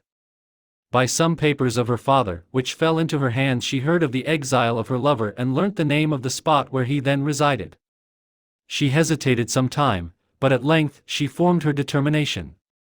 Taking with her some jewels that belonged to her and a sum of money, she quitted Italy with an attendant, a native of Leghorn, but who understood the common language of Turkey, and departed for Germany. She arrived in safety at a town about 20 leagues from the cottage of de Lacy, when her attendant fell dangerously ill. Safie nursed her with the most devoted affection, but the poor girl died, and the Arabian was left alone, unacquainted with the language of the country and utterly ignorant of the customs of the world. She fell, however, into good hands. The Italian had mentioned the name of the spot for which they were bound, and after her death the woman of the house in which they had lived took care that Safie should arrive in safety at the cottage of her lover. Chapter 15. Such was the history of my beloved cottagers. It impressed me deeply. I learned, from the views of social life which it developed, to admire their virtues and to deprecate the vices of mankind. As yet I looked upon crime as a distant evil. Benevolence and generosity were ever present before me, inciting within me a desire to become an actor in the busy scene where so many admirable qualities were called forth and displayed. But in giving an account of the progress of my intellect, I must not omit a circumstance which occurred in the beginning of the month of August of the same year. One night during my accustomed visit to the neighboring wood, ere I collected my own food and brought home firing for my protectors, I found on the ground a leathern portmanteau containing several articles of dress and some books. I eagerly seized the prize and returned with it to my hovel. Fortunately the books were written in the language, the elements of which I had acquired at the cottage. They consisted of Paradise Lost, a volume of Plutarch's Lives, and the Sorrows of Werther. The possession of these treasures gave me extreme delight. I now continually studied and exercised my mind upon these histories, whilst my friends were employed in their ordinary occupations. I can hardly describe to you the effect of these books. They produced in me an infinity of new images and feelings, that sometimes raised me to ecstasy, but more frequently sunk me into the lowest dejection. In the Sorrows of Werther, besides the interest of its simple and affecting story, so many opinions are canvassed and so many lights thrown upon what had hitherto been to me obscure subjects that I found in it a never-ending source of speculation and astonishment. The gentle and domestic manners it described, combined with lofty sentiments and feelings, which had for their object something out of self, accorded well with my experience among my protectors and with the wants which were forever alive in my own bosom. But I thought Werther himself a more divine being than I had ever beheld or imagined. His character contained no pretension, but it sank deep. The disquisitions upon death and suicide were calculated to fill me with wonder. I did not pretend to enter into the merits of the case, yet I inclined towards the opinions of the hero, whose extinction I wept, without precisely understanding it. As I read, however, I applied much personally to my own feelings and condition. I found myself similar yet at the same time strangely unlike to the beings concerning whom I read and to whose conversation I was a listener. I sympathized with and partly understood them, but I was unformed in mind, I was dependent on none and related to none. The path of my departure was free, and there was none to lament my annihilation. My person was hideous, and my stature gigantic. What did this mean? Who was I? What was I? Whence did I come? What was my destination? These questions continually recurred, but I was unable to solve them. The volume of Plutarch's Lives which I possessed contained the histories of the first founders of the ancient republics. This book had a far different effect upon me from the sorrows of Werther. I learned from Werther's imagination's despondency and gloom, but Plutarch taught me high thoughts. He elevated me above the wretched sphere of my own reflections, to admire and love the heroes of past ages. Many things I read surpassed my understanding and experience. I had a very confused knowledge of kingdoms, wide extents of country, mighty rivers, and boundless seas. But I was perfectly unacquainted with towns and large assemblages of men. The cottage of my protectors had been the only school in which I had studied human nature, but this book developed new and mightier scenes of action. I read of men concerned in public affairs, governing or massacring their species. I felt the greatest ardor for virtue rise within me, and abhorrence for vice, as far as I understood the signification of those terms, relative as they were, as I applied them, to pleasure and pain alone. Induced by these feelings, I was of course led to admire peaceable lawgivers, Numa, Solon, and Lycurgus, in preference to Romulus and Theseus.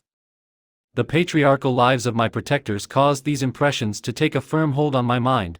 Perhaps, if my first introduction to humanity had been made by a young soldier, burning for glory and slaughter, should have been imbued with different sensations, but Paradise Lost excited different and far deeper emotions. I read it, as I had read the other volumes which had fallen into my hands, as a true history. It moved every feeling of wonder and awe that the picture of an omnipotent God warring with his creatures was capable of exciting. I often referred the several situations, as their similarity struck me, to my own.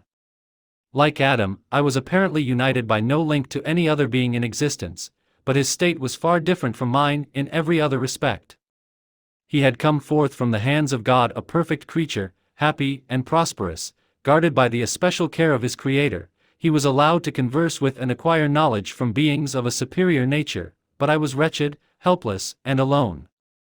Many times I considered Satan as the fitter emblem of my condition, for often, like him, when I viewed the bliss of my protectors, the bitter gall of envy rose within me. Another circumstance strengthened and confirmed these feelings. Soon after my arrival in the hovel I discovered some papers in the pocket of the dress which I had taken from your laboratory. At first I had neglected them, but now that I was able to decipher the characters in which they were written, I began to study them with diligence. It was your journal of the 4 months that preceded my creation. You minutely described in these papers every step you took in the progress of your work. This history was mingled with accounts of domestic occurrences. You doubtless recollect these papers. Here they are. Everything is related in them which bears reference to my accursed origin. The whole detail of that series of disgusting circumstances which produced it is set in view. The minutest description of my odious and loathsome person is given, in language which painted your own horrors and rendered mine indelible. I sickened as I read. Hateful day, when I received life! I exclaimed in agony. Accursed Creator! Why did you form a monster so hideous that even you turned from me in disgust? God, in pity, made man beautiful and alluring, after his own image, but my form is a filthy type of yours, more horrid even from the very resemblance. Satan had his companions, fellow devils, to admire and encourage him, but I am solitary and abhorred. These were the reflections of my hours of despondency and solitude, but when I contemplated the virtues of the cottagers, their amiable and benevolent dispositions, I persuaded myself that when they should become acquainted with my admiration of their virtues they would compassionate me and overlook my personal deformity. Could they turn from their door one, however monstrous, who solicited their compassion and friendship? I resolved, at least, not to despair, but in every way to fit myself for an interview with them which would decide my fate. I postponed this attempt for some months longer, for the importance attached to its success inspired me with a dread lest I should fail. Besides, I found that my understanding improved so much with every day's experience that I was unwilling to commence this undertaking until a few more months should have added to my sagacity. Several changes, in the meantime, took place in the cottage. The presence of Safie diffused happiness among its inhabitants, and I also found that a greater degree of plenty reigned there. Felix and Agatha spent more time in amusement and conversation, and were assisted in their labors by servants. They did not appear rich, but they were contented and happy, their feelings were serene and peaceful, while mine became every day more tumultuous. Increase of knowledge only discovered to me more clearly what a wretched outcast I was. I cherished hope, it is true, but it vanished when I beheld my person reflected in water or my shadow in the moonshine, even as that frail image and that inconstant shade. I endeavored to crush these fears and to fortify myself for the trial which in a few months I resolved to undergo, and sometimes I allowed my thoughts, unchecked by reason, to ramble in the fields of paradise, and dared to fancy amiable and lovely creatures sympathizing with my feelings and cheering my gloom. Their angelic countenances breathed smiles of consolation. But it was all a dream, no Eve soothed my sorrows, nor shared my thoughts, I was alone. I remembered Adam's supplication to his Creator. But where was mine? He had abandoned me, and in the bitterness of my heart I cursed him. Autumn passed thus. I saw, with surprise and grief, the leaves decay and fall, and nature again assumed the barren and bleak appearance it had worn when I first beheld the woods and the lovely moon. Yet I did not heed the bleakness of the weather, I was better fitted by my conformation for the endurance of cold than heat. But my chief delights were the sight of the flowers, the birds, and all the gay apparel of summer. When those deserted me, I turned with more attention towards the cottagers. Their happiness was not decreased by the absence of summer. They loved and sympathized with one another, and their joys, depending on each other, were not interrupted by the casualties that took place around them. The more I saw of them, the greater became my desire to claim their protection and kindness.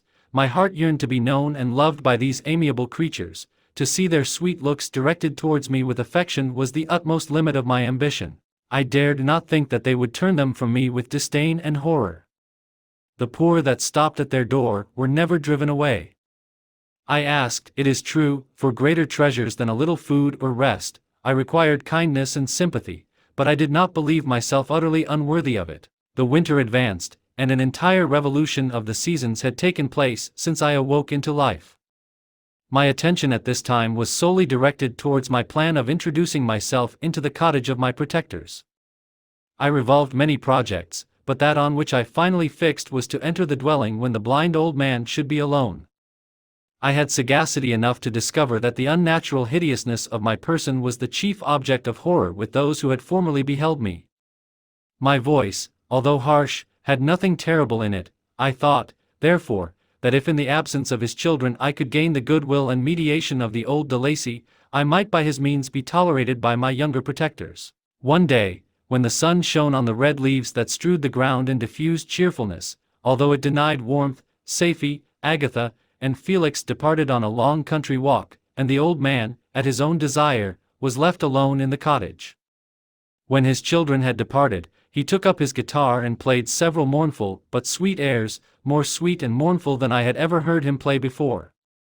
At first his countenance was illuminated with pleasure, but as he continued, thoughtfulness and sadness succeeded. At length, laying aside the instrument, he sat absorbed in reflection.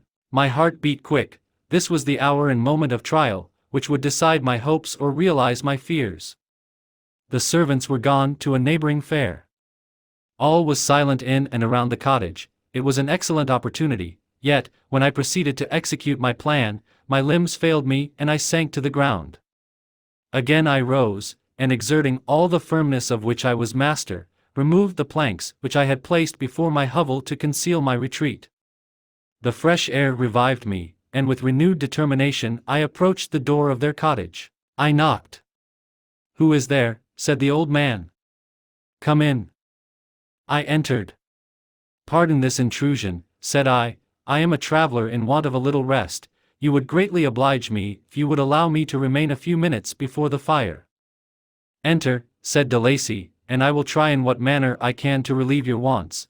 But, unfortunately, my children are from home, and as I am blind, I am afraid I shall find it difficult to procure food for you. Do not trouble yourself, my kind host, I have food, it is warmth and rest only that I need." I sat down, and a silence ensued.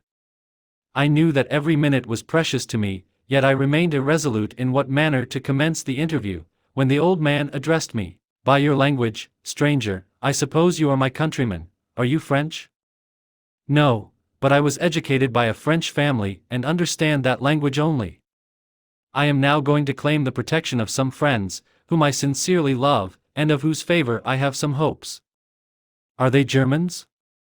"No, they are French. But let us change the subject.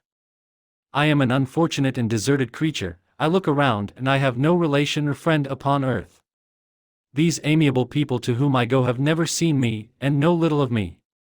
I am full of fears, for if I fail there, I am an outcast in the world forever. Do not despair. To be friendless is indeed to be unfortunate, but the hearts of men, when unprejudiced by any obvious self-interest, are full of brotherly love and charity. Rely, therefore, on your hopes, and if these friends are good and amiable, do not despair. They are kind, they are the most excellent creatures in the world, but, unfortunately, they are prejudiced against me.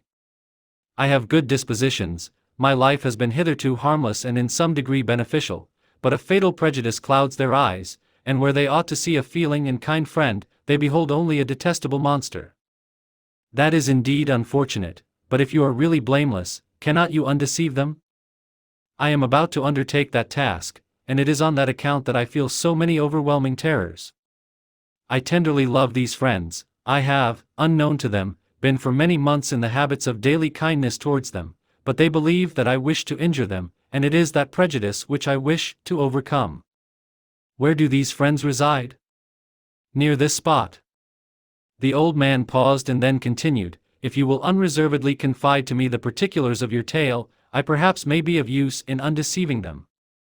I am blind and cannot judge of your countenance, but there is something in your words which persuades me that you are sincere. I am poor and an exile, but it will afford me true pleasure to be in any way serviceable to a human creature." "Excellent man! I thank you and accept your generous offer. You raise me from the dust by this kindness, and I trust that, by your aid, I shall not be driven from the society and sympathy of your fellow creatures. Heaven forbid!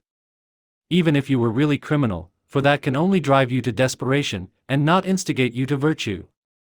I also am unfortunate, I and my family have been condemned, although innocent. Judge, therefore, if I do not feel for your misfortunes. How can I thank you, my best and only benefactor? From your lips first have I heard the voice of kindness directed towards me. I shall be forever grateful, and your present humanity assures me of success with those friends whom I am on the point of meeting. May I know the names and residence of those friends?" I paused. This, I thought, was the moment of decision, which was to rob me of or bestow happiness on me forever. I struggled vainly for firmness sufficient to answer him, but the effort destroyed all my remaining strength. I sank on the chair and sobbed aloud. At that moment I heard the steps of my younger protectors. I had not a moment to lose, but seizing the hand of the old man, I cried, "Now is the time. Save and protect me. You and your family are the friends whom I seek. Do not you desert me in the hour of trial." "Great God!" exclaimed the old man. "Who are you?" At that instant the cottage door was opened, and Felix, Safie, and Agatha entered. Who can describe their horror and consternation on beholding me? Agatha fainted, and Safie, unable to attend to her friend, rushed out of the cottage.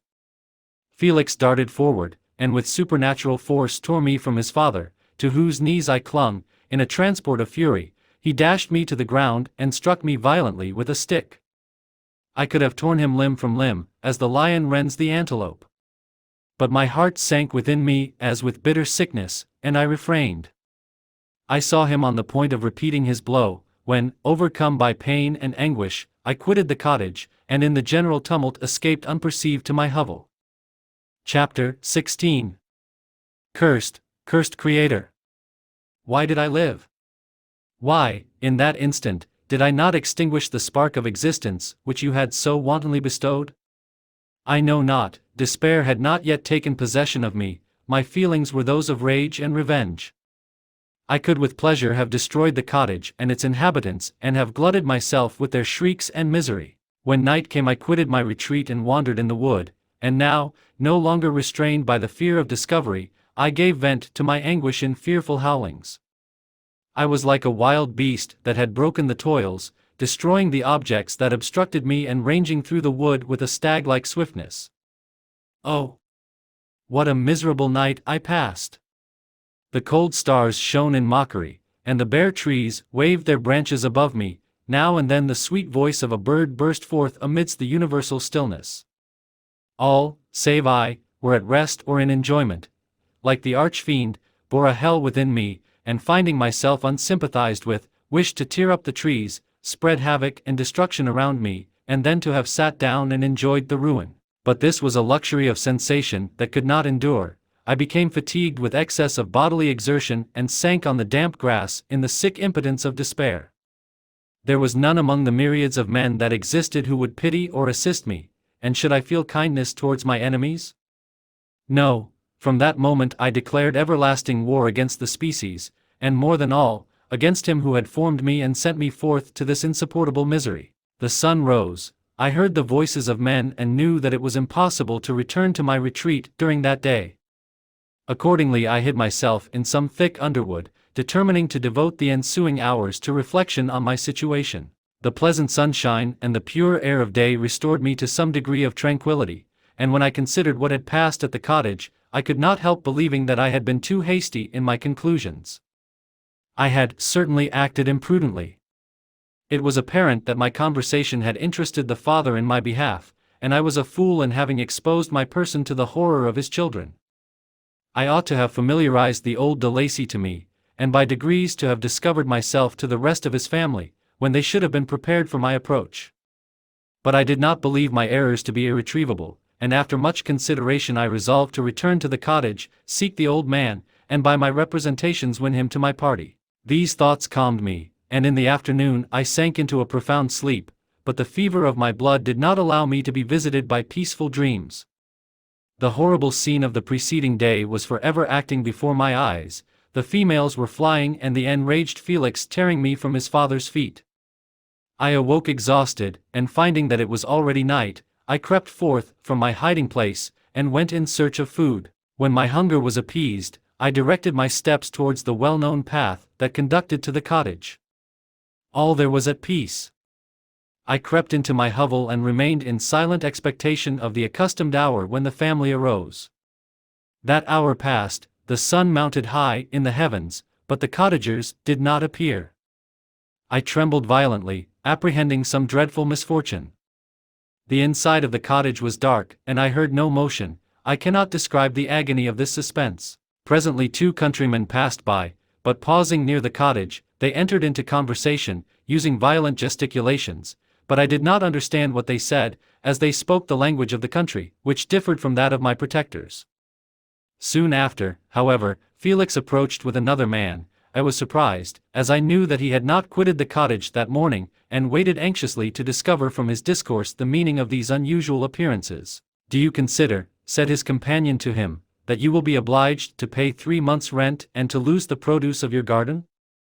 I do not wish to take any unfair advantage, and I beg therefore that you will take some days to consider of your determination."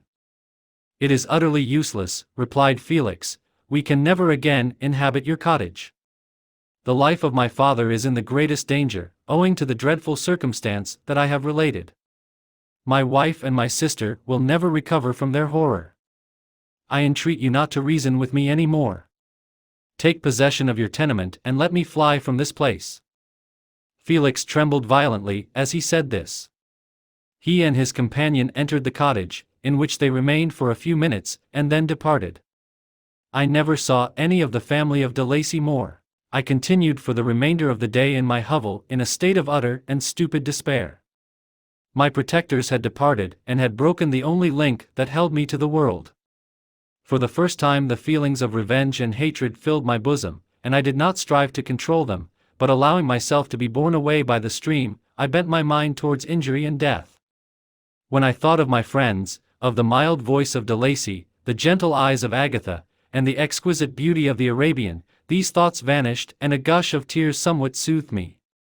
But again, when I reflected that they had spurned and deserted me, anger returned, a rage of anger, and unable to injure anything human, I turned my fury towards inanimate objects. As night advanced, I placed a variety of combustibles around the cottage, and after having destroyed every vestige of cultivation in the garden, I waited with forced impatience until the moon had sunk to commence my operations. As the night advanced, a fierce wind arose from the woods and quickly dispersed the clouds that had loitered in the heavens. The blast tore along like a mighty avalanche and produced a kind of insanity in my spirits that burst all bounds of reason and reflection. I lighted the dry branch of a tree and danced with fury around the devoted cottage, my eyes still fixed on the western horizon, the edge of which the moon nearly touched. A part of its orb was at length hid, and I waved my brand. It sank, and with a loud scream I fired the straw, and heath, and bushes, which I had collected.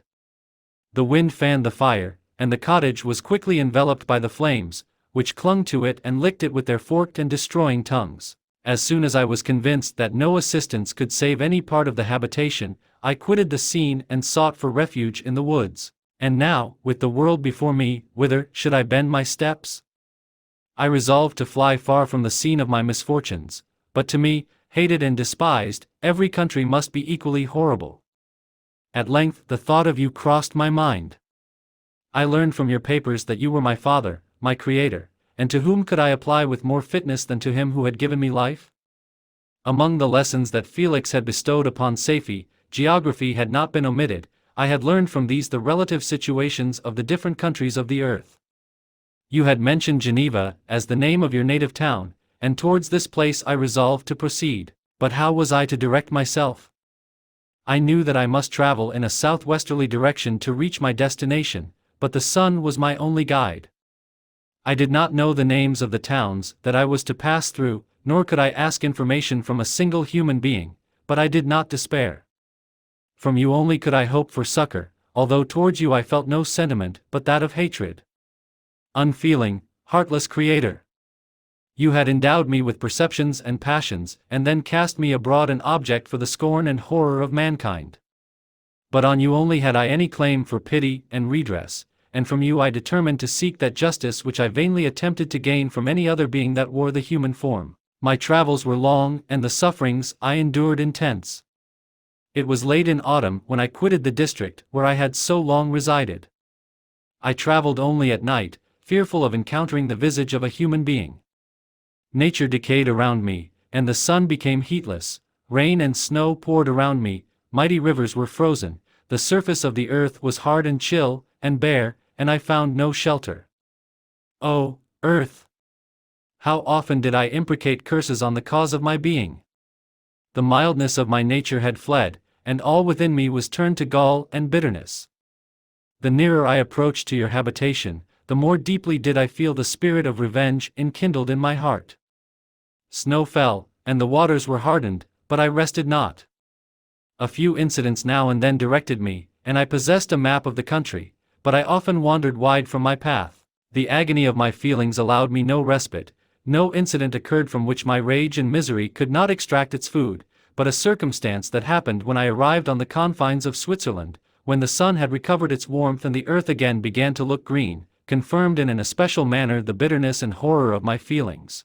I generally rested during the day and traveled only when I was secured by night from the view of man. One morning, however, finding that my path lay through a deep wood, I ventured to continue my journey after the sun had risen. The day, which was one of the first of spring, cheered even me by the loveliness of its sunshine and the balminess of the air. I felt emotions of gentleness and pleasure, that had long appeared dead, revive within me. Half surprised by the novelty of these sensations, I allowed myself to be borne away by them, and forgetting my solitude and deformity, dared to be happy. Soft tears again bedewed my cheeks, and I even raised my humid eyes with thankfulness towards the blessed sun, which bestowed such joy upon me. I continued to wind among the paths of the wood, until I came to its boundary, which was skirted by a deep and rapid river, into which many of the trees bent their branches, now budding with the fresh spring. Here I paused, not exactly knowing what path to pursue, when I heard the sound of voices, that induced me to conceal myself under the shade of a cypress.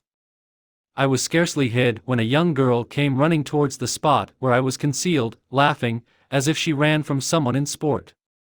She continued her course along the precipitous sides of the river, when suddenly her foot slipped, and she fell into the rapid stream. I rushed from my hiding place and with extreme labor, from the force of the current, saved her and dragged her to shore.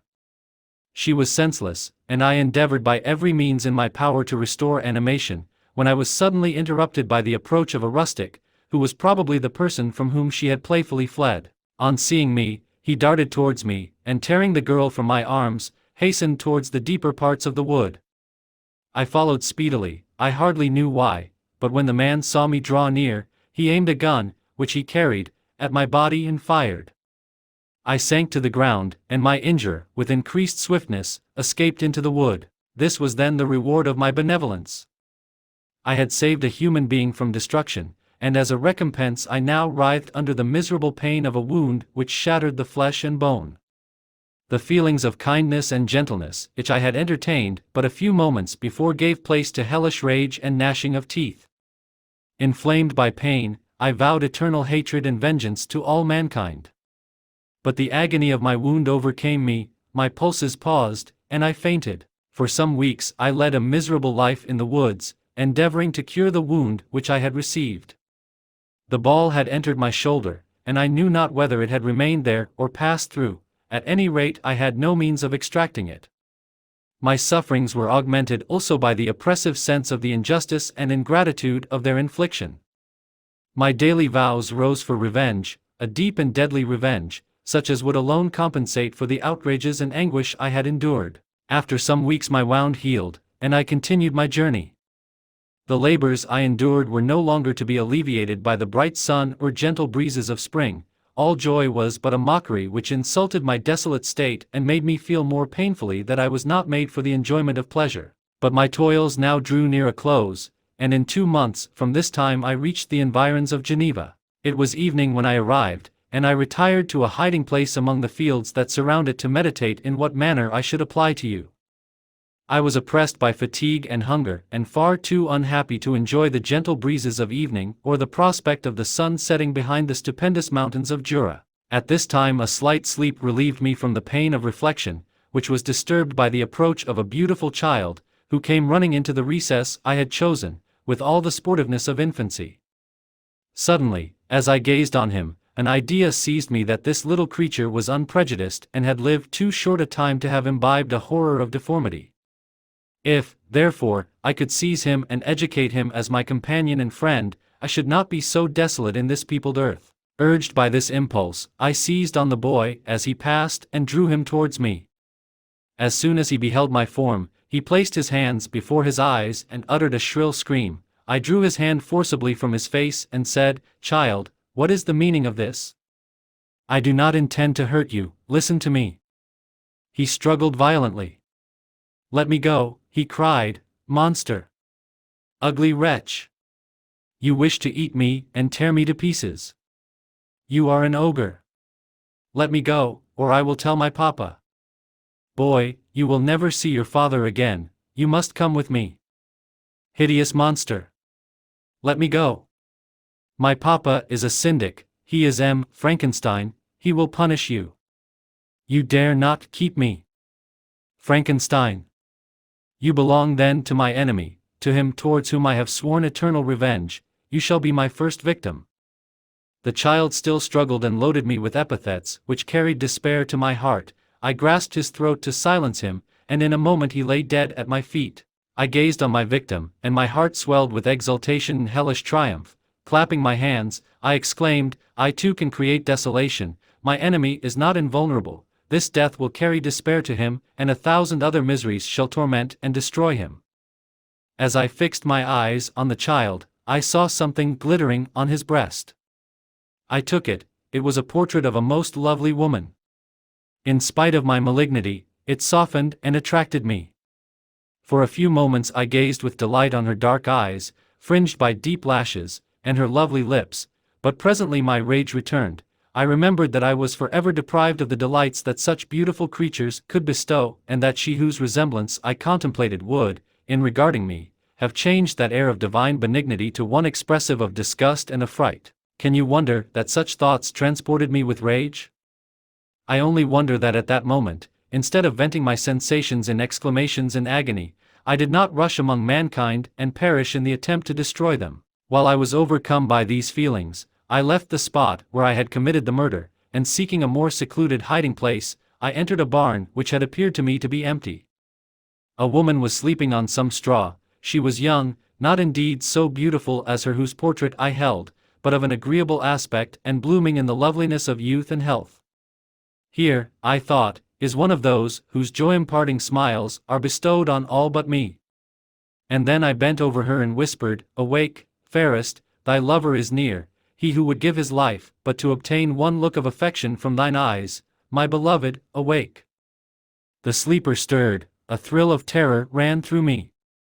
Should she indeed awake, and see me, and curse me, and denounce the murderer? Thus would she assuredly act if her darkened eyes opened and she beheld me. The thought was madness, it stirred the fiend within me, not I, but she, shall suffer the murder I have committed because I am forever robbed of all that she could give me, she shall atone. The crime had its source in her, be hers the punishment. Thanks to the lessons of Felix and the sanguinary laws of man, I had learned now to work mischief. I bent over her and placed the portrait securely in one of the folds of her dress. She moved again, and I fled. For some days I haunted the spot where these scenes had taken place, sometimes wishing to see you, sometimes resolved to quit the world and its miseries forever. At length I wandered towards these mountains, and have ranged through their immense recesses, consumed by a burning passion which you alone can gratify. We may not part until you have promised to comply with my requisition. I am alone and miserable, man will not associate with me, but one as deformed and horrible as myself would not deny herself to me. My companion must be of the same species and have the same defects. This being you must create. Chapter 17. The being finished speaking and fixed his looks upon me in the expectation of a reply. But I was bewildered, perplexed, and unable to arrange my ideas sufficiently to understand the full extent of his proposition. He continued, "You must create a female for me with whom I can live in the interchange of those sympathies necessary for my being. This you alone can do, and I demand it of you as a right which you must not refuse to concede." The latter part of his tale had kindled anew in me the anger that had died away while he narrated his peaceful life among the cottagers, and as he said this I could no longer suppress the rage that burned within me. "I do refuse it," I replied, "and no torture shall ever extort a consent from me. You may render me the most miserable of men, but you shall never make me base in my own eyes. Shall I create another like yourself, whose joint wickedness might desolate the world? Begone! I have answered you, you may torture me, but I will never consent." "You are in the wrong," replied the fiend, "and instead of threatening, I am content to reason with you. I am malicious, because I am miserable. Am I not shunned and hated by all mankind? You, my Creator, would tear me to pieces and triumph, remember that, and tell me why I should pity man more than he pities me? You would not call it murder if you could precipitate me into one of those ice rifts and destroy my frame, the work of your own hands. Shall I respect man when he condemns me? Let him live with me in the interchange of kindness, and instead of injury I would bestow every benefit upon him with tears of gratitude at his acceptance. But that cannot be, the human senses are insurmountable barriers to our union. Yet mine shall not be the submission of abject slavery. I will revenge my injuries. If I cannot inspire love, I will cause fear, and chiefly towards you my archenemy, because my Creator, do I swear inextinguishable hatred. Have a care, I will work at your destruction, nor finish until I desolate your heart, so that you shall curse the hour of your birth." A fiendish rage animated him as he said this. His face was wrinkled into contortions too horrible for human eyes to behold, but presently he calmed himself and proceeded. "I intended to reason. This passion is detrimental to me, for you do not reflect that you are the cause of its excess. If any being felt emotions of benevolence towards me, I should return them 100 and 100-fold, for that one creature's sake I would make peace with the whole kind. But I now indulge in dreams of bliss that cannot be realized. What I ask of you is reasonable and moderate. I demand a creature of another sex, but as hideous as myself. The gratification is small, but it is all that I can receive, and it shall content me. It is true, we shall be monsters, cut off from all the world, but on that account we shall be more attached to one another. Our lives will not be happy, but they will be harmless and free from the misery I now feel.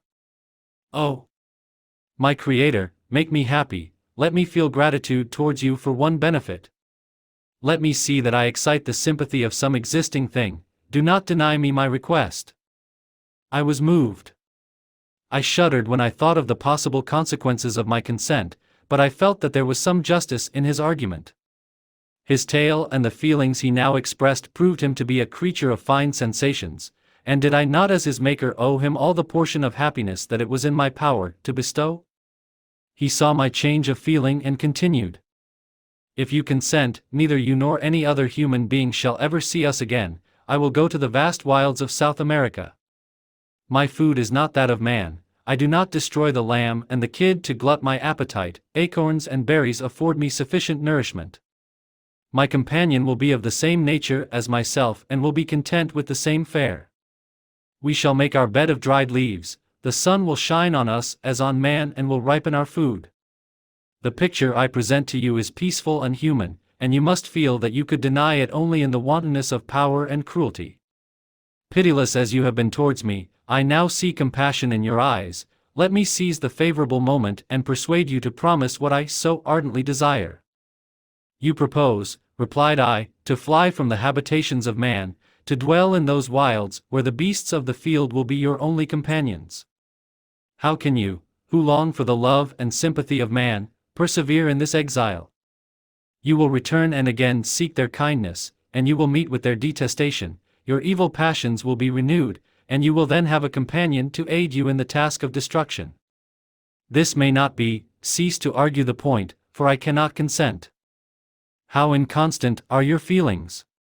But a moment ago you were moved by my representations, and why do you again harden yourself to my complaints?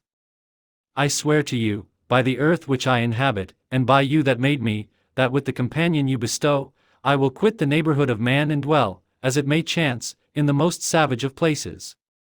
My evil passions will have fled, for I shall meet with sympathy. My life will flow quietly away, and in my dying moments I shall not curse my Maker. His words had a strange effect upon me. I compassionated him and sometimes felt a wish to console him, but when I looked upon him, when I saw the filthy mass that moved and talked, my heart sickened and my feelings were altered to those of horror and hatred.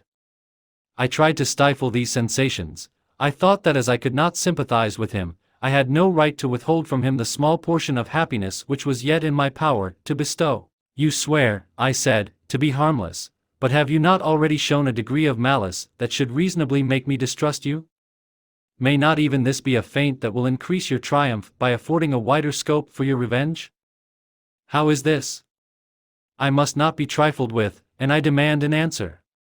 If I have no ties and no affections, hatred and vice must be my portion. The love of another will destroy the cause of my crimes, and I shall become a thing of whose existence everyone will be ignorant.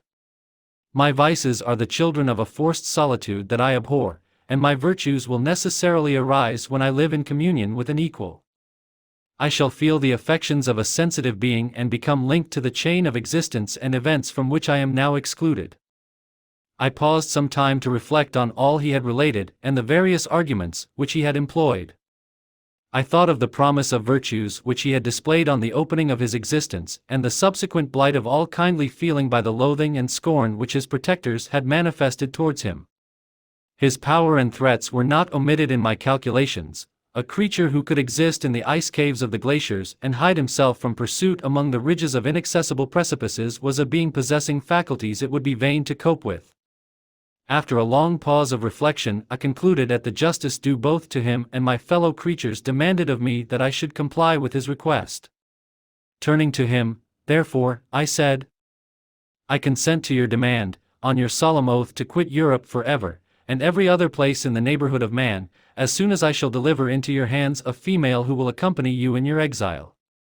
I swear," he cried, "by the sun, and by the blue sky of heaven, and by the fire of love that burns my heart, that if you grant my prayer, while they exist you shall never behold me again. Depart to your home and commence your labors. I shall watch their progress with unutterable anxiety, and fear not but that when you are ready I shall appear." Saying this, he suddenly quitted me, fearful, perhaps, of any change in my sentiments. I saw him descend the mountain with greater speed than the flight of an eagle, and quickly lost among the undulations of the sea of ice. His tale had occupied the whole day, and the sun was upon the verge of the horizon when he departed. I knew that I ought to hasten my descent towards the valley, as I should soon be encompassed in darkness, but my heart was heavy, and my steps slow. The labor of winding among the little paths of the mountain and fixing my feet firmly as I advanced perplexed me, occupied as I was by the emotions which the occurrences of the day had produced. Night was far advanced when I came to the halfway resting place and seated myself beside the fountain. The stars shone at intervals as the clouds passed from over them, the dark pines rose before me, and every here and there a broken tree lay on the ground. It was a scene of wonderful solemnity and stirred strange thoughts within me. I wept bitterly, and clasping my hands in agony, I exclaimed, "Oh, stars and clouds and winds, ye are all about to mock me. If ye really pity me, crush sensation and memory, let me become as naught, but if not, depart, depart, and leave me in darkness." These were wild and miserable thoughts, but I cannot describe to you how the eternal twinkling of the stars weighed upon me, and how I listened to every blast of wind as if it were a dull ugly siroc on its way to consume me. Morning dawned before I arrived at the village of Chamonix. I took no rest, but returned immediately to Geneva. Even in my own heart I could give no expression to my sensations. They weighed on me with a mountain's weight, and their excess destroyed my agony beneath them. Thus I returned home, and entering the house, presented myself to the family. My haggard and wild appearance awoke intense alarm, but I answered no question, scarcely did I speak. I felt as if I were placed under a ban, as if I had no right to claim their sympathies, as if never more might I enjoy companionship with them. Yet even thus I loved them to adoration, and to save them, I resolved to dedicate myself to my most abhorred task. The prospect of such an occupation made every other circumstance of existence pass before me like a dream, and that thought only had to me the reality of life. Chapter 18. Day after day, week after week, passed away on my return to Geneva, and I could not collect the courage to recommence my work. I feared the vengeance of the disappointed fiend, yet I was unable to overcome my repugnance to the task which was enjoined me. I found that I could not compose a female without again devoting several months to profound study and laborious disquisition. I had heard of some discoveries having been made by an English philosopher, the knowledge of which was material to my success, and I sometimes thought of obtaining my father's consent to visit England for this purpose, but I clung to every pretense of delay and shrank from taking the first step in an undertaking whose immediate necessity began to appear less absolute to me. A change indeed had taken place in me. My health, which had hitherto declined, was now much restored, and my spirits, when unchecked by the memory of my unhappy promise, rose proportionably. My father saw this change with pleasure, and he turned his thoughts towards the best method of eradicating the remains of my melancholy, which every now and then would return by fits, and with a devouring blackness overcast the approaching sunshine. At these moments I took refuge in the most perfect solitude. I passed whole days on the lake alone in a little boat, watching the clouds and listening to the rippling of the waves, silent and listless. But the fresh air and bright sun seldom failed to restore me to some degree of composure, and on my return I met the salutations of my friends with a readier smile and a more cheerful heart. It was after my return from one of these rambles that my father, calling me aside, thus addressed me. "I am happy to remark, my dear son, that you have resumed your former pleasures and seem to be returning to yourself. And yet you are still unhappy, and still avoid our society." For some time I was lost in conjecture as to the cause of this, but yesterday an idea struck me, and if it is well founded, I conjure you to avow it. Reserve on such a point would be not only useless, but draw down treble misery on us all. I trembled violently at his exordium, and my father continued. "I confess, my son, that I have always looked forward to your marriage with our dear Elizabeth as the tie of our domestic comfort and the stay of my declining years. You were attached to each other from your earliest infancy, you studied together, and appeared, in dispositions and tastes, entirely suited to one another. But so blind is the experience of man that what I conceived to be the best assistance to my plan may have entirely destroyed it. You, perhaps, regard her as your sister, without any wish that she might become your wife. Nay, you may have met with another whom you may love, and considering yourself as bound in honor to Elizabeth, this struggle may occasion the poignant misery which you appear to feel. My dear father, reassure yourself. I love my cousin tenderly and sincerely. I never saw any woman who excited, as Elizabeth does, my warmest admiration and affection. My future hopes and prospects are entirely bound up in the expectation of our union. The expression of your sentiments of this subject, my dear Victor, gives me more pleasure than I have for some time experienced. If you feel thus, we shall assuredly be happy, however present events may cast a gloom over us. But it is this gloom which appears to have taken so strong a hold of your mind that I wish to dissipate. Tell me, therefore, whether you object to an immediate solemnization of the marriage.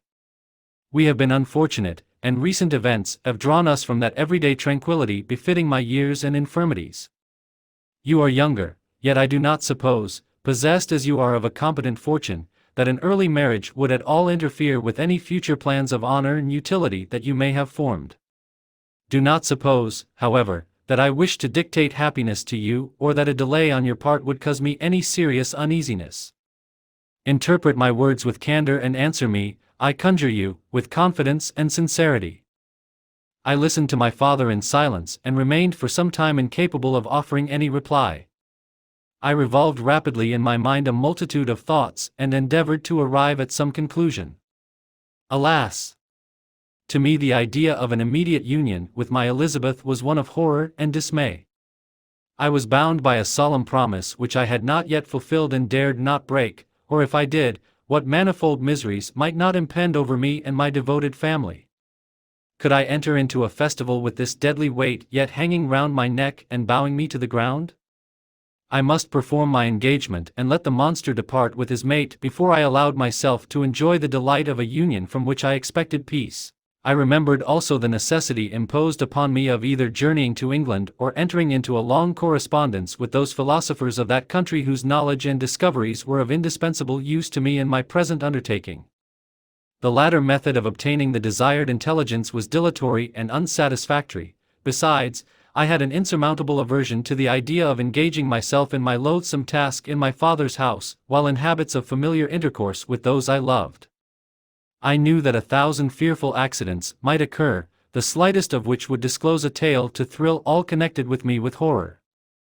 I was aware also that I should often lose all self-command, all capacity of hiding the harrowing sensations that would possess me during the progress of my unearthly occupation. I must absent myself from all I loved while thus employed. Once commenced, it would quickly be achieved, and I might be restored to my family in peace and happiness. My promise fulfilled, the monster would depart forever. Or, so my fond fancy imaged, some accident might meanwhile occur to destroy him and put an end to my slavery forever. These feelings dictated my answer to my father. I expressed a wish to visit England, but concealing the true reasons of this request, I clothed my desires under a guise which excited no suspicion, while I urged my desire with an earnestness that easily induced my father to comply. After so long a period of an absorbing melancholy that resembled madness in its intensity and effects, he was glad to find that I was capable of taking pleasure in the idea of such a journey, and he hoped that change of scene and varied amusement would, before my return, have restored me entirely to myself. The duration of my absence was left to my own choice. A few months, or at most a year, was the period contemplated. One paternal kind precaution he had taken to ensure my having a companion.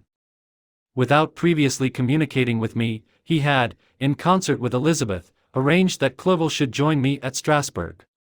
This interfered with the solitude I coveted for the prosecution of my task, yet at the commencement of my journey the presence of my friend could in no way be an impediment, and truly I rejoiced that thus I should be saved many hours of lonely, maddening reflection. Nay, Henry might stand between me and the intrusion of my foe. If I were alone, would he not at times force his abhorred presence on me to remind me of my task or to contemplate its progress? To England, therefore, I was bound, and it was understood that my union with Elizabeth should take place immediately on my return.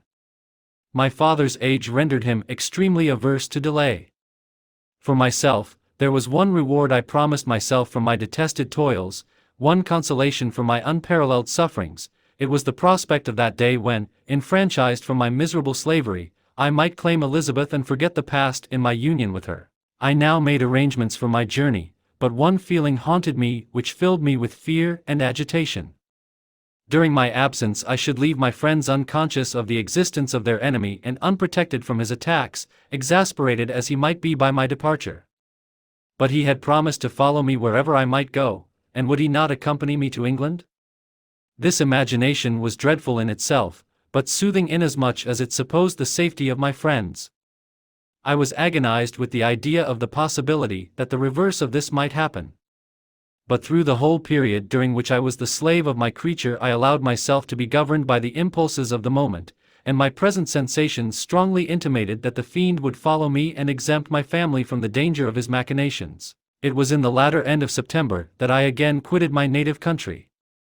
My journey had been my own suggestion, and Elizabeth therefore acquiesced, but she was filled with disquiet at the idea of my suffering, away from her, the inroads of misery and grief.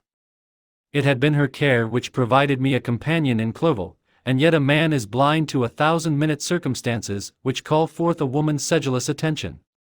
She longed to bid me hasten my return. 1,000 conflicting emotions rendered her mute as she bade me a tearful, silent farewell. I threw myself into the carriage that was to convey me away, hardly knowing whither I was going, and careless of what was passing around. I remembered only, and it was with a bitter anguish that I reflected on it, to order that my chemical instruments should be packed to go with me. Filled with dreary imaginations, I passed through many beautiful and majestic scenes, but my eyes were fixed and unobserving. I could only think of the bourne of my travels, and the work which was to occupy me whilst they endured. After some days spent in listless indolence, during which I traversed many leagues, I arrived at Strasbourg, where I waited 2 days for Clerval. He came. Alas, how great was the contrast between us! He was alive to every new scene, joyful when he saw the beauties of the setting sun, and more happy when he beheld it rise and recommence a new day. He pointed out to me the shifting colors of the landscape and the appearances of the sky. "This is what it is to live," he cried, "now I enjoy existence. But you, my dear Frankenstein, wherefore are you desponding and sorrowful?"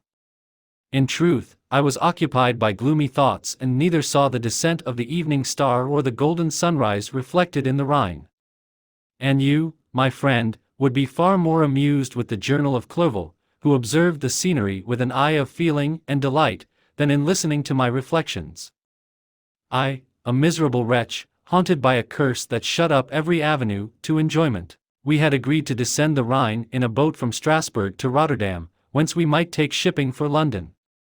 During this voyage we passed many willowy islands, and saw several beautiful towns. We stayed a day at Mannheim, and on the 5th from our departure from Strasbourg, arrived at Mainz. The course of the Rhine below Mainz becomes much more picturesque. The river descends rapidly and winds between hills, not high, but steep, and of beautiful forms. We saw many ruined castles standing on the edges of precipices, surrounded by black woods, high and inaccessible. This part of the Rhine, indeed, presents a singularly variegated landscape. In one spot you view rugged hills, ruined castles overlooking tremendous precipices, with the dark Rhine rushing beneath, and on the sudden turn of a promontory, flourishing vineyards with green sloping banks and a meandering river and populous towns occupy the scene. We traveled at the time of the vintage and heard the song of the laborers as we glided down the stream. Even I, depressed in mind, and my spirits continually agitated by gloomy feelings, even I was pleased. I lay at the bottom of the boat, and as I gazed on the cloudless blue sky, I seemed to drink in a tranquility to which I had long been a stranger. And if these were my sensations, who can describe those of Henry? He felt as if he had been transported to fairyland and enjoyed a happiness seldom tasted by man. "I have seen," he said, "the most beautiful scenes of my own country. I have visited the lakes of Lucerne and Uri, where the snowy mountains descend almost perpendicularly to the water, casting black and impenetrable shades, which would cause a gloomy and mournful appearance were it not for the most verdant islands that relieve the eye by their gay appearance. I have seen this lake agitated by a tempest, when the wind tore up whirlwinds of water and gave you an idea of what the waterspout must be on the great ocean, and the waves dash with fury the base of the mountain, where the priest and his mistress were overwhelmed by an avalanche and where their dying voices are still said to be heard amid the pauses of the nightly wind. I have seen the mountains of La Valais, and the Pays de Vaud, but this country, Victor, pleases me more than all those wonders. The mountains of Switzerland are more majestic and strange, but there is a charm in the banks of this divine river that I never before saw equaled. Look at that castle which overhangs yon precipice, and that also on the island, almost concealed amongst the foliage of those lovely trees, and now that group of laborers coming from among their vines, and that village half hid in the recess of the mountain. Oh, surely the spirit that inhabits and guards this place has a soul more in harmony with man than those who pile the glacier or retire to the inaccessible peaks of the mountains of our own country. Clerval. Beloved friend. Even now it delights me to record your words, and to dwell on the praise of which you are so eminently deserving. He was a being formed in the very poetry of nature. His wild and enthusiastic imagination was chastened by the sensibility of his heart. His soul overflowed with ardent affections, and his friendship was of that devoted and wondrous nature that the worldly minded teach us to look for only in the imagination. But even human sympathies were not sufficient to satisfy his eager mind. The scenery of external nature, which others regard only with admiration, he loved with ardor. The sounding cataract haunted him like a passion, the tall rock, the mountain, and the deep and gloomy wood, their colors and their forms, were then to him an appetite, a feeling, and a love that had no need of a remoter charm by thought supplied, or any interest unborrowed from the eye. Wordsworth's Tintern Abbey. And where does he now exist? Is this gentle and lovely being lost forever?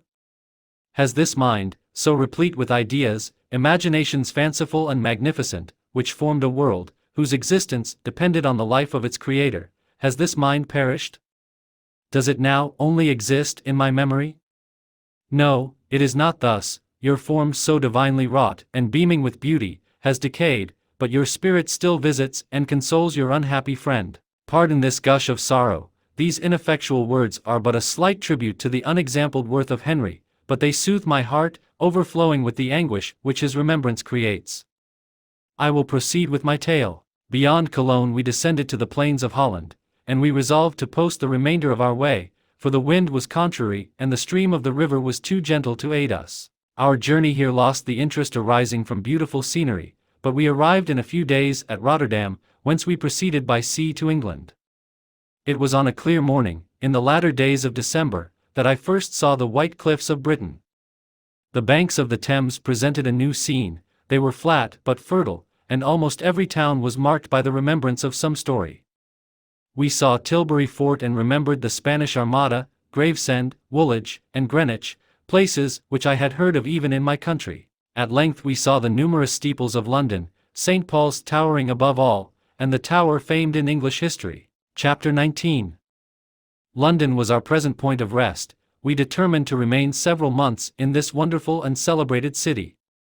Clerval desired the intercourse of the men of genius and talent who flourished at this time, but this was with me a secondary object. I was principally occupied with the means of obtaining the information necessary for the completion of my promise, and quickly availed myself of the letters of introduction that I had brought with me, addressed to the most distinguished natural philosophers. If this journey had taken place during my days of study and happiness, it would have afforded me inexpressible pleasure. But a blight had come over my existence, and I only visited these people for the sake of the information they might give me on the subject in which my interest was so terribly profound. Company was irksome to me. When alone, I could fill my mind with the sights of heaven and earth. The voice of Henry soothed me, and I could thus cheat myself into a transitory peace. But busy, uninteresting, joyous faces brought back despair to my heart. I saw an insurmountable barrier placed between me and my fellow men. This barrier was sealed with the blood of William and Justine, and to reflect on the events connected with those names filled my soul with anguish. But in Clerval I saw the image of my former self. He was inquisitive and anxious to gain experience and instruction. The difference of manners, which he observed, was to him an inexhaustible source of instruction and amusement. He was also pursuing an object he had long had in view.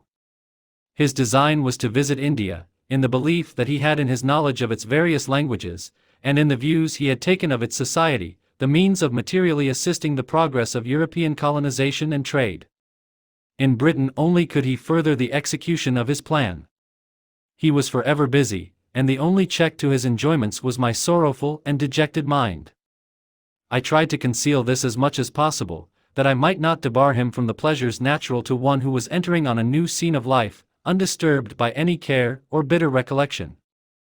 I often refused to accompany him, alleging another engagement, that I might remain alone. I now also began to collect the materials necessary for my new creation, and this was to me like the torture of single drops of water continually falling on the head.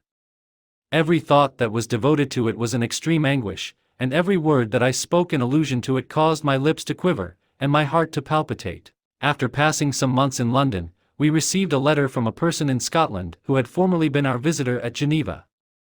He mentioned the beauties of his native country, and asked us if those were not sufficient allurements to induce us to prolong our journey as far north as Perth, where he resided.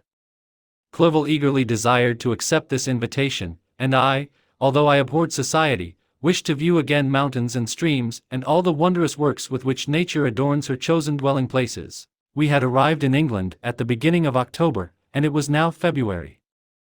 We accordingly determined to commence our journey towards the north at the expiration of another month.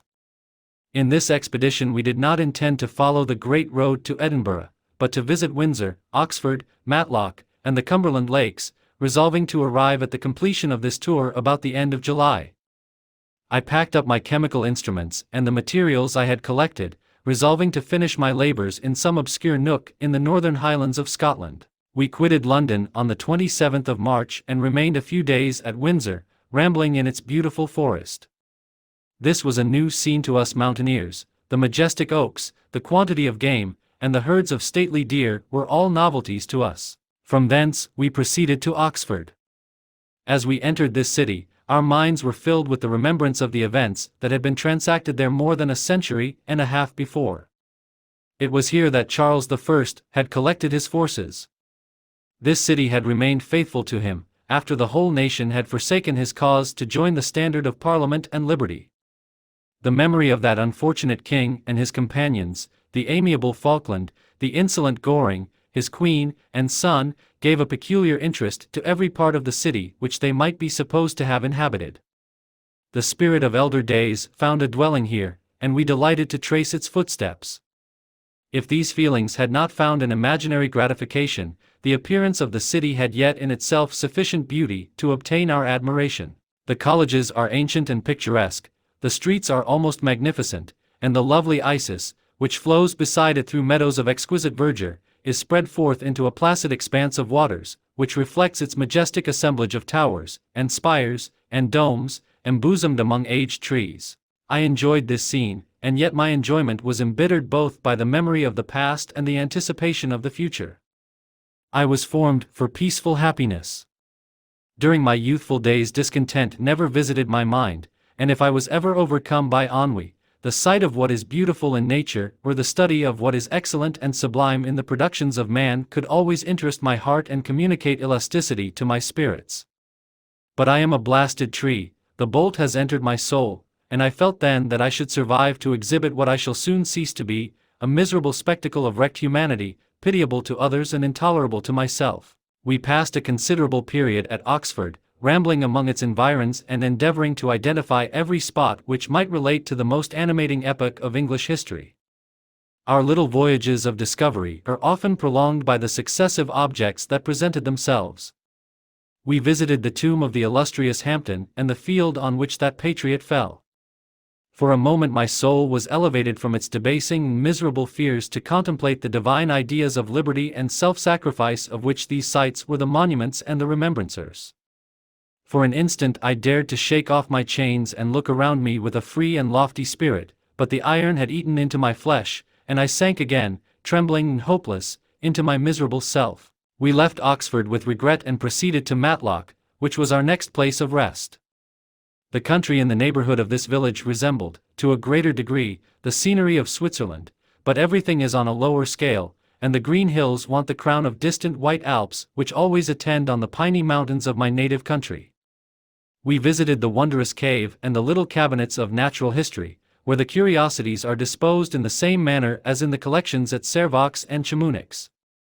The latter name made me tremble when pronounced by Henry, and I hastened to quit Matlock, with which that terrible scene was thus associated. From Derby, still journeying northwards, we passed 2 months in Cumberland and Westmoreland.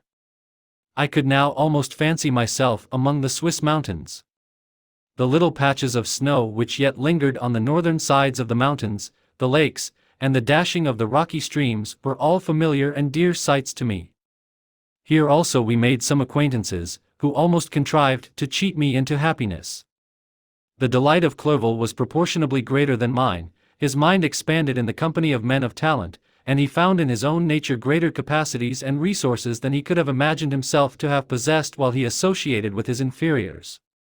"I could pass my life here," said he to me, "and among these mountains I should scarcely regret Switzerland and the Rhine." But he found that a traveler's life is one that includes much pain amidst its enjoyments. His feelings are forever on the stretch, and when he begins to sink into repose, he finds himself obliged to quit that on which he rests in pleasure for something new, which again engages his attention, and which also he forsakes for other novelties. We had scarcely visited the various lakes of Cumberland and Westmoreland, and conceived an affection for some of the inhabitants when the period of our appointment with our Scotch friend approached, and we left them to travel on. For my own part, one was not sorry. I had now neglected my promise for some time, and I feared the effects of the Damon's disappointment. He might remain in Switzerland and wreak his vengeance on my relatives. This idea pursued me and tormented me at every moment from which I might otherwise have snatched repose and peace. I waited for my letters with feverish impatience. If they were delayed, I was miserable and overcome by 1,000 fears, and when they arrived and I saw the superscription of Elizabeth or my father, I hardly dared to read and ascertain my fate. Sometimes I thought that the fiend followed me and might expedite my remissness by murdering my companion. When these thoughts possessed me, I would not quit Henry for a moment, but followed him as his shadow, to protect him from the fancied rage of his destroyer. I felt as if I had committed some great crime, the consciousness of which haunted me. I was guiltless, but I had indeed drawn down a horrible curse upon my head, as mortal as that of crime. I visited Edinburgh with languid eyes and mind, and yet that city might have interested the most unfortunate being. Clerval did not like it so well as Oxford, for the antiquity of the latter city was more pleasing to him. But the beauty and regularity of the new town of Edinburgh, its romantic castle and its environs, the most delightful in the world, Arthur's Seat, St. Bernard's Well, and the Pentland Hills, compensated him for the change and filled him with cheerfulness and admiration. But I was impatient to arrive at the termination of my journey. We left Edinburgh in a week, passing through Cupar, St. Andrews, and along the banks of the Tay, to Perth, where our friend expected us. But I was in no mood to laugh and talk with strangers or enter into their feelings or plans with the good humor expected from a guest, and accordingly I told Clerval that I wished to make the tour of Scotland alone. "Do you," said I, "enjoy yourself, and let this be our rendezvous. I may be absent a month or 2, but do not interfere with my motions, I entreat you. Leave me to peace and solitude for a short time, and when I return, I hope it will be with a lighter heart, more congenial to your own temper." Henry wished to dissuade me, but seeing me bent on this plan, ceased to remonstrate. He entreated me to write often. "I had rather be with you," he said, "in your solitary rambles, than with these Scotch people, whom I do not know. Hasten, then, my dear friend, to return, that I may again feel myself somewhat at home, which I cannot do in your absence." Having parted from my friend, I determined to visit some remote spot of Scotland and finish my work in solitude. I did not doubt but that the monster followed me and would discover himself to me when I should have finished, that he might receive his companion. With this resolution, traversed the northern highlands, and fixed on one of the remotest of the Orkneys as the scene of my labors. It was a place fitted for such a work, being hardly more than a rock whose high sides were continually beaten upon by the waves. The soil was barren, scarcely affording pasture for a few miserable cows, and oatmeal for its inhabitants, which consisted of 5 persons, whose gaunt and scraggy limbs gave tokens of their miserable fare. Vegetables and bread, when they indulged in such luxuries, and even fresh water, was to be procured from the mainland, which was about 5 miles distant. On the whole island there were but 3 miserable huts, and one of these was vacant when I arrived. This I hired. It contained but 2 rooms, and these exhibited all the squalidness of the most miserable penury. The thatch had fallen in, the walls were unplastered, and the door was off its hinges. I ordered it to be repaired, bought some furniture, and took possession, an incident which would doubtless have occasioned some surprise had not all the senses of the cottagers been benumbed by want and squalid poverty. As it was, I lived ungazed at and unmolested, hardly thanked for the pittance of food and clothes which I gave. So much does suffering blunt even the coarsest sensations of men. In this retreat I devoted the morning to labor, but in the evening, when the weather permitted, I walked on the stony beach of the sea to listen to the waves as they roared and dashed at my feet. It was a monotonous, yet ever-changing scene. I thought of Switzerland. It was far different from this desolate and appalling landscape. Its hills are covered with vines, and its cottages are scattered thickly in the plains. Its fair lakes reflect a blue and gentle sky, and when troubled by the winds, their tumult is but as the play of a lively infant when compared to the roarings of the giant ocean. In this manner I distributed my occupations when I first arrived, but as I proceeded in my labor, it became every day more horrible and irksome to me. Sometimes I could not prevail on myself to enter my laboratory for several days, and at other times I toiled day and night in order to complete my work. It was, indeed, a filthy process in which I was engaged. During my first experiment, a kind of enthusiastic frenzy had blinded me to the horror of my employment. My mind was intently fixed on the consummation of my labor, and my eyes were shut to the horror of my proceedings. But now I went to it in cold blood, and my heart often sickened at the work of my hands. Thus situated, employed in the most detestable occupation, immersed in a solitude where nothing could for an instant call my attention from the actual scene in which I was engaged, my spirits became unequal. I grew restless and nervous. Every moment I feared to meet my persecutor.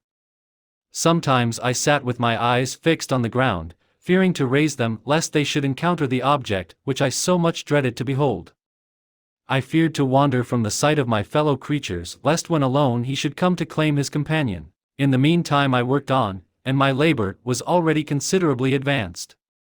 I looked towards its completion with a tremulous and eager hope, which I dared not trust myself to question but which was intermixed with obscure forebodings of evil that made my heart sicken in my bosom. Chapter 20. I sat one evening in my laboratory. The sun had set, and the moon was just rising from the sea. I had not sufficient light for my employment, and I remained idle, in a pause of consideration of whether I should leave my labor for the night or hasten its conclusion by an unremitting attention to it. As I sat, a train of reflection occurred to me which led me to consider the effects of what I was now doing. 3 years before, I was engaged in the same manner and had created a fiend whose unparalleled barbarity had desolated my heart and filled it forever with the bitterest remorse.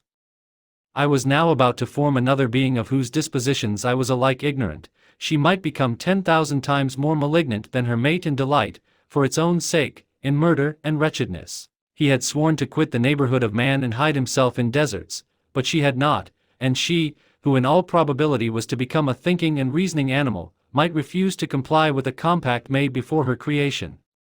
They might even hate each other. The creature who already lived loathed his own deformity, and might he not conceive a greater abhorrence for it when it came before his eyes in the female form? She also might turn with disgust from him to the superior beauty of man. She might quit him, and he be again alone, exasperated by the fresh provocation of being deserted by one of his own species. Even if they were to leave Europe and inhabit the deserts of the New World, yet one of the first results of those sympathies for which the daemon thirsted would be children, and a race of devils would be propagated upon the earth who might make the very existence of the species of man a condition precarious and full of terror. Had I right, for my own benefit, to inflict this curse upon everlasting generations? I had before been moved by the sophisms of the being I had created. I had been struck senseless by his fiendish threats, but now, for the first time, the wickedness of my promise burst upon me. I shuddered to think that future ages might curse me as their pest, whose selfishness had not hesitated to buy its own peace at the price, perhaps, of the existence of the whole human race.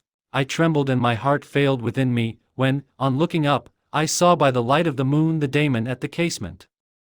A ghastly grin wrinkled his lips as he gazed on me, where I sat fulfilling the task which he had allotted to me. Yes, he had followed me in my travels, he had loitered in forests, hid himself in caves, or taken refuge in wide and desert heaths, and he now came to mark my progress and claim the fulfillment of my promise. As I looked on him, his countenance expressed the utmost extent of malice and treachery. I thought with a sensation of madness on my promise of creating another like to him, and trembling with passion, tore to pieces the thing on which I was engaged. The wretch saw me destroy the creature on whose future existence he depended for happiness, and with a howl of devilish despair and revenge, withdrew. I left the room, and locking the door, made a solemn vow in my own heart never to resume my labors, and then, with trembling steps, I sought my own apartment.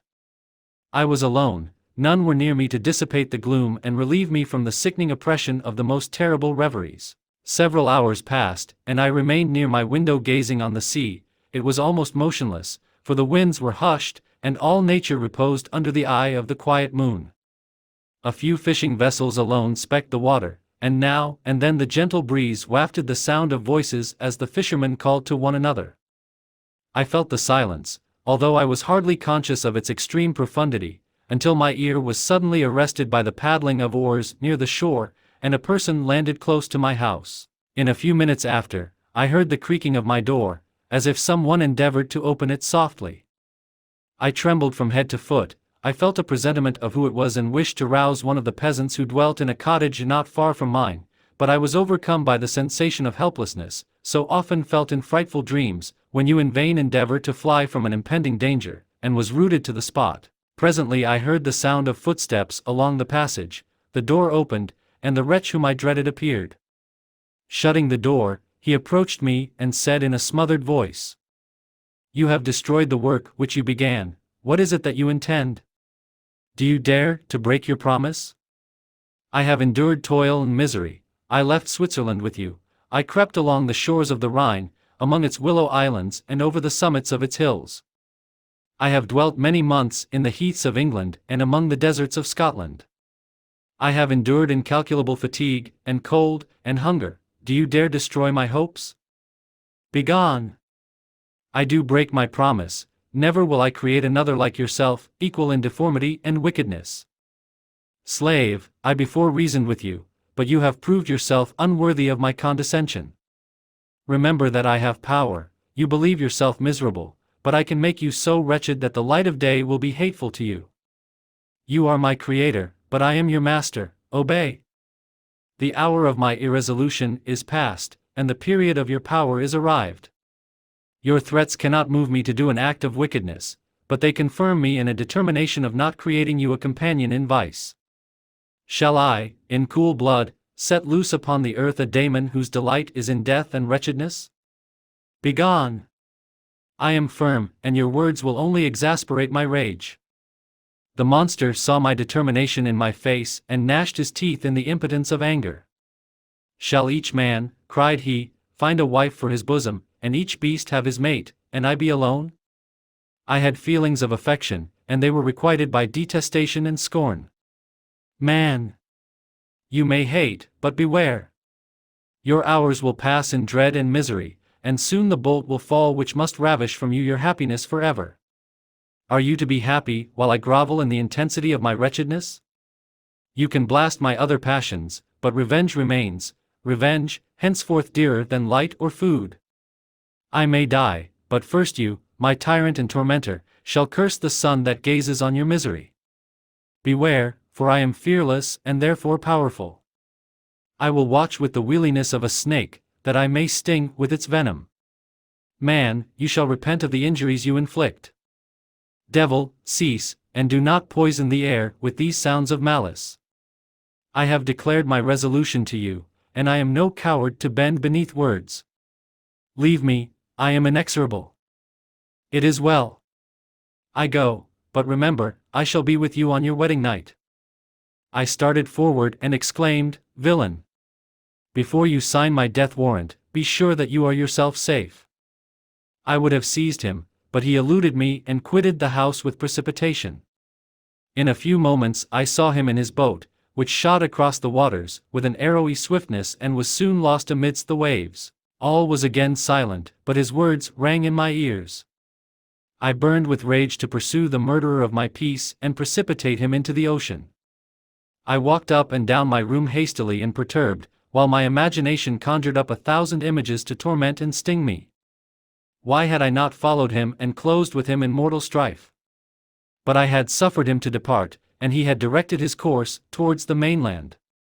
I shuddered to think who might be the next victim sacrificed to his insatiate revenge.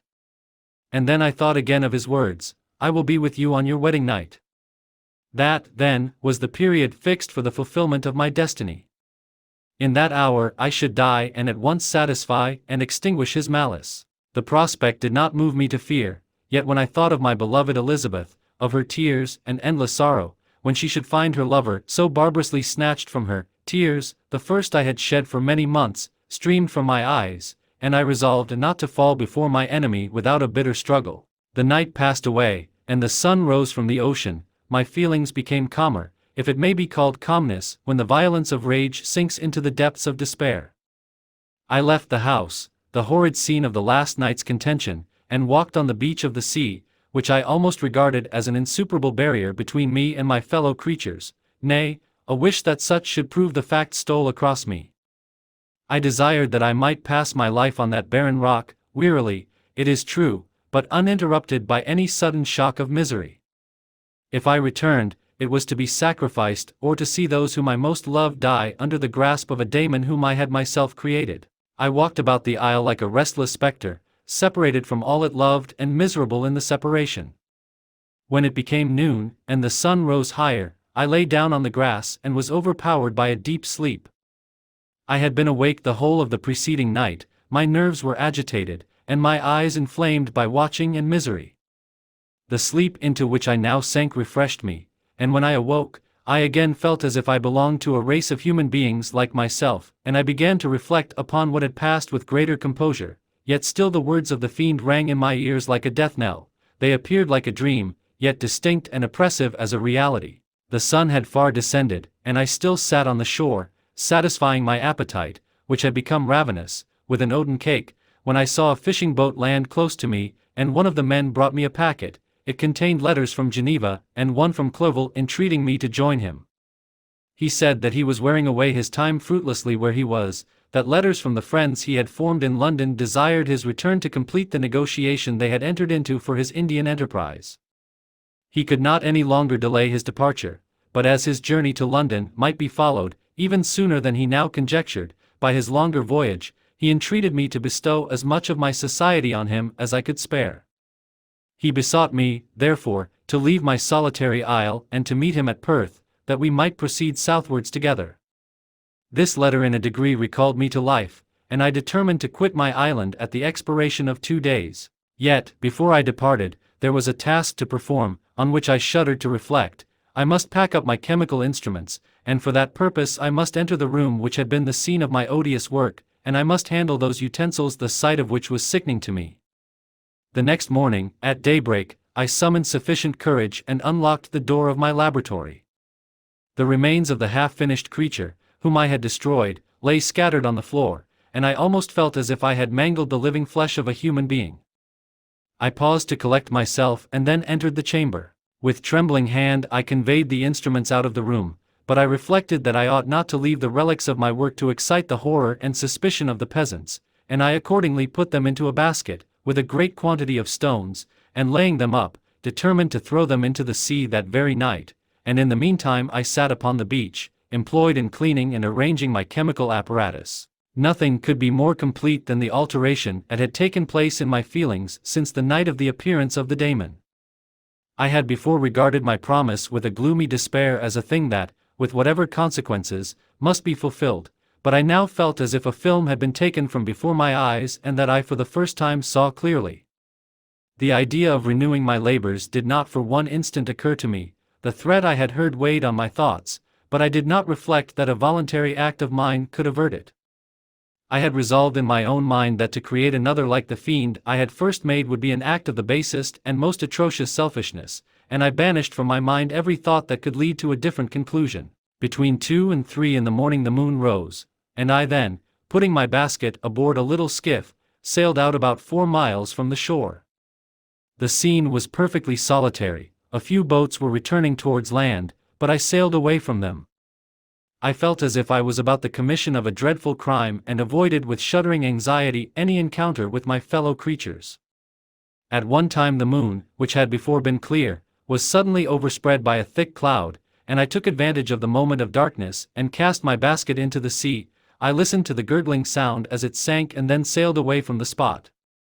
The sky became clouded, but the air was pure, although chilled by the northeast breeze that was then rising.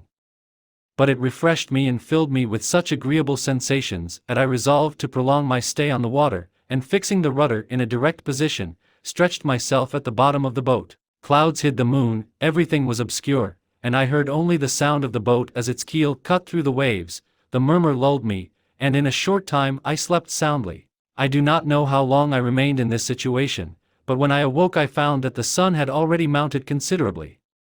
The wind was high, and the waves continually threatened the safety of my little skiff.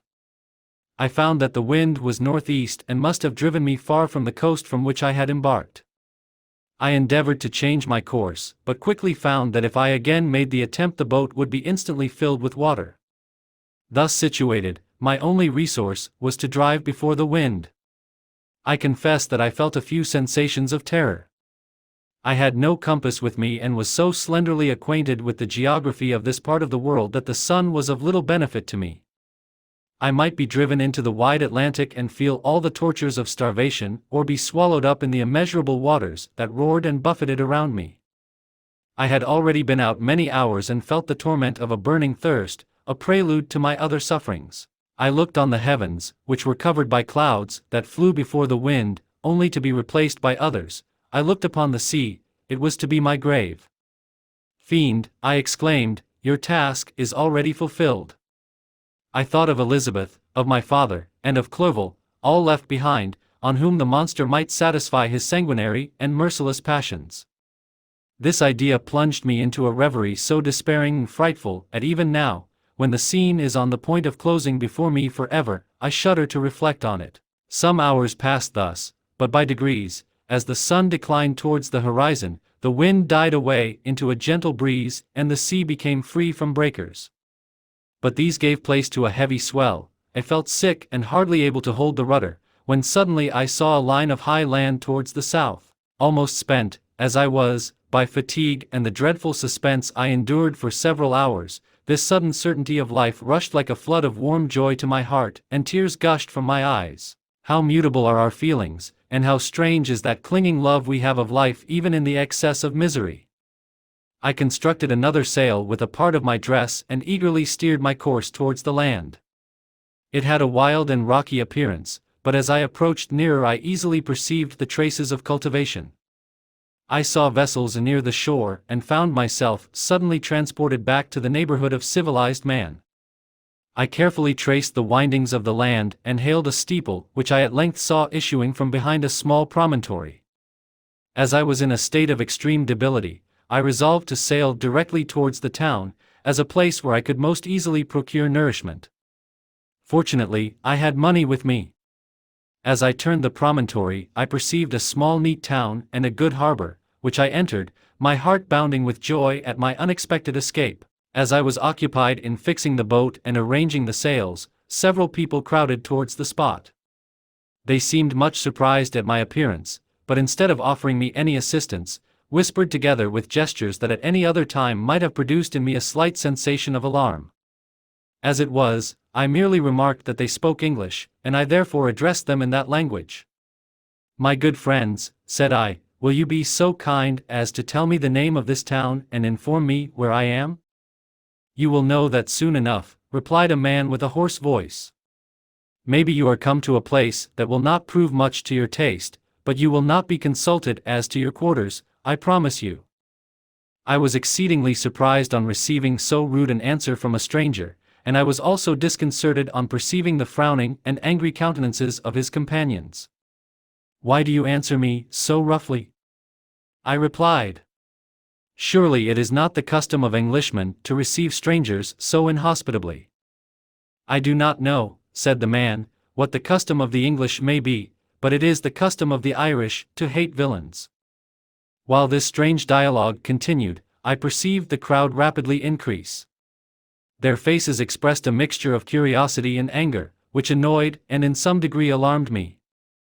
I inquired the way to the inn, but no one replied. I then moved forward, and a murmuring sound arose from the crowd as they followed and surrounded me, when an ill-looking man approaching tapped me on the shoulder and said, "Come, sir, you must follow me to Mr. Kerwin's to give an account of yourself." "Who is Mr. Kerwin? Why am I to give an account of myself? Is not this a free country?" "Aye, sir, free enough for honest folks. Mr. Kerwin is a magistrate, and you are to give an account of the death of a gentleman who was found murdered here last night." This answer startled me, but I presently recovered myself. I was innocent, that could easily be proved. Accordingly I followed my conductor in silence and was led to one of the best houses in the town. I was ready to sink from fatigue and hunger, but being surrounded by a crowd, I thought it politic to rouse all my strength, that no physical debility might be construed into apprehension or conscious guilt. Little did I then expect the calamity that was in a few moments to overwhelm me and extinguish in horror and despair all fear of ignominy or death. I must pause here, for it requires all my fortitude to recall the memory of the frightful events which I am about to relate, in proper detail, to my recollection. Chapter 21. I was soon introduced into the presence of the magistrate, an old benevolent man with calm and mild manners. He looked upon me, however, with some degree of severity, and then, turning towards my conductors, he asked who appeared as witnesses on this occasion. About half a dozen men came forward, and, one being selected by the magistrate, he deposed that he had been out fishing the night before with his son and brother-in-law, Daniel Nugent, when, about 10 o'clock, they observed a strong northerly blast rising, and they accordingly put in for port. It was a very dark night, as the moon had not yet risen. They did not land at the harbor, but, as they had been accustomed, at a creek about 2 miles below. He walked on first, carrying a part of the fishing tackle, and his companions followed him at some distance. As he was proceeding along the sands, he struck his foot against something and fell at his length on the ground. His companions came up to assist him, and by the light of their lantern they found that he had fallen on the body of a man, who was to all appearance dead. Their first supposition was that it was the corpse of some person who had been drowned and was thrown on shore by the waves, but on examination they found that the clothes were not wet and even that the body was not then cold. They instantly carried it to the cottage of an old woman near the spot and endeavored, but in vain, to restore it to life. It appeared to be a handsome young man, about 25 years of age. He had apparently been strangled, for there was no sign of any violence except the black mark of fingers on his neck.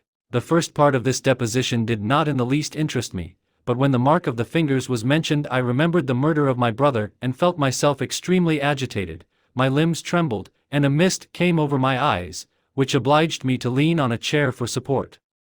The magistrate observed me with a keen eye and of course drew an unfavorable augury from my manner. The son confirmed his father's account, but when Daniel Nugent was called he swore positively that just before the fall of his companion, he saw a boat, with a single man in it, at a short distance from the shore, and as far as he could judge by the light of a few stars, it was the same boat in which I had just landed. A woman deposed that she lived near the beach and was standing at the door of her cottage, waiting for the return of the fishermen, about an hour before she heard of the discovery of the body, when she saw a boat with only one man in it push off from that part of the shore ere the corpse was afterwards found. Another woman confirmed the account of the fishermen having brought the body into her house. It was not cold.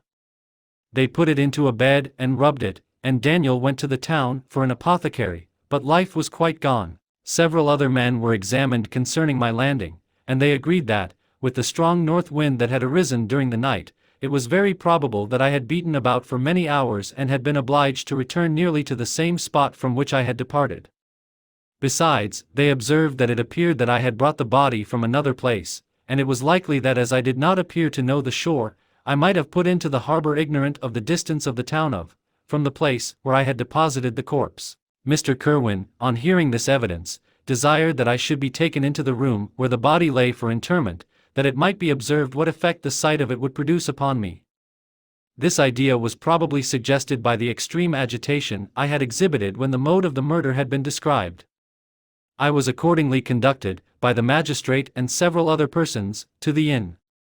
I could not help being struck by the strange coincidences that had taken place during this eventful night, but, knowing that I had been conversing with several persons in the island I had inhabited about the time that the body had been found, I was perfectly tranquil as to the consequences of the affair. I entered the room where the corpse lay and was led up to the coffin. How can I describe my sensations on beholding it? I feel yet parched with horror, nor can I reflect on that terrible moment without shuddering in agony. The examination, the presence of the magistrate and witnesses, passed like a dream from my memory when I saw the lifeless form of Henry Clerval stretched before me. I gasped for breath, and throwing myself on the body, I exclaimed, "Have my murderous machinations deprived you also, my dearest Henry, of life? 2 I have already destroyed, other victims await their destiny, but you, Clerval, my friend, my benefactor." The human frame could no longer support the agonies that I endured, and I was carried out of the room in strong convulsions. A fever succeeded to this.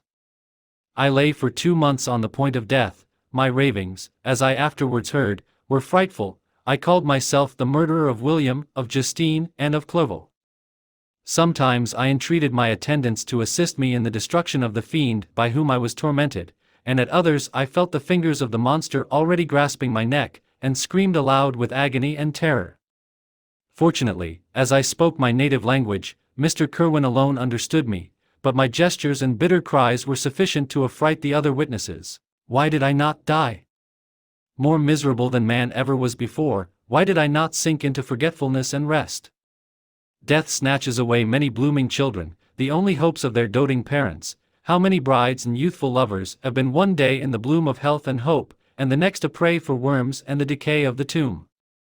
Of what materials was I made that I could thus resist so many shocks, which, like the turning of the wheel, continually renewed the torture? But I was doomed to live, and in 2 months found myself as awaking from a dream, in a prison, stretched on a wretched bed, surrounded by jailers, turnkeys, bolts, and all the miserable apparatus of a dungeon. It was morning, I remember, when I thus awoke to understanding. I had forgotten the particulars of what had happened and only felt as if some great misfortune had suddenly overwhelmed me. But when I looked around and saw the barred windows and the squalidness of the room in which I was, all flashed across my memory and I groaned bitterly. This sound disturbed an old woman who was sleeping in a chair beside me. She was a hired nurse, the wife of one of the turnkeys, and her countenance expressed all those bad qualities which often characterize that class. The lines of her face were hard and rude, like that of persons accustomed to see without sympathizing in sights of misery. Her tone expressed her entire indifference. She addressed me in English, and the voice struck me as one that I had heard during my sufferings. "Are you better now, sir?" said she. I replied in the same language, with a feeble voice, "I believe I am, but if it be all true, if indeed I did not dream, I am sorry that I am still alive to feel this misery and horror." "For that matter," replied the old woman, "if you mean about the gentleman you murdered, I believe that it were better for you if you were dead, for I fancy it will go hard with you. However, that's none of my business. I am sent to nurse you and get you well. I do my duty with a safe conscience. It were well if everybody did the same." I turned with loathing from the woman who could utter so unfeeling a speech to a person just saved, on the very edge of death, but I felt languid and unable to reflect on all that had passed. The whole series of my life appeared to me as a dream. I sometimes doubted if indeed it were all true, for it never presented itself to my mind with the force of reality. As the images that floated before me became more distinct, I grew feverish. A darkness pressed around me. No one was near me who soothed me with the gentle voice of love. No dear hand supported me. The physician came and prescribed medicines, and the old woman prepared them for me, but utter carelessness was visible in the first, and the expression of brutality was strongly marked in the visage of the second. Who could be interested in the fate of a murderer but the hangman who would gain his fee? These were my first reflections, but I soon learned that Mr. Kerwin had shown me extreme kindness. He had caused the best room in the prison to be prepared for me, wretched indeed was the best, and it was he who had provided a physician and a nurse. It is true, he seldom came to see me, for although he ardently desired to relieve the sufferings of every human creature, he did not wish to be present at the agonies and miserable ravings of a murderer. He came, therefore, sometimes to see that I was not neglected, but his visits were short and with long intervals. One day, while I was gradually recovering, I was seated in a chair, my eyes half open and my cheeks livid like those in death. I was overcome by gloom and misery and often reflected I had better seek death than desire to remain in a world which to me was replete with wretchedness. At one time I considered whether I should not declare myself guilty and suffer the penalty of the law, less innocent than poor Justine had been. Such were my thoughts when the door of my apartment was opened and Mr. Kirwin entered. His countenance expressed sympathy and compassion. He drew a chair close to mine and addressed me in French. "I fear that this place is very shocking to you. Can I do anything to make you more comfortable?" "I thank you, but all that you mention is nothing to me. On the whole earth there is no comfort which I am capable of receiving. I know that the sympathy of a stranger can be but of little relief to one borne down as you are by so strange a misfortune. But you will, I hope, soon quit this melancholy abode, for doubtless evidence can easily be brought to free you from the criminal charge. That is my least concern. I am, by a course of strange events, become the most miserable of mortals. Persecuted and tortured as I am and have been, can death be any evil to me? Nothing indeed could be more unfortunate and agonizing than the strange chances that have lately occurred. You were thrown, by some surprising accident, on this shore, renowned for its hospitality, seized immediately, and charged with murder. The first sight that was presented to your eyes was the body of your friend, murdered in so unaccountable a manner and placed, as it were, by some fiend across your path. As Mr. Kirwin said this, notwithstanding the agitation I endured on this retrospect of my sufferings, I also felt considerable surprise at the knowledge he seemed to possess concerning me. I suppose some astonishment was exhibited in my countenance, for Mr. Kirwin hastened to say, "Immediately upon your being taken ill, all the papers that were on your person were brought me, and I examined them that I might discover some trace by which I could send to your relations an account of your misfortune and illness. I found several letters, and, among others, one which I discovered from its commencement to be from your father. I instantly wrote to Geneva. Nearly 2 months have elapsed since the departure of my letter. But you are ill, even now you tremble, you are unfit for agitation of any kind. This suspense is 1,000 times worse than the most horrible event. Tell me what new scene of death has been acted, and whose murder I am now to lament?" "Your family is perfectly well," said Mr. Kirwin with gentleness, "and someone, a friend, is come to visit you." I know not by what chain of thought the idea presented itself, but it instantly darted into my mind that the murderer had come to mock at my misery and taunt me with the death of Clerval, as a new incitement for me to comply with his hellish desires. I put my hand before my eyes, and cried out in agony, "Oh! Take him away! I cannot see him, for God's sake, do not let him enter." Mr. Kirwin regarded me with a troubled countenance. He could not help regarding my exclamation as a presumption of my guilt and said in rather a severe tone, "I should have thought, young man, that the presence of your father would have been welcome instead of inspiring such violent repugnance." "My father," cried I, while every feature and every muscle was relaxed from anguish to pleasure. "Is my father indeed come? How kind, how very kind! But where is he? Why does he not hasten to me?" My change of manner surprised and pleased the magistrate. Perhaps he thought that my former exclamation was a momentary return of delirium, and now he instantly resumed his former benevolence. He rose and quitted the room with my nurse, and in a moment my father entered it. Nothing, at this moment, could have given me greater pleasure than the arrival of my father. I stretched out my hand to him and cried, "Are you then safe, and Elizabeth, and Ernest?" My father calmed me with assurances of their welfare and endeavored, by dwelling on these subjects so interesting to my heart, to raise my desponding spirits, but he soon felt that a prison cannot be the abode of cheerfulness.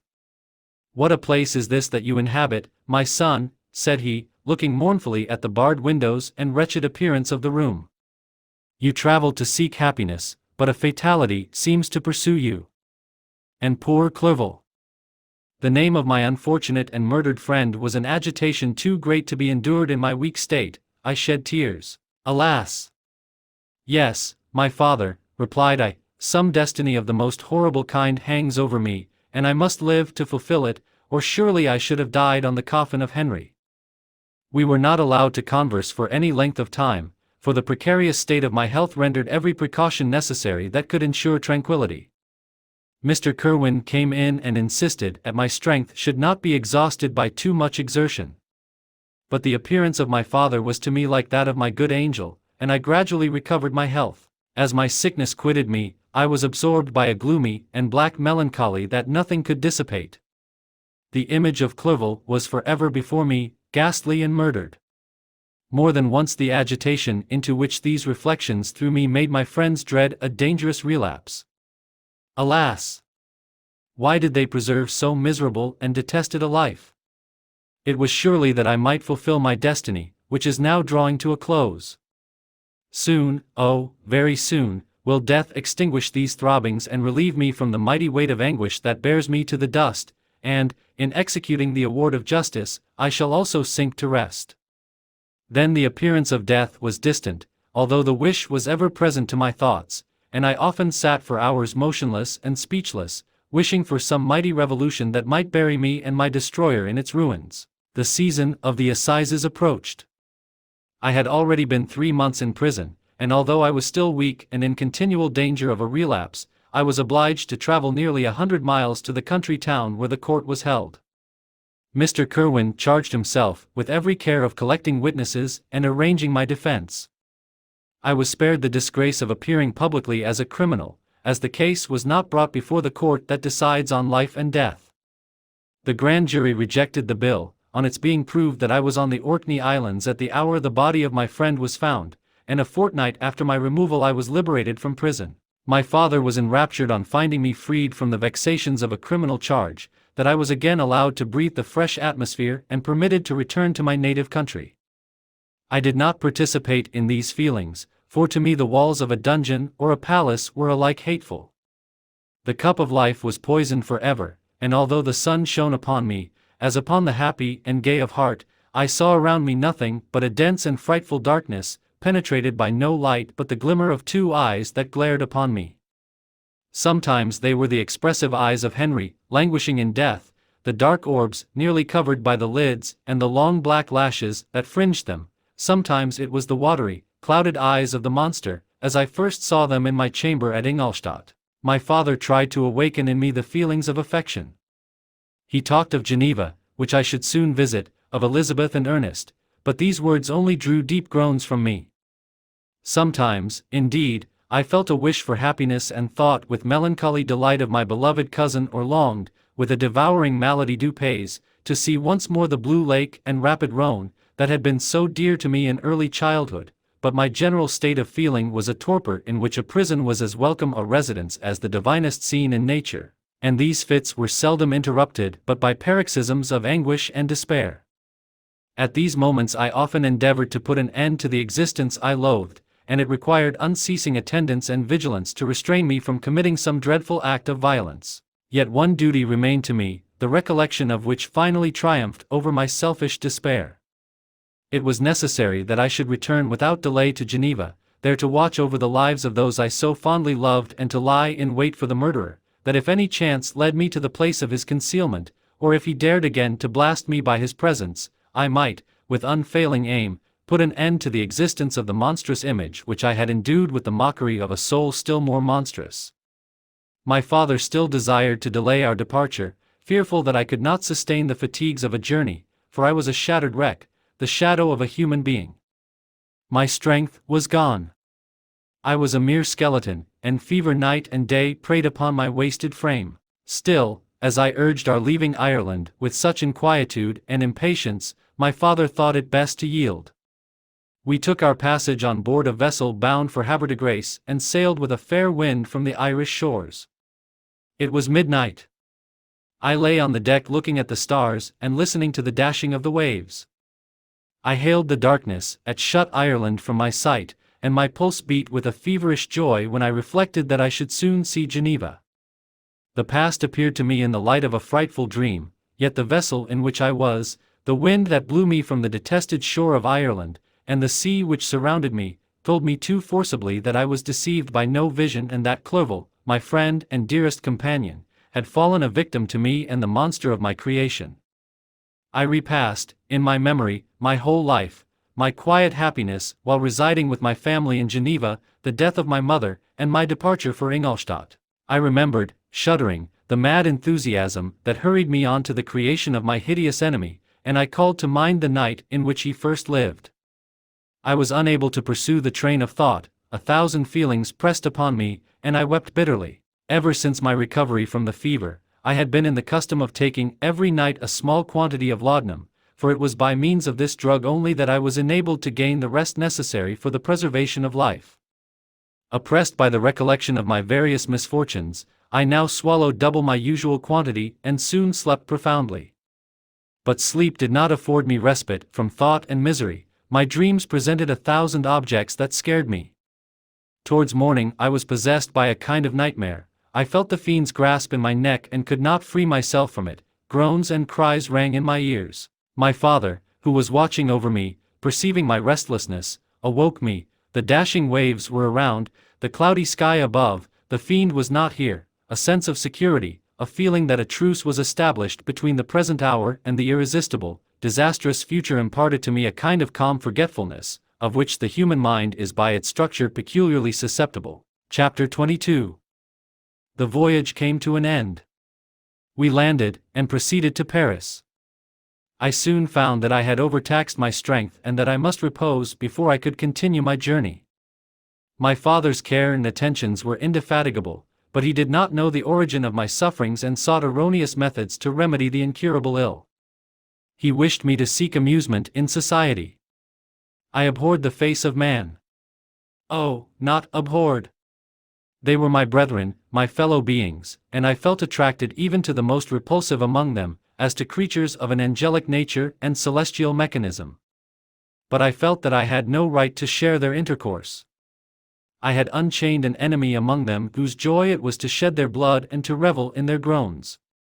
How they would, each and all, abhor me and hunt me from the world, did they know my unhallowed acts and the crimes which had their source in me. My father yielded at length to my desire to avoid society and strove by various arguments to banish my despair.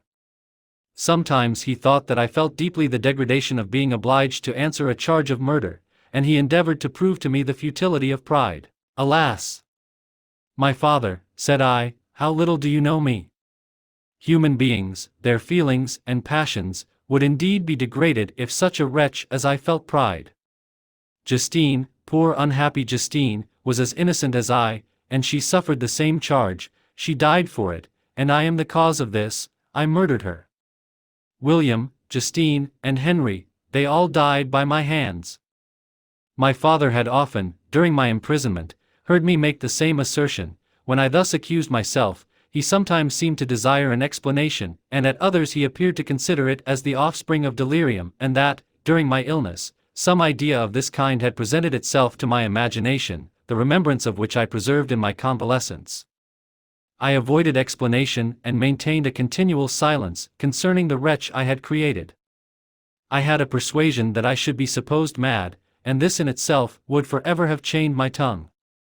But, besides, I could not bring myself to disclose a secret which would fill my hearer with consternation and make fear and unnatural horror the inmates of his breast. I checked, therefore, my impatient thirst for sympathy, and was silent when I would have given the world to have confided the fatal secret. Yet, still, words like those I have recorded would burst uncontrollably from me. I could offer no explanation of them, but their truth in part relieved the burden of my mysterious woe. Upon this occasion my father said, with an expression of unbounded wonder, "My dearest Victor, what infatuation is this? My dear son, I entreat you never to make such an assertion again." "I am not mad," I cried energetically. "The sun and the heavens, who have viewed my operations, can bear witness of my truth. I am the assassin of those most innocent victims. They died by my machinations. 1,000 times would I have shed my own blood, drop by drop, to have saved their lives, but I could not, my father, indeed I could not sacrifice the whole human race. The conclusion of this speech convinced my father that my ideas were deranged, and he instantly changed the subject of our conversation and endeavored to alter the course of my thoughts. He wished as much as possible to obliterate the memory of the scenes that had taken place in Ireland and never alluded to them or suffered me to speak of my misfortunes. As time passed away, I became more calm. Misery had her dwelling in my heart, but I no longer talked in the same incoherent manner of my own crimes. Sufficient for me was the consciousness of them. By the utmost self-violence I curbed the imperious voice of wretchedness, which sometimes desired to declare itself to the whole world, and my manners were calmer and more composed than they had ever been since my journey to the Sea of Ice. A few days before we left Paris on our way to Switzerland, I received the following letter from Elizabeth. My dear friend, it gave me the greatest pleasure to receive a letter from my uncle dated at Paris. You are no longer at a formidable distance, and I may hope to see you in less than a fortnight. My poor cousin, how much you must have suffered! I expect to see you looking even more ill than when you quitted Geneva.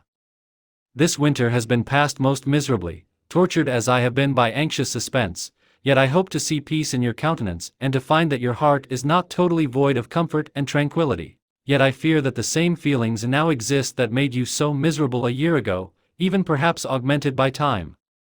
I would not disturb you at this period, when so many misfortunes weigh upon you, but a conversation that I had with my uncle previous to his departure renders some explanation necessary before we meet. Explanation? You may possibly say, what can Elizabeth have to explain? If you really say this, my questions are answered and all my doubts satisfied. But you are distant from me, and it is possible that you may dread and yet be pleased with this explanation, and in a probability of this being the case, I dare not any longer postpone writing what, during your absence, I have often wished to express to you but have never had the courage to begin. You well know, Victor, that our union had been the favorite plan of your parents ever since our infancy. We were told this when young, and taught to look forward to it as an event that would certainly take place. We were affectionate playfellows during childhood, and, I believe, dear and valued friends to one another as we grew older. But as brother and sister often entertain a lively affection towards each other without desiring a more intimate union, may not such also be our case? Tell me, dearest Victor. Answer me, I conjure you by our mutual happiness, with simple truth, do you not love another? You have traveled, you have spent several years of your life at Ingolstadt, and I confess to you, my friend, that when I saw you last autumn, so unhappy, flying to solitude from the society of every creature, I could not help supposing that you might regret our connection and believe yourself bound in honor to fulfill the wishes of your parents, although they opposed themselves to your inclinations. But this is false reasoning. I confess to you, my friend, that I love you and that in my airy dreams of futurity you have been my constant friend and companion. But it is your happiness I desire as well as my own when I declare to you that our marriage would render me eternally miserable unless it were the dictate of your own free choice. Even now I weep to think that, borne down as you are by the cruelest misfortunes, you may stifle, by the word honor, all hope of that love and happiness which would alone restore you to yourself. I, who have so disinterested an affection for you, may increase your miseries tenfold by being an obstacle to your wishes. Ah! Victor, be assured that your cousin and playmate has too sincere a love for you not to be made miserable by this supposition. Be happy, my friend, and if you obey me in this one request, remain satisfied that nothing on earth will have the power to interrupt my tranquility. Do not let this letter disturb you, do not answer tomorrow, or the next day, or even until you come, if it will give you pain. My uncle will send me news of your health, and if I see but one smile on your lips when we meet, occasioned by this or any other exertion of mine, I shall need no other happiness. Elizabeth Lavenza. Geneva, May 18, 17. This letter revived in my memory what I had before forgotten, the threat of the fiend, I will be with you on your wedding night. Such was my sentence, and on that night would the daemon employ every art to destroy me and tear me from the glimpse of happiness which promised partly to console my sufferings. On that night he had determined to consummate his crimes by my death. Well, be it so, a deadly struggle would then assuredly take place, in which if he were victorious I should be at peace and his power over me be at an end. If he were vanquished, I should be a free man. Alas! What freedom! Such as the peasant enjoys when his family have been massacred before his eyes, his cottage burnt, his lands laid waste, and he is turned adrift, homeless, penniless, and alone, but free. Such would be my liberty, except that in my Elizabeth the first possessed a treasure, alas, balanced by those horrors of remorse and guilt which would pursue me until death. Sweet and beloved Elizabeth!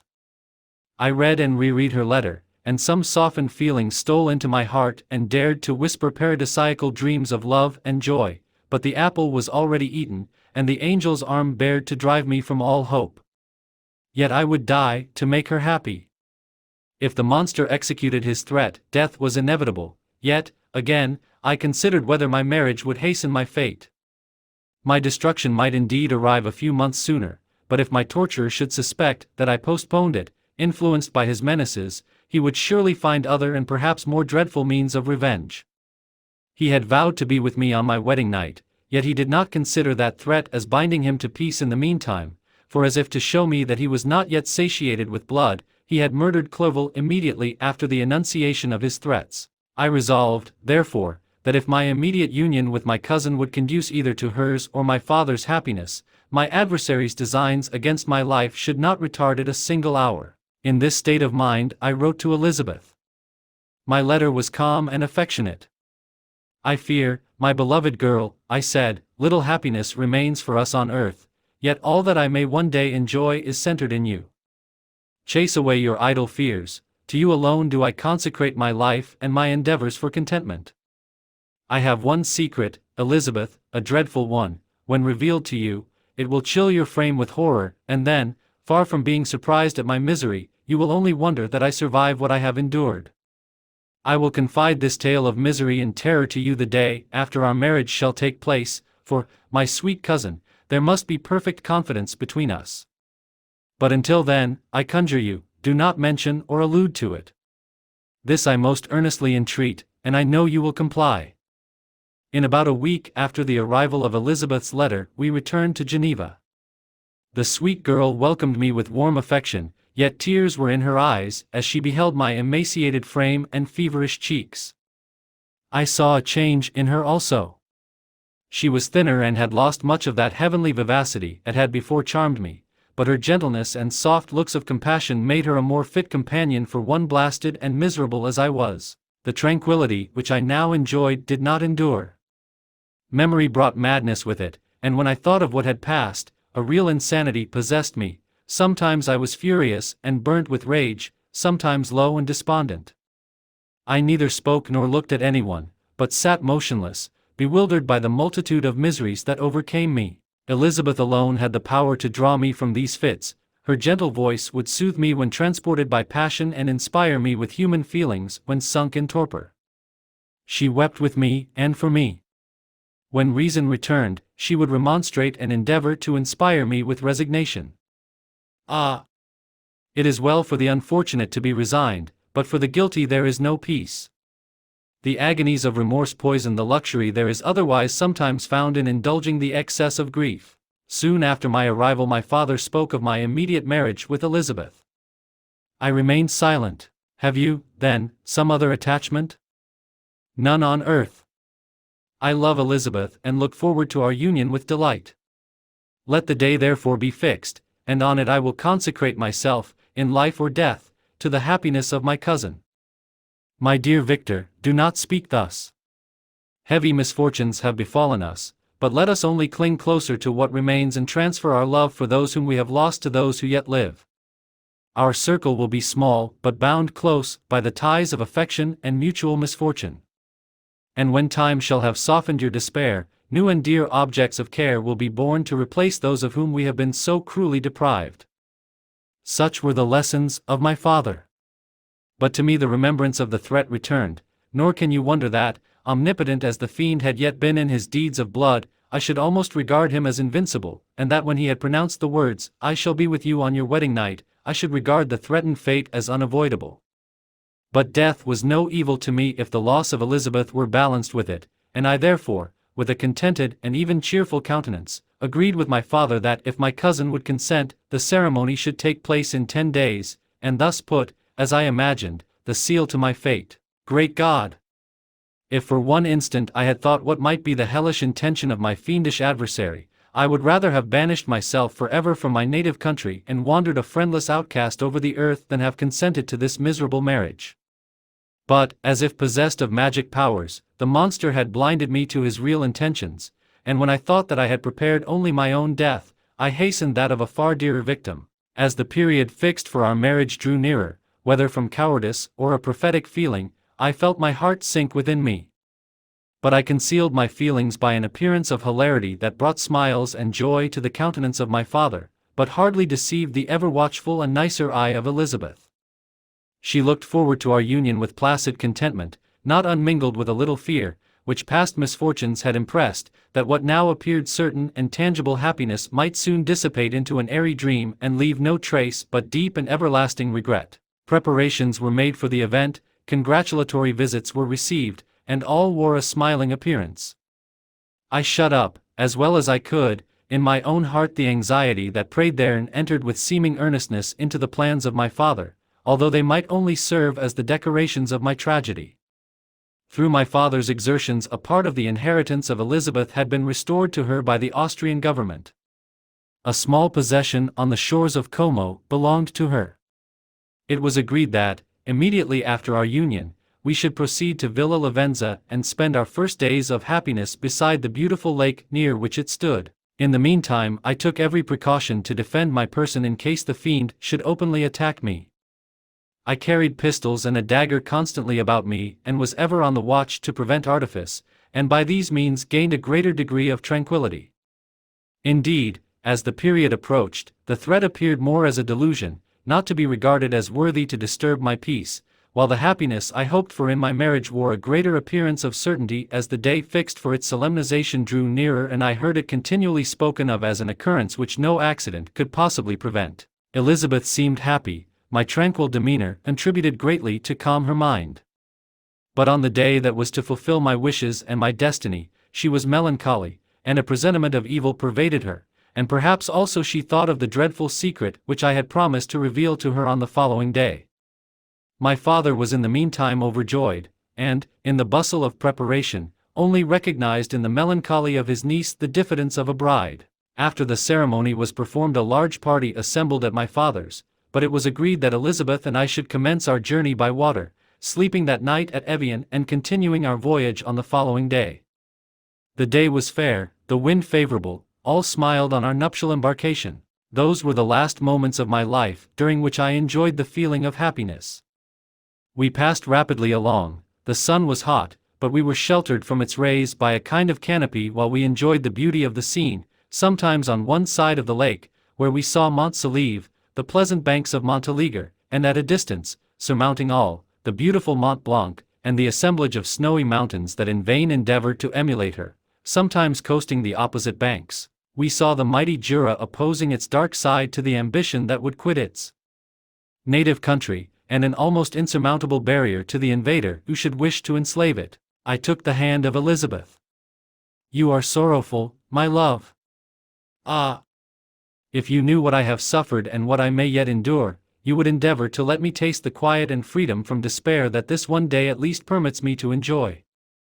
"Be happy, my dear Victor," replied Elizabeth, "there is, I hope, nothing to distress you, and be assured that if a lively joy is not painted in my face, my heart is contented. Something whispers to me not to depend too much on the prospect that is opened before us, but I will not listen to such a sinister voice. Observe how fast we move along and how the clouds, which sometimes obscure and sometimes rise above the dome of Mont Blanc, render this scene of beauty still more interesting. Look also at the innumerable fish that are swimming in the clear waters, where we can distinguish every pebble that lies at the bottom. What a divine day! How happy and serene all nature appears!" Thus Elizabeth endeavored to divert her thoughts and mine from all reflection upon melancholy subjects. But her temper was fluctuating, joy for a few instants shone in her eyes, but it continually gave place to distraction and reverie. The sun sank lower in the heavens, we passed the river Drance and observed its path through the chasms of the higher and the glens of the lower hills. The Alps here come closer to the lake, and we approached the amphitheater of mountains which forms its eastern boundary. The spire of Evian shone under the woods that surrounded it and the range of mountain above mountain by which it was overhung. The wind, which had hitherto carried us along with amazing rapidity, sank at sunset to a light breeze. The soft air just ruffled the water and caused a pleasant motion among the trees as we approached the shore, from which it wafted the most delightful scent of flowers and hay. The sun sank beneath the horizon as we landed, and as I touched the shore I felt those cares and fears revive which soon were to clasp me and cling to me forever. Chapter 23. It was 8 o'clock when we landed. We walked for a short time on the shore, enjoying the transitory light, and then retired to the inn and contemplated the lovely scene of waters, woods, and mountains, obscured in darkness, yet still displaying their black outlines. The wind, which had fallen in the south, now rose, with great violence, in the west. The moon had reached her summit in the heavens and was beginning to descend. The clouds swept across it swifter than the flight of the vulture and dimmed her rays, while the lake reflected the scene of the busy heavens, rendered still busier by the restless waves that were beginning to rise. Suddenly a heavy storm of rain descended. I had been calm during the day, but so soon as night obscured the shapes of objects, 1,000 fears arose in my mind. I was anxious and watchful, while my right hand grasped a pistol which was hidden in my bosom. Every sound terrified me, but I resolved that I would sell my life dearly and not shrink from the conflict until my own life or that of my adversary was extinguished. Elizabeth observed my agitation for some time in timid and fearful silence, but there was something in my glance which communicated terror to her, and trembling, she asked, "What is it that agitates you, my dear Victor? What is it you fear?" "Oh, peace, peace, my love," replied I, "this night, and all will be safe, but this night is dreadful, very dreadful." I passed an hour in this state of mind, when suddenly I reflected how fearful the combat which I momentarily expected would be to my wife, and I earnestly entreated her to retire, resolving not to join her until I had obtained some knowledge as to the situation of my enemy. She left me, and I continued some time walking up and down the passages of the house and inspecting every corner that might afford a retreat to my adversary. But I discovered no trace of him and was beginning to conjecture that some fortunate chance had intervened to prevent the execution of his menaces when suddenly I heard a shrill and dreadful scream. It came from the room into which Elizabeth had retired. As I heard it, the whole truth rushed into my mind, my arms dropped, the motion of every muscle and fiber was suspended, I could feel the blood trickling in my veins and tingling in the extremities of my limbs. This state lasted but for an instant. The scream was repeated, and I rushed into the room. Great God! Why did I not then expire? Why am I here to relate the destruction of the best hope and the purest creature on earth? She was there, lifeless and inanimate, thrown across the bed, her head hanging down and her pale and distorted features half covered by her hair. Everywhere I turn I see the same figure, her bloodless arms and relaxed form flung by the murderer on its bridal bier. Could I behold this and live? Alas! Life is obstinate and clings closest where it is most hated. For a moment only did I lose recollection, I fell senseless on the ground. When I recovered I found myself surrounded by the people of the inn. Their countenances expressed a breathless terror, but the horror of others appeared only as a mockery, a shadow of the feelings that oppressed me. I escaped from them to the room where lay the body of Elizabeth, my love, my wife, so lately living, so dear, so worthy. She had been moved from the posture in which I had first beheld her, and now, as she lay, her head upon her arm and a handkerchief thrown across her face and neck, I might have supposed her asleep. I rushed towards her and embraced her with ardor, but the deadly languor and coldness of the limbs told me that what I now held in my arms had ceased to be the Elizabeth whom I had loved and cherished. The murderous mark of the fiend's grasp was on her neck, and the breath had ceased to issue from her lips. While I still hung over her in the agony of despair, I happened to look up. The windows of the room had before been darkened, and I felt a kind of panic on seeing the pale yellow light of the moon illuminate the chamber. The shutters had been thrown back, and with a sensation of horror not to be described, I saw at the open window a figure the most hideous and abhorred.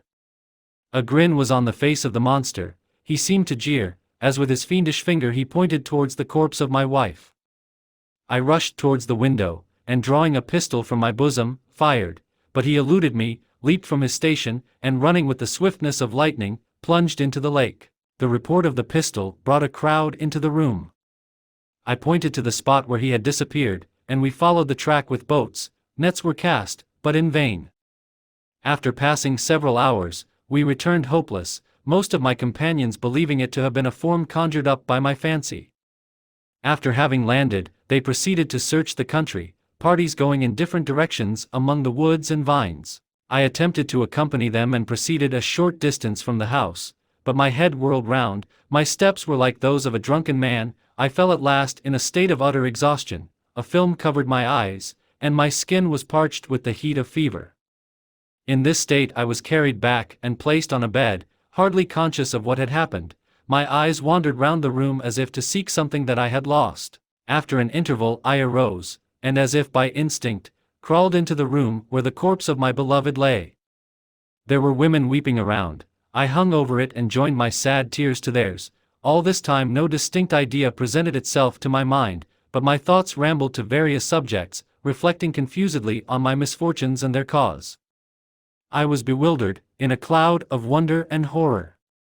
The death of William, the execution of Justine, the murder of Clerval, and lastly of my wife. Even at that moment I knew not that my only remaining friends were safe from the malignity of the fiend. My father even now might be writhing under his grasp, and Ernest might be dead at his feet. This idea made me shudder and recalled me to action. I started up and resolved to return to Geneva with all possible speed. There were no horses to be procured, and I must return by the lake, but the wind was unfavorable, and the rain fell in torrents. However, it was hardly morning, and I might reasonably hope to arrive by night. I hired men to row, and took an oar myself, for I had always experienced relief from mental torment in bodily exercise. But the overflowing misery I now felt, and the excess of agitation that I endured rendered me incapable of any exertion. I threw down the oar, and leaning my head upon my hands, gave way to every gloomy idea that arose. If I looked up, I saw scenes which were familiar to me in my happier time and which I had contemplated but the day before in the company of her who was now but a shadow and a recollection. Tears streamed from my eyes. The rain had ceased for a moment, and I saw the fish play in the waters as they had done a few hours before. They had then been observed by Elizabeth. Nothing is so painful to the human mind as a great and sudden change. The sun might shine or the clouds might lower, but nothing could appear to me as it had done the day before. A fiend had snatched from me every hope of future happiness. No creature had ever been so miserable as I was. So frightful an event is single in the history of man. But why should I dwell upon the incidents that followed this last overwhelming event? Mine has been a tale of horrors. I have reached their acme, and what I must now relate can but be tedious to you. Know that, one by one, my friends were snatched away. I was left desolate. My own strength is exhausted, and I must tell, in a few words, what remains of my hideous narration. I arrived at Geneva. My father and Ernest yet lived, but the former sunk under the tidings that I bore. I see him now, excellent and venerable old man. His eyes wandered in vacancy, for they had lost their charm and their delight. His Elizabeth, his more than daughter, whom he doted on with all that affection which a man feels, who in the decline of life, having few affections, clings more earnestly to those that remain. Cursed be the fiend that brought misery on his grey hairs and doomed him to waste in wretchedness. He could not live under the horrors that were accumulated around him. The springs of existence suddenly gave way. He was unable to rise from his bed, and in a few days he died in my arms. What then became of me? I know not. I lost sensation, and chains and darkness were the only objects that pressed upon me. Sometimes, indeed, I dreamt that I wandered in flowery meadows and pleasant valleys with the friends of my youth, but I awoke and found myself in a dungeon. Melancholy followed, but by degrees I gained a clear conception of my miseries and situation and was then released from my prison. For they had called me mad, and during many months, as I understood, a solitary cell had been my habitation. Liberty, however, had been a useless gift to me, had I not, as I awakened to reason, at the same time awakened to revenge.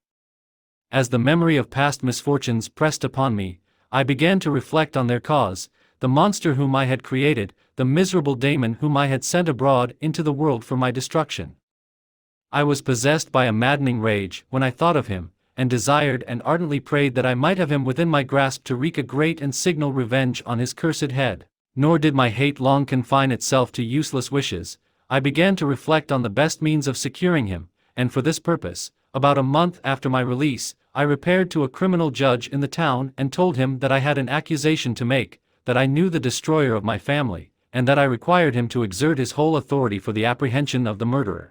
The magistrate listened to me with attention and kindness. "Be assured, sir," said he, "no pains or exertions on my part shall be spared to discover the villain." "I thank you," replied I. "Listen, therefore, to the deposition that I have to make. It is indeed a tale so strange that I should fear you would not credit it were there not something in truth which, however wonderful, forces conviction. The story is too connected to be mistaken for a dream, and I have no motive for falsehood." My manner as I thus addressed him was impressive but calm. I had formed in my own heart a resolution to pursue my destroyer to death, and this purpose quieted my agony and for an interval reconciled me to life. I now related my history briefly but with firmness and precision, marking the dates with accuracy and never deviating into invective or exclamation. The magistrate appeared at first perfectly incredulous, but as I continued he became more attentive and interested. I saw him sometimes shudder with horror, at others a lively surprise, unmingled with disbelief, was painted on his countenance. When I had concluded my narration, I said, "This is the being whom I accuse and for whose seizure and punishment I call upon you to exert your whole power. It is your duty as a magistrate, and I believe and hope that your feelings as a man will not revolt from the execution of those functions on this occasion." This address caused a considerable change in the physiognomy of my own auditor. He had heard my story with that half kind of belief that is given to a tale of spirits and supernatural events, but when he was called upon to act officially in consequence, the whole tide of his incredulity returned. He, however, answered mildly, "I would willingly afford you every aid in your pursuit, but the creature of whom you speak appears to have powers which would put all my exertions to defiance. Who can follow an animal which can traverse the sea of ice and inhabit caves and dens where no man would venture to intrude? Besides, some months have elapsed since the commission of his crimes, and no one can conjecture to what place he has wandered or what region he may now inhabit.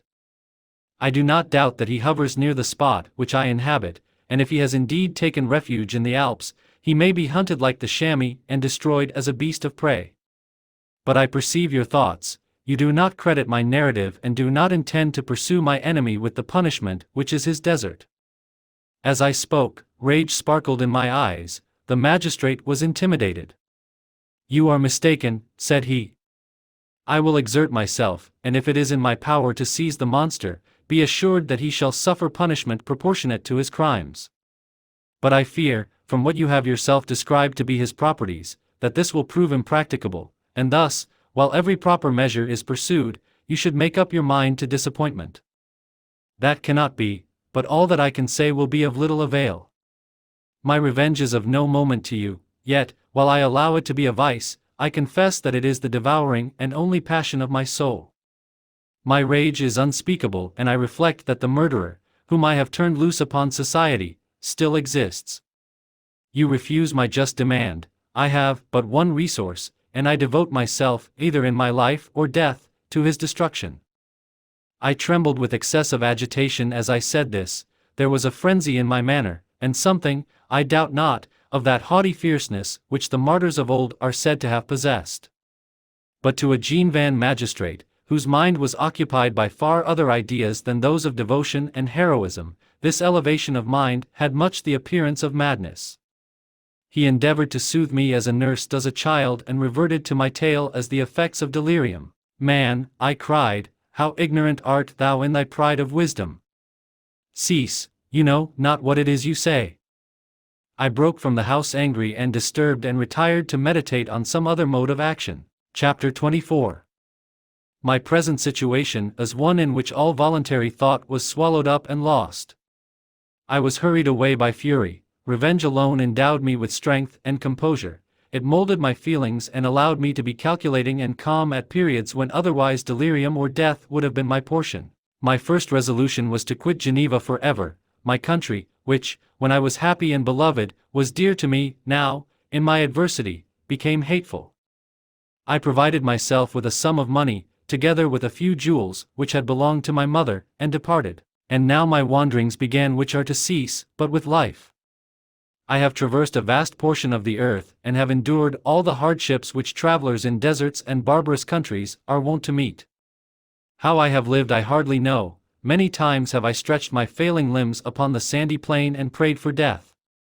But revenge kept me alive. I dared not die and leave my adversary in being. When I quitted Geneva, my first labor was to gain some clue by which I might trace the steps of my fiendish enemy. But my plan was unsettled, and I wandered many hours round the confines of the town, uncertain what path I should pursue. As night approached, I found myself at the entrance of the cemetery where William, Elizabeth, and my father reposed. I entered it and approached the tomb which marked their graves. Everything was silent except the leaves of the trees, which were gently agitated by the wind. The night was nearly dark, and the scene would have been solemn and affecting even to an uninterested observer. The spirits of the departed seemed to flit around and to cast a shadow, which was felt but not seen, around the head of the mourner. The deep grief which this scene had at first excited quickly gave way to rage and despair. They were dead, and I lived. Their murderer also lived, and to destroy him I must drag out my weary existence. I knelt on the grass and kissed the earth, and with quivering lips exclaimed, "By the sacred earth on which I kneel, by the shades that wander near me, by the deep and eternal grief that I feel, I swear, and by thee, O night, and the spirits that preside over thee, to pursue the daemon who caused this misery, until he or I shall perish in mortal conflict. For this purpose I will preserve my life. To execute this dear revenge will I again behold the sun and tread the green herbage of earth, which otherwise should vanish from my eyes forever. And I call on you, spirits of the dead, and on you, wandering ministers of vengeance, to aid and conduct me in my work. Let the cursed and hellish monster drink deep of agony, let him feel the despair that now torments me." I had begun my adjuration with solemnity and an awe which almost assured me that the shades of my murdered friends heard and approved my devotion, but the Furies possessed me as I concluded, and rage choked my utterance. I was answered through the stillness of night by a loud and fiendish laugh. It rang on my ears long and heavily, the mountains re-echoed it, and I felt as if all hell surrounded me with mockery and laughter. Surely in that moment I should have been possessed by frenzy and have destroyed my miserable existence, but that my vow was heard and that I was reserved for vengeance. The laughter died away, when a well-known and abhorred voice, apparently close to my ear, addressed me in an audible whisper, "I am satisfied, miserable wretch. You have determined to live, and I am satisfied." I darted towards the spot from which the sound proceeded, but the devil eluded my grasp. Suddenly the broad disk of the moon arose and shone full upon his ghastly and distorted shape as he fled with more than mortal speed. I pursued him, and for many months this has been my task. Guided by a slight clue, I followed the windings of the Rhone, but vainly. The blue Mediterranean appeared, and by a strange chance, I saw the fiend enter by night and hide himself in a vessel bound for the Black Sea. I took my passage in the same ship, but he escaped, I know not how. Amidst the wilds of Tartary and Russia, although he still evaded me, I have ever followed in his track. Sometimes the peasants, scared by this horrid apparition, informed me of his path, sometimes he himself, who feared that if I lost all trace of him I should despair and die, left some mark to guide me. The snows descended on my head, and I saw the print of his huge step on the white plain. To you first entering on life, to whom care is new and agony unknown, how can you understand what I have felt and still feel? Cold, want, and fatigue were the least pains which I was destined to endure. I was cursed by some devil and carried about with me my eternal hell, yet still a spirit of good followed and directed my steps, and when I most murmured would suddenly extricate me from seemingly insurmountable difficulties. Sometimes, when nature, overcome by hunger, sank under the exhaustion, a repast was prepared for me in the desert that restored and inspirited me. The fare was, indeed, coarse, such as the peasants of the country ate, but I will not doubt that it was set there by the spirits that I had invoked to aid me. Often, when all was dry, the heavens cloudless, and I was parched by thirst, a slight cloud would bedim the sky, shed the few drops that revived me, and vanish. I followed, when I could, the courses of the rivers, but the daemon generally avoided these, as it was here that the population of the country chiefly collected. In other places human beings were seldom seen, and I generally subsisted on the wild animals that crossed my path. I had money with me and gained the friendship of the villagers by distributing it, or I brought with me some food that I had killed, which, after taking a small part, I always presented to those who had provided me with fire and utensils for cooking. My life, as it passed thus, was indeed hateful to me, and it was during sleep alone that I could taste joy. O blessed sleep! Often, when most miserable, I sank to repose, and my dreams lulled me even to rapture. The spirits that guarded me had provided these moments, or rather hours, of happiness that I might retain strength to fulfill my pilgrimage. Deprived of this respite, I should have sunk under my hardships. During the day I was sustained and inspirited by the hope of night, for in sleep I saw my friends, my wife, and my beloved country. Again I saw the benevolent countenance of my father, heard the silver tones of my Elizabeth's voice, and beheld Clerval enjoying health and youth. Often, when wearied by a toilsome march, I persuaded myself that I was dreaming until night should come and that I should then enjoy reality in the arms of my dearest friends. What agonizing fondness did I feel for them! How did I cling to their dear forms, as sometimes they haunted even my waking hours, and persuade myself that they still lived. At such moments vengeance, that burned within me, died in my heart, and I pursued my path towards the destruction of the daemon more as a task enjoined by heaven, as the mechanical impulse of some power of which I was unconscious, than as the ardent desire of my soul. What his feelings were whom I pursued I cannot know.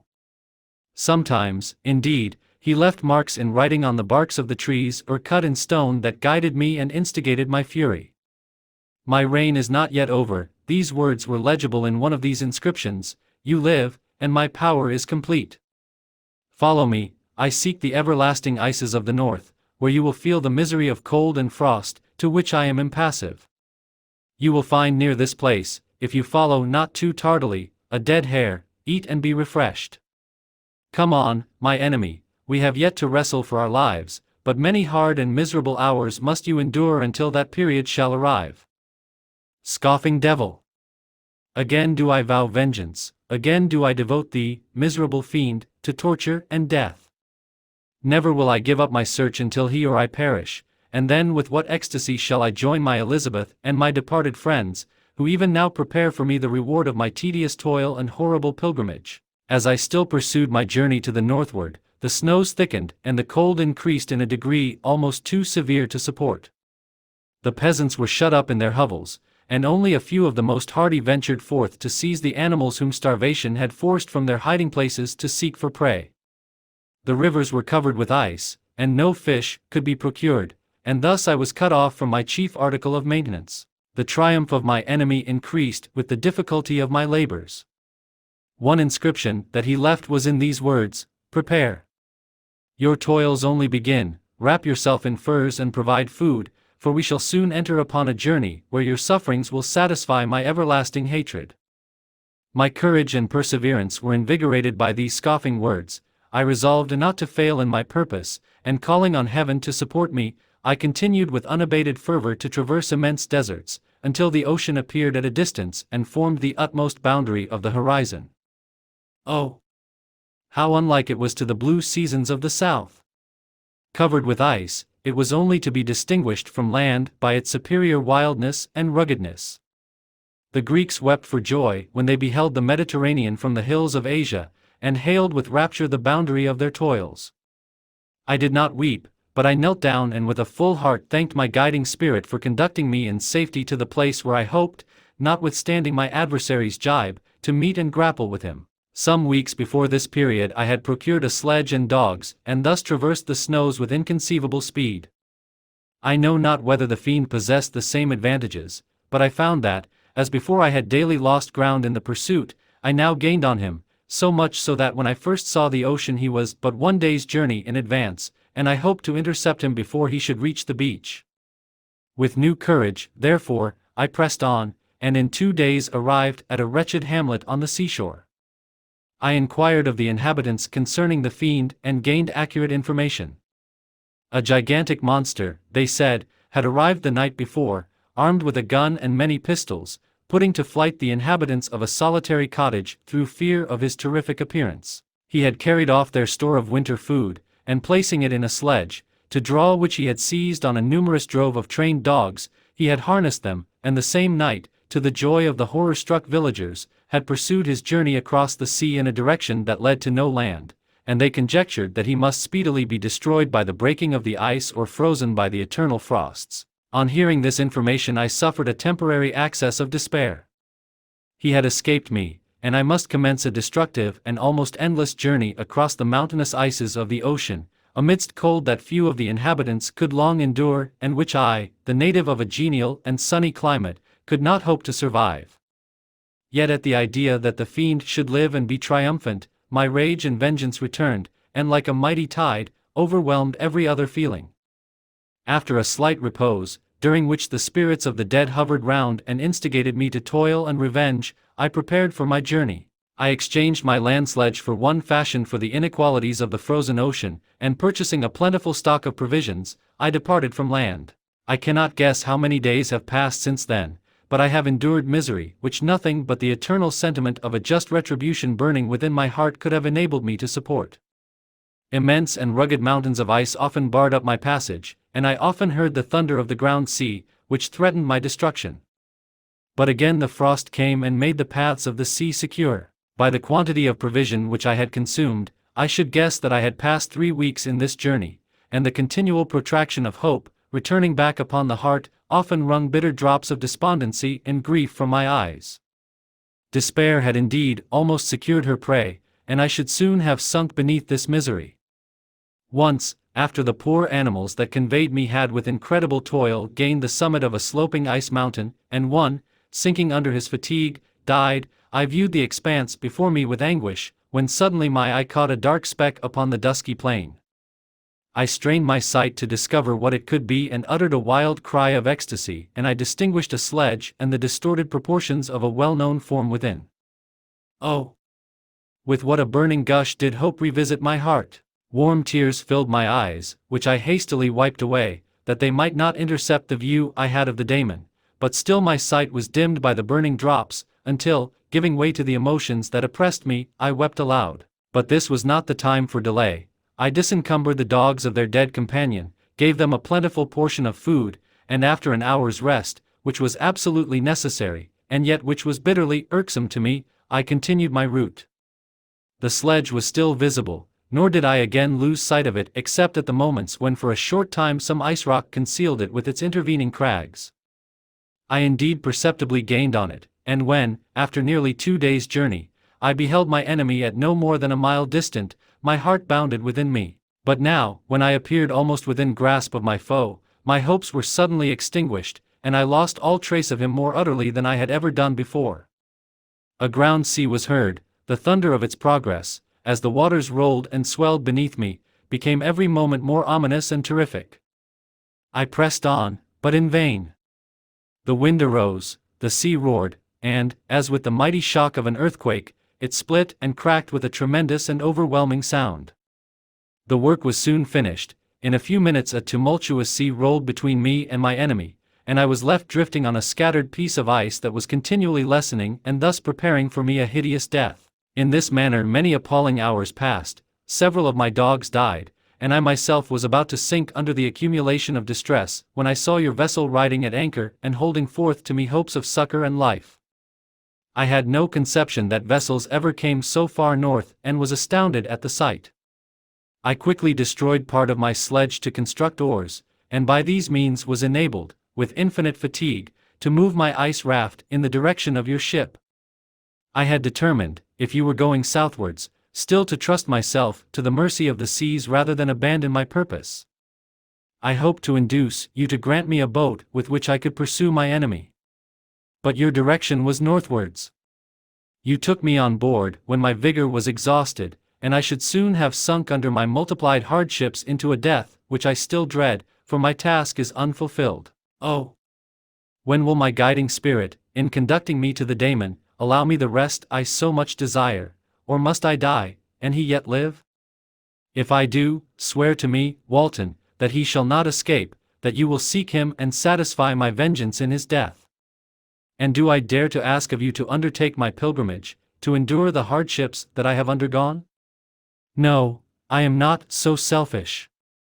Yet, when I am dead, if he should appear, if the ministers of vengeance should conduct him to you, swear that he shall not live, swear that he shall not triumph over my accumulated woes and survive to add to the list of his dark crimes. He is eloquent and persuasive, and once his words had even power over my heart, but trust him not. His soul is as hellish as his form, full of treachery and fiend-like malice. Hear him not, call on the names of William, Justine, Clerval, Elizabeth, my father, and of the wretched Victor, and thrust your sword into his heart. I will hover near and direct the steel aright. Walton, in continuation. August 26, 17. You have read this strange and terrific story, Margaret, and do you not feel your blood congeal with horror, like that which even now curdles mine? Sometimes, seized with sudden agony, he could not continue his tale; at others, his voice broken, yet piercing, uttered with difficulty the words so replete with anguish.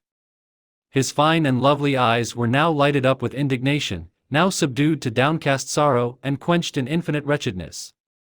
Sometimes he commanded his countenance and tones and related the most horrible incidents with a tranquil voice, suppressing every mark of agitation. Then, like a volcano bursting forth, his face would suddenly change to an expression of the wildest rage as he shrieked out imprecations on his persecutor. His tale is connected and told with an appearance of the simplest truth, yet I own to you that the letters of Felix and Safie, which he showed me, and the apparition of the monster seen from our ship, brought to me a greater conviction of the truth of his narrative than his asseverations, however earnest and connected. Such a monster has, then, really existence. I cannot doubt it, yet I am lost in surprise and admiration. Sometimes I endeavored to gain from Frankenstein the particulars of his creature's formation, but on this point he was impenetrable. Are you mad, my friend? Said he. Or whither does your senseless curiosity lead you? Would you also create for yourself and the world a demoniacal enemy? Peace, peace. Learn my miseries and do not seek to increase your own. Frankenstein discovered that I made notes concerning his history. He asked to see them and then himself corrected and augmented them in many places, but principally in giving the life and spirit to the conversations he held with his enemy. Since you have preserved my narration, said he, I would not that a mutilated one should go down to posterity. Thus has a week passed away, while I have listened to the strangest tale that ever imagination formed.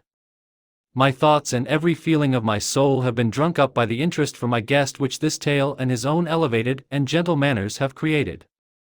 I wish to soothe him, yet can I counsel one so infinitely miserable, so destitute of every hope of consolation, to live? Oh, no! The only joy that he can now know will be when he composes his shattered spirit to peace and death. Yet he enjoys one comfort, the offspring of solitude and delirium.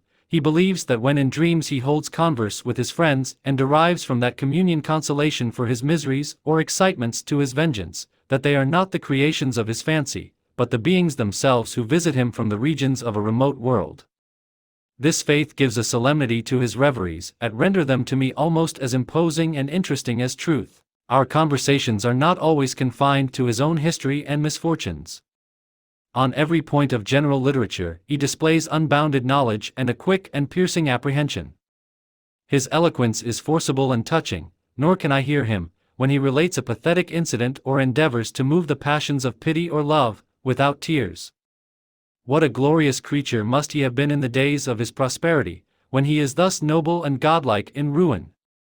He seems to feel his own worth and the greatness of his fall. When younger, said he, I believed myself destined for some great enterprise.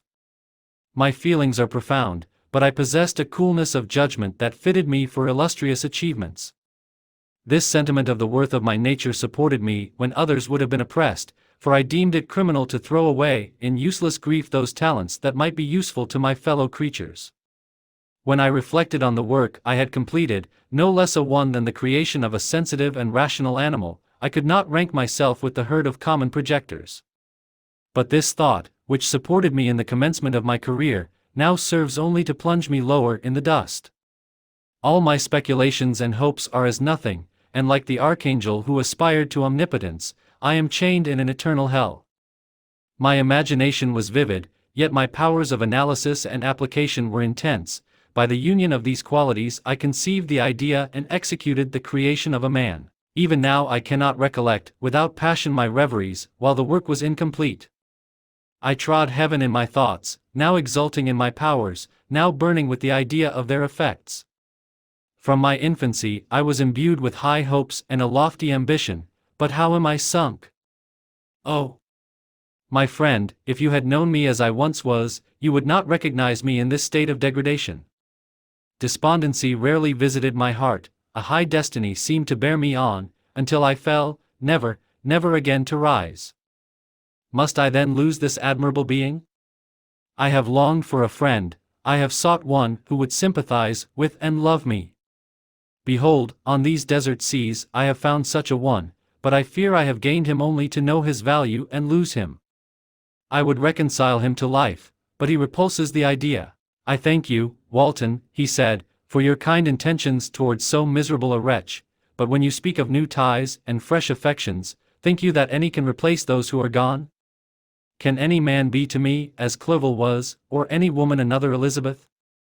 Even where the affections are not strongly moved by any superior excellence, the companions of our childhood always possess a certain power over our minds which hardly any later friend can obtain. They know our infantine dispositions, which, however they may be afterwards modified, are never eradicated, and they can judge of our actions with more certain conclusions as to the integrity of our motives. A sister or a brother can never, unless indeed such symptoms have been shown early, suspect the other of fraud or false dealing, when another friend, however strongly he may be attached, may, in spite of himself, be contemplated with suspicion. But I enjoyed friends, dear not only through habit and association, but from their own merits, and wherever I am, the soothing voice of my Elizabeth and the conversation of Clerval will be ever whispered in my ear. They are dead, and but one feeling in such a solitude can persuade me to preserve my life. If I were engaged in any high undertaking or design, fraught with extensive utility to my fellow creatures, then could I live to fulfill it. But such is not my destiny. I must pursue and destroy the being to whom I gave existence, then my lot on earth will be fulfilled and I may die. My beloved sister. September 2 D. I write to you, encompassed by peril and ignorant whether I am ever doomed to see again dear England and the dearer friends that inhabit it. I am surrounded by mountains of ice, which admit of no escape and threaten every moment to crush my vessel. The brave fellows whom I have persuaded to be my companions look towards me for aid, but I have none to bestow. There is something terribly appalling in our situation, yet my courage and hopes do not desert me. Yet it is terrible to reflect that the lives of all these men are endangered through me. If we are lost, my mad schemes are the cause. And what, Margaret, will be the state of your mind? You will not hear of my destruction, and you will anxiously await my return. Years will pass, and you will have visitings of despair and yet be tortured by hope. Oh! My beloved sister, the sickening failing of your heartfelt expectations is, in prospect, more terrible to me than my own death. But you have a husband and lovely children, you may be happy. Heaven bless you and make you so. My unfortunate guest regards me with the tenderest compassion. He endeavors to fill me with hope and talks as if life were a possession which he valued. He reminds me how often the same accidents have happened to other navigators who have attempted this sea, and in spite of myself, he fills me with cheerful auguries. Even the sailors feel the power of his eloquence. When he speaks, they no longer despair, he rouses their energies, and while they hear his voice they believe these vast mountains of ice are molehills which will vanish before the resolutions of man. These feelings are transitory, each day of expectation delayed fills them with fear, and I almost dread a mutiny caused by this despair. September 5th. A scene has just passed of such uncommon interest that, although it is highly probable that these papers may never reach you, yet I cannot forbear recording it. We are still surrounded by mountains of ice, still in imminent danger of being crushed in their conflict. The cold is excessive, and many of my unfortunate comrades have already found a grave amidst this scene of desolation. Frankenstein has daily declined in health, a feverish fire still glimmers in his eyes, but he is exhausted, and when suddenly roused to any exertion, he speedily sinks again into apparent lifelessness. I mentioned in my last letter the fears I entertained of a mutiny. This morning, as I sat watching the wan countenance of my friend, his eyes half closed and his limbs hanging listlessly, I was roused by half a dozen of the sailors, who demanded admission into the cabin. They entered, and their leader addressed me. He told me that he and his companions had been chosen by the other sailors to come in deputation to me to make me a requisition which, in justice, I could not refuse. We were immured in ice and should probably never escape, but they feared that if, as was possible, the ice should dissipate and a free passage be opened, I should be rash enough to continue my voyage and lead them into fresh dangers, after they might happily have surmounted this. They insisted, therefore, that I should engage with a solemn promise that if the vessel should be freed I would instantly direct my course southwards. This speech troubled me. I had not despaired, nor had I yet conceived the idea of returning if set free. Yet could I, in justice, or even in possibility, refuse this demand? I hesitated before I answered, when Frankenstein, who had at first been silent, and indeed appeared hardly to have force enough to attend, now roused himself, his eyes sparkled, and his cheeks flushed with momentary vigor. Turning towards the men, he said, "What do you mean? What do you demand of your captain? Are you, then, so easily turned from your design? Did you not call this a glorious expedition? And wherefore was it glorious? Not because the way was smooth and placid as a southern sea, but because it was full of dangers and terror, because at every new incident your fortitude was to be called forth and your courage exhibited, because danger and death surrounded it, and these you were to brave and overcome. For this was it a glorious, for this was it an honorable undertaking. You were hereafter to be hailed as the benefactors of your species, your names adored as belonging to brave men who encountered death for honor and the benefit of mankind. And now, behold, with the first imagination of danger, or, if you will, the first mighty and terrific trial of your courage, you shrink away and are content to be handed down as men who had not strength enough to endure cold and peril, and so, poor souls, they were chilly and returned to their warm firesides. Why, that requires not this preparation. Ye need not have come thus far and dragged your captain to the shame of a defeat merely to prove yourselves cowards. Oh! Be men, or be more than men. Be steady to your purposes and firm as a rock. This ice is not made of such stuff as your hearts may be, it is mutable and cannot withstand you if you say that it shall not. Do not return to your families if the stigma of disgrace marked on your brows. Return as heroes who have fought and conquered and who know not what it is to turn their backs on the foe. He spoke this with a voice so modulated to the different feelings expressed in his speech, with an eye so full of lofty design and heroism, that can you wonder that these men were moved? They looked at one another and were unable to reply.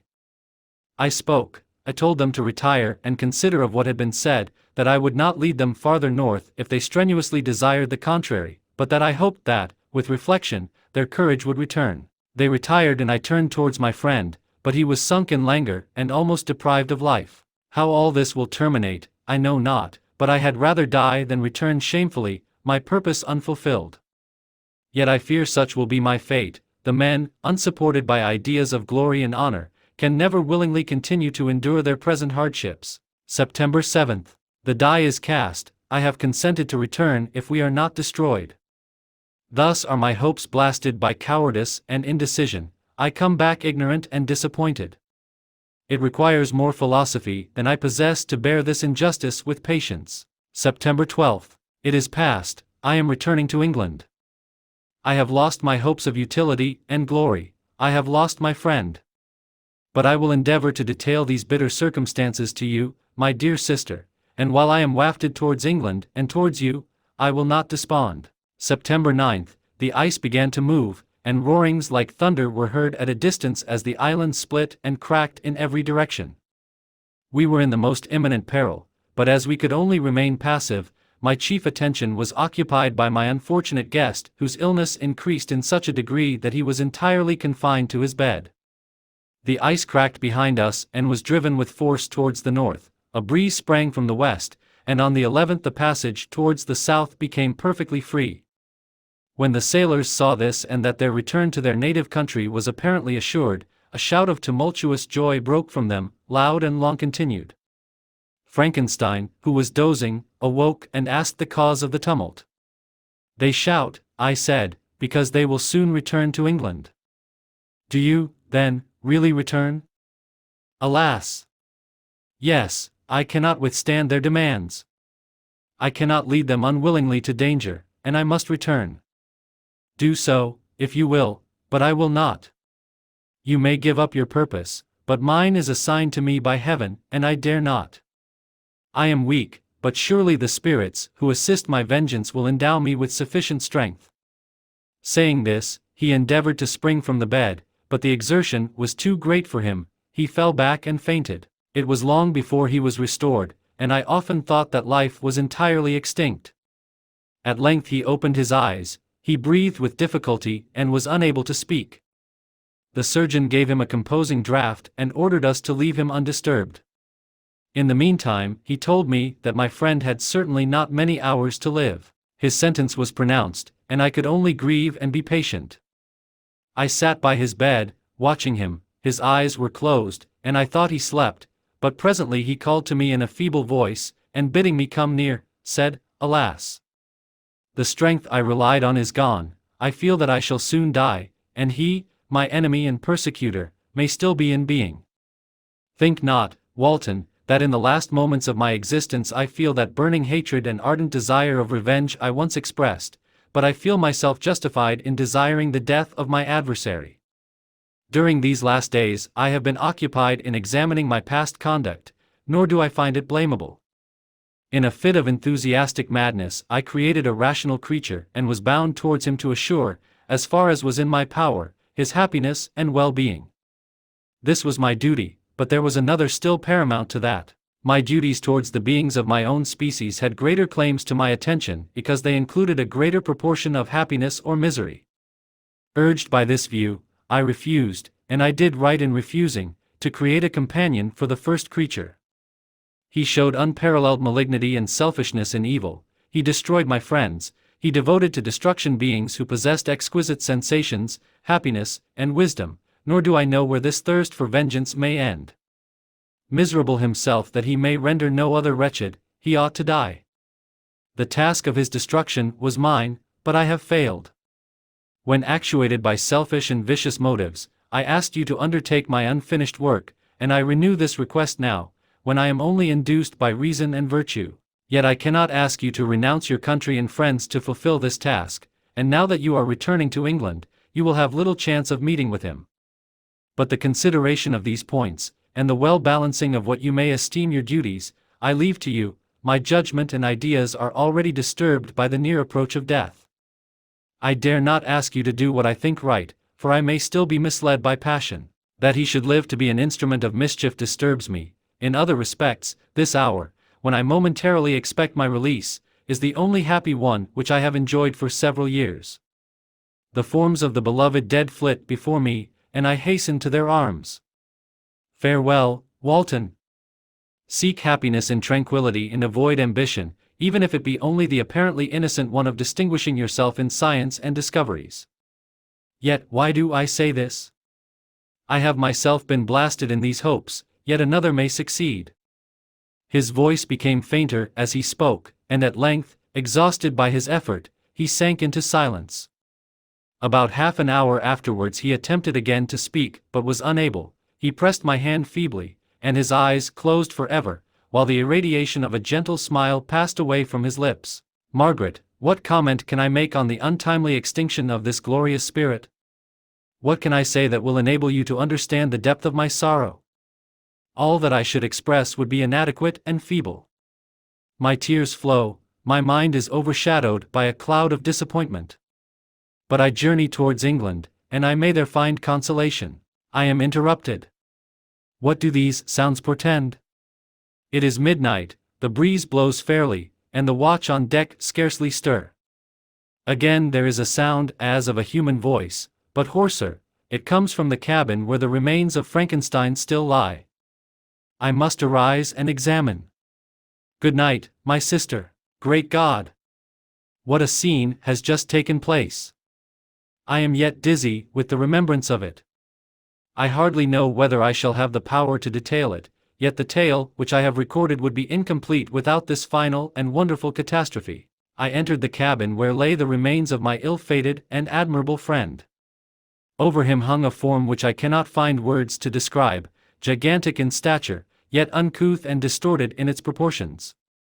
As he hung over the coffin, his face was concealed by long locks of ragged hair, but one vast hand was extended, in color and apparent texture like that of a mummy. When he heard the sound of my approach, he ceased to utter exclamations of grief and horror and sprung towards the window. Never did I behold a vision so horrible as his face, of such loathsome yet appalling hideousness. I shut my eyes involuntarily and endeavored to recollect what were my duties with regard to this destroyer. I called on him to stay. He paused, looking on me with wonder, and again turning towards the lifeless form of his creator. He seemed to forget my presence, and every feature and gesture seemed instigated by the wildest rage of some uncontrollable passion. "That is also my victim," he exclaimed. "In his murder my crimes are consummated, the miserable series of my being is wound to its close. Oh, Frankenstein! Generous and self-devoted being! What does it avail that I now ask thee to pardon me? I, who irretrievably destroyed thee by destroying all thou lovedst. Alas! He is cold, he cannot answer me." His voice seemed suffocated, and my first impulses, which had suggested to me the duty of obeying the dying request of my friend in destroying his enemy, were now suspended by a mixture of curiosity and compassion. I approached this tremendous being. I dared not again raise my eyes to his face, there was something so scaring and unearthly in his ugliness. I attempted to speak, but the words died away on my lips. The monster continued to utter wild and incoherent self-reproaches. At length I gathered resolution to address him in a pause of the tempest of his passion. "Your repentance," I said, "is now superfluous. If you had listened to the voice of conscience and heeded the stings of remorse, before you had urged your diabolical vengeance to this extremity, Frankenstein would yet have lived." "And do you dream?" said the daemon. "Do you think that I was then dead to agony and remorse? He continued, pointing to the corpse, he suffered not in the consummation of the deed. Oh! Not the 10,000th portion of the anguish that was mine during the lingering detail of its execution. A frightful selfishness hurried me on, while my heart was poisoned with remorse. Think you that the groans of Clerval were music to my ears? My heart was fashioned to be susceptible of love and sympathy, and when wrenched by misery to vice and hatred, it did not endure the violence of the change without torture such as you cannot even imagine. After the murder of Clerval I returned to Switzerland, heartbroken and overcome. I pitied Frankenstein, my pity amounted to horror, I abhorred myself. But when I discovered that he, the author at once of my existence and of its unspeakable torments, dared to hope for happiness, that while he accumulated wretchedness and despair upon me he sought his own enjoyment in feelings and passions from the indulgence of which I was forever barred, then impotent envy and bitter indignation filled me with an insatiable thirst for vengeance. I recollected my threat and resolved that it should be accomplished. I knew that I was preparing for myself a deadly torture, but I was the slave, not the master, of an impulse which I detested yet could not disobey. Yet when she died, nay, then I was not miserable. I had cast off all feeling, subdued all anguish, to riot in the excess of my despair. Evil thenceforth became my good. Urged thus far, I had no choice but to adapt my nature to an element which I had willingly chosen. The completion of my demoniacal design became an insatiable passion. And now it is ended, there is my last victim. I was at first touched by the expressions of his misery, yet, when I called to mind what Frankenstein had said of his powers of eloquence and persuasion, and when I again cast my eyes on the lifeless form of my friend, indignation was rekindled within me. "Wretch!" I said. "It is well that you come here to whine over the desolation that you have made. You throw a torch into a pile of buildings, and when they are consumed, you sit among the ruins and lament the fall. Hypocritical fiend! If he whom you mourn still lived, still would he be the object, again would he become the prey, of your accursed vengeance. It is not pity that you feel, you lament only because the victim of your malignity is withdrawn from your power. Oh, it is not thus, not thus," interrupted the being. "Yet such must be the impression conveyed to you by what appears to be the purport of my actions. Yet I seek not a fellow feeling in my misery. No sympathy may I ever find. When I first sought it, it was the love of virtue, the feelings of happiness and affection with which my whole being overflowed, that I wished to be participated. But now that virtue has become to me a shadow, and that happiness and affection are turned into bitter and loathing despair, in what should I seek for sympathy? I am content to suffer alone while my sufferings shall endure. When I die, I am well satisfied that abhorrence and opprobrium should load my memory. Once my fancy was soothed with dreams of virtue, of fame, and of enjoyment. Once I falsely hoped to meet with beings who, pardoning my outward form, would love me for the excellent qualities which I was capable of unfolding. I was nourished with high thoughts of honor and devotion, but now crime has degraded me beneath the meanest animal. No guilt, no mischief, no malignity, no misery, can be found comparable to mine. When I run over the frightful catalogue of my sins, I cannot believe that I am the same creature whose thoughts were once filled with sublime and transcendent visions of the beauty and the majesty of goodness. But it is even so, the fallen angel becomes a malignant devil. Yet even that enemy of God and man had friends and associates in his desolation. I am alone. You, who call Frankenstein your friend, seem to have a knowledge of my crimes and his misfortunes. But in the detail which he gave you of them he could not sum up the hours and months of misery which I endured wasting in impotent passions. For while I destroyed his hopes, I did not satisfy my own desires. They were forever ardent and craving, still I desired love and fellowship, and I was still spurned. Was there no injustice in this? Am I to be thought the only criminal, when all humankind sinned against me? Why do you not hate Felix, who drove his friend from his door with contumely? Why do you not execrate the rustic, who sought to destroy the Savior of his child? Nay, these are virtuous and immaculate beings. I, the miserable and the abandoned, am an abortion, to be spurned at, and kicked, and trampled on. Even now my blood boils at the recollection of this injustice, but it is true that I am a wretch. I have murdered the lovely and the helpless, I have strangled the innocent as they slept and grasped to death his throat who never injured me or any other living thing. I have devoted my Creator, the select specimen of all that is worthy of love and admiration among men, to misery. I have pursued him even to that irremediable ruin. There he lies, white and cold in death. You hate me, but your abhorrence cannot equal that with which I regard myself. I look on the hands which executed the deed, I think on the heart in which the imagination of it was conceived and long for the moment when these hands will meet my eyes, when that imagination will haunt my thoughts no more. Fear not that I shall be the instrument of future mischief. My work is nearly complete. Neither yours nor any man's death is needed to consummate the series of my being and accomplish that which must be done, but it requires my own. Do not think that I shall be slow to perform this sacrifice. I shall quit your vessel on the ice raft which brought me thither, and shall seek the most northern extremity of the globe. I shall collect my funeral pile and consume to ashes this miserable frame, that its remains may afford no light to any curious and unhallowed wretch who would create such another as I have been. I shall die. I shall no longer feel the agonies which now consume me, or be the prey of feelings unsatisfied, yet unquenched. He is dead who called me into being, and when I shall be no more, the very remembrance of us both will speedily vanish. I shall no longer see the sun or stars, or feel the winds play on my cheeks. Light, feeling, and sense will pass away, and in this condition must I find my happiness. Some years ago, when the images which this world affords first opened upon me, when I felt the cheering warmth of summer and heard the rustling of the leaves and the warbling of the birds, and these were all to me, I should have wept to die. Now it is my only consolation. Polluted by crimes and torn by the bitterest remorse, where can I find rest but in death? Farewell. I leave you, and in you the last of humankind whom these eyes will ever behold. Farewell, Frankenstein. If thou wert yet alive and yet cherished a desire of revenge against me, it would be better satiated in my life than in my destruction.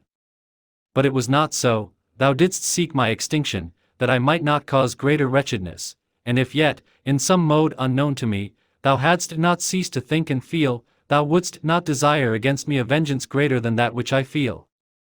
Blasted as thou wert, my agony was still superior to thine, for the bitter sting of remorse will not cease to rankle in my wounds until death shall close them forever. But soon, he cried with sad and solemn enthusiasm, I shall die, and what I now feel be no longer felt. Soon these burning miseries will be extinct. I shall ascend my funeral pile triumphantly and exult in the agony of the torturing flames. The light of that conflagration will fade away, my ashes will be swept into the sea by the winds. My spirit will sleep in peace, or if it thinks, it will not surely think thus. Farewell.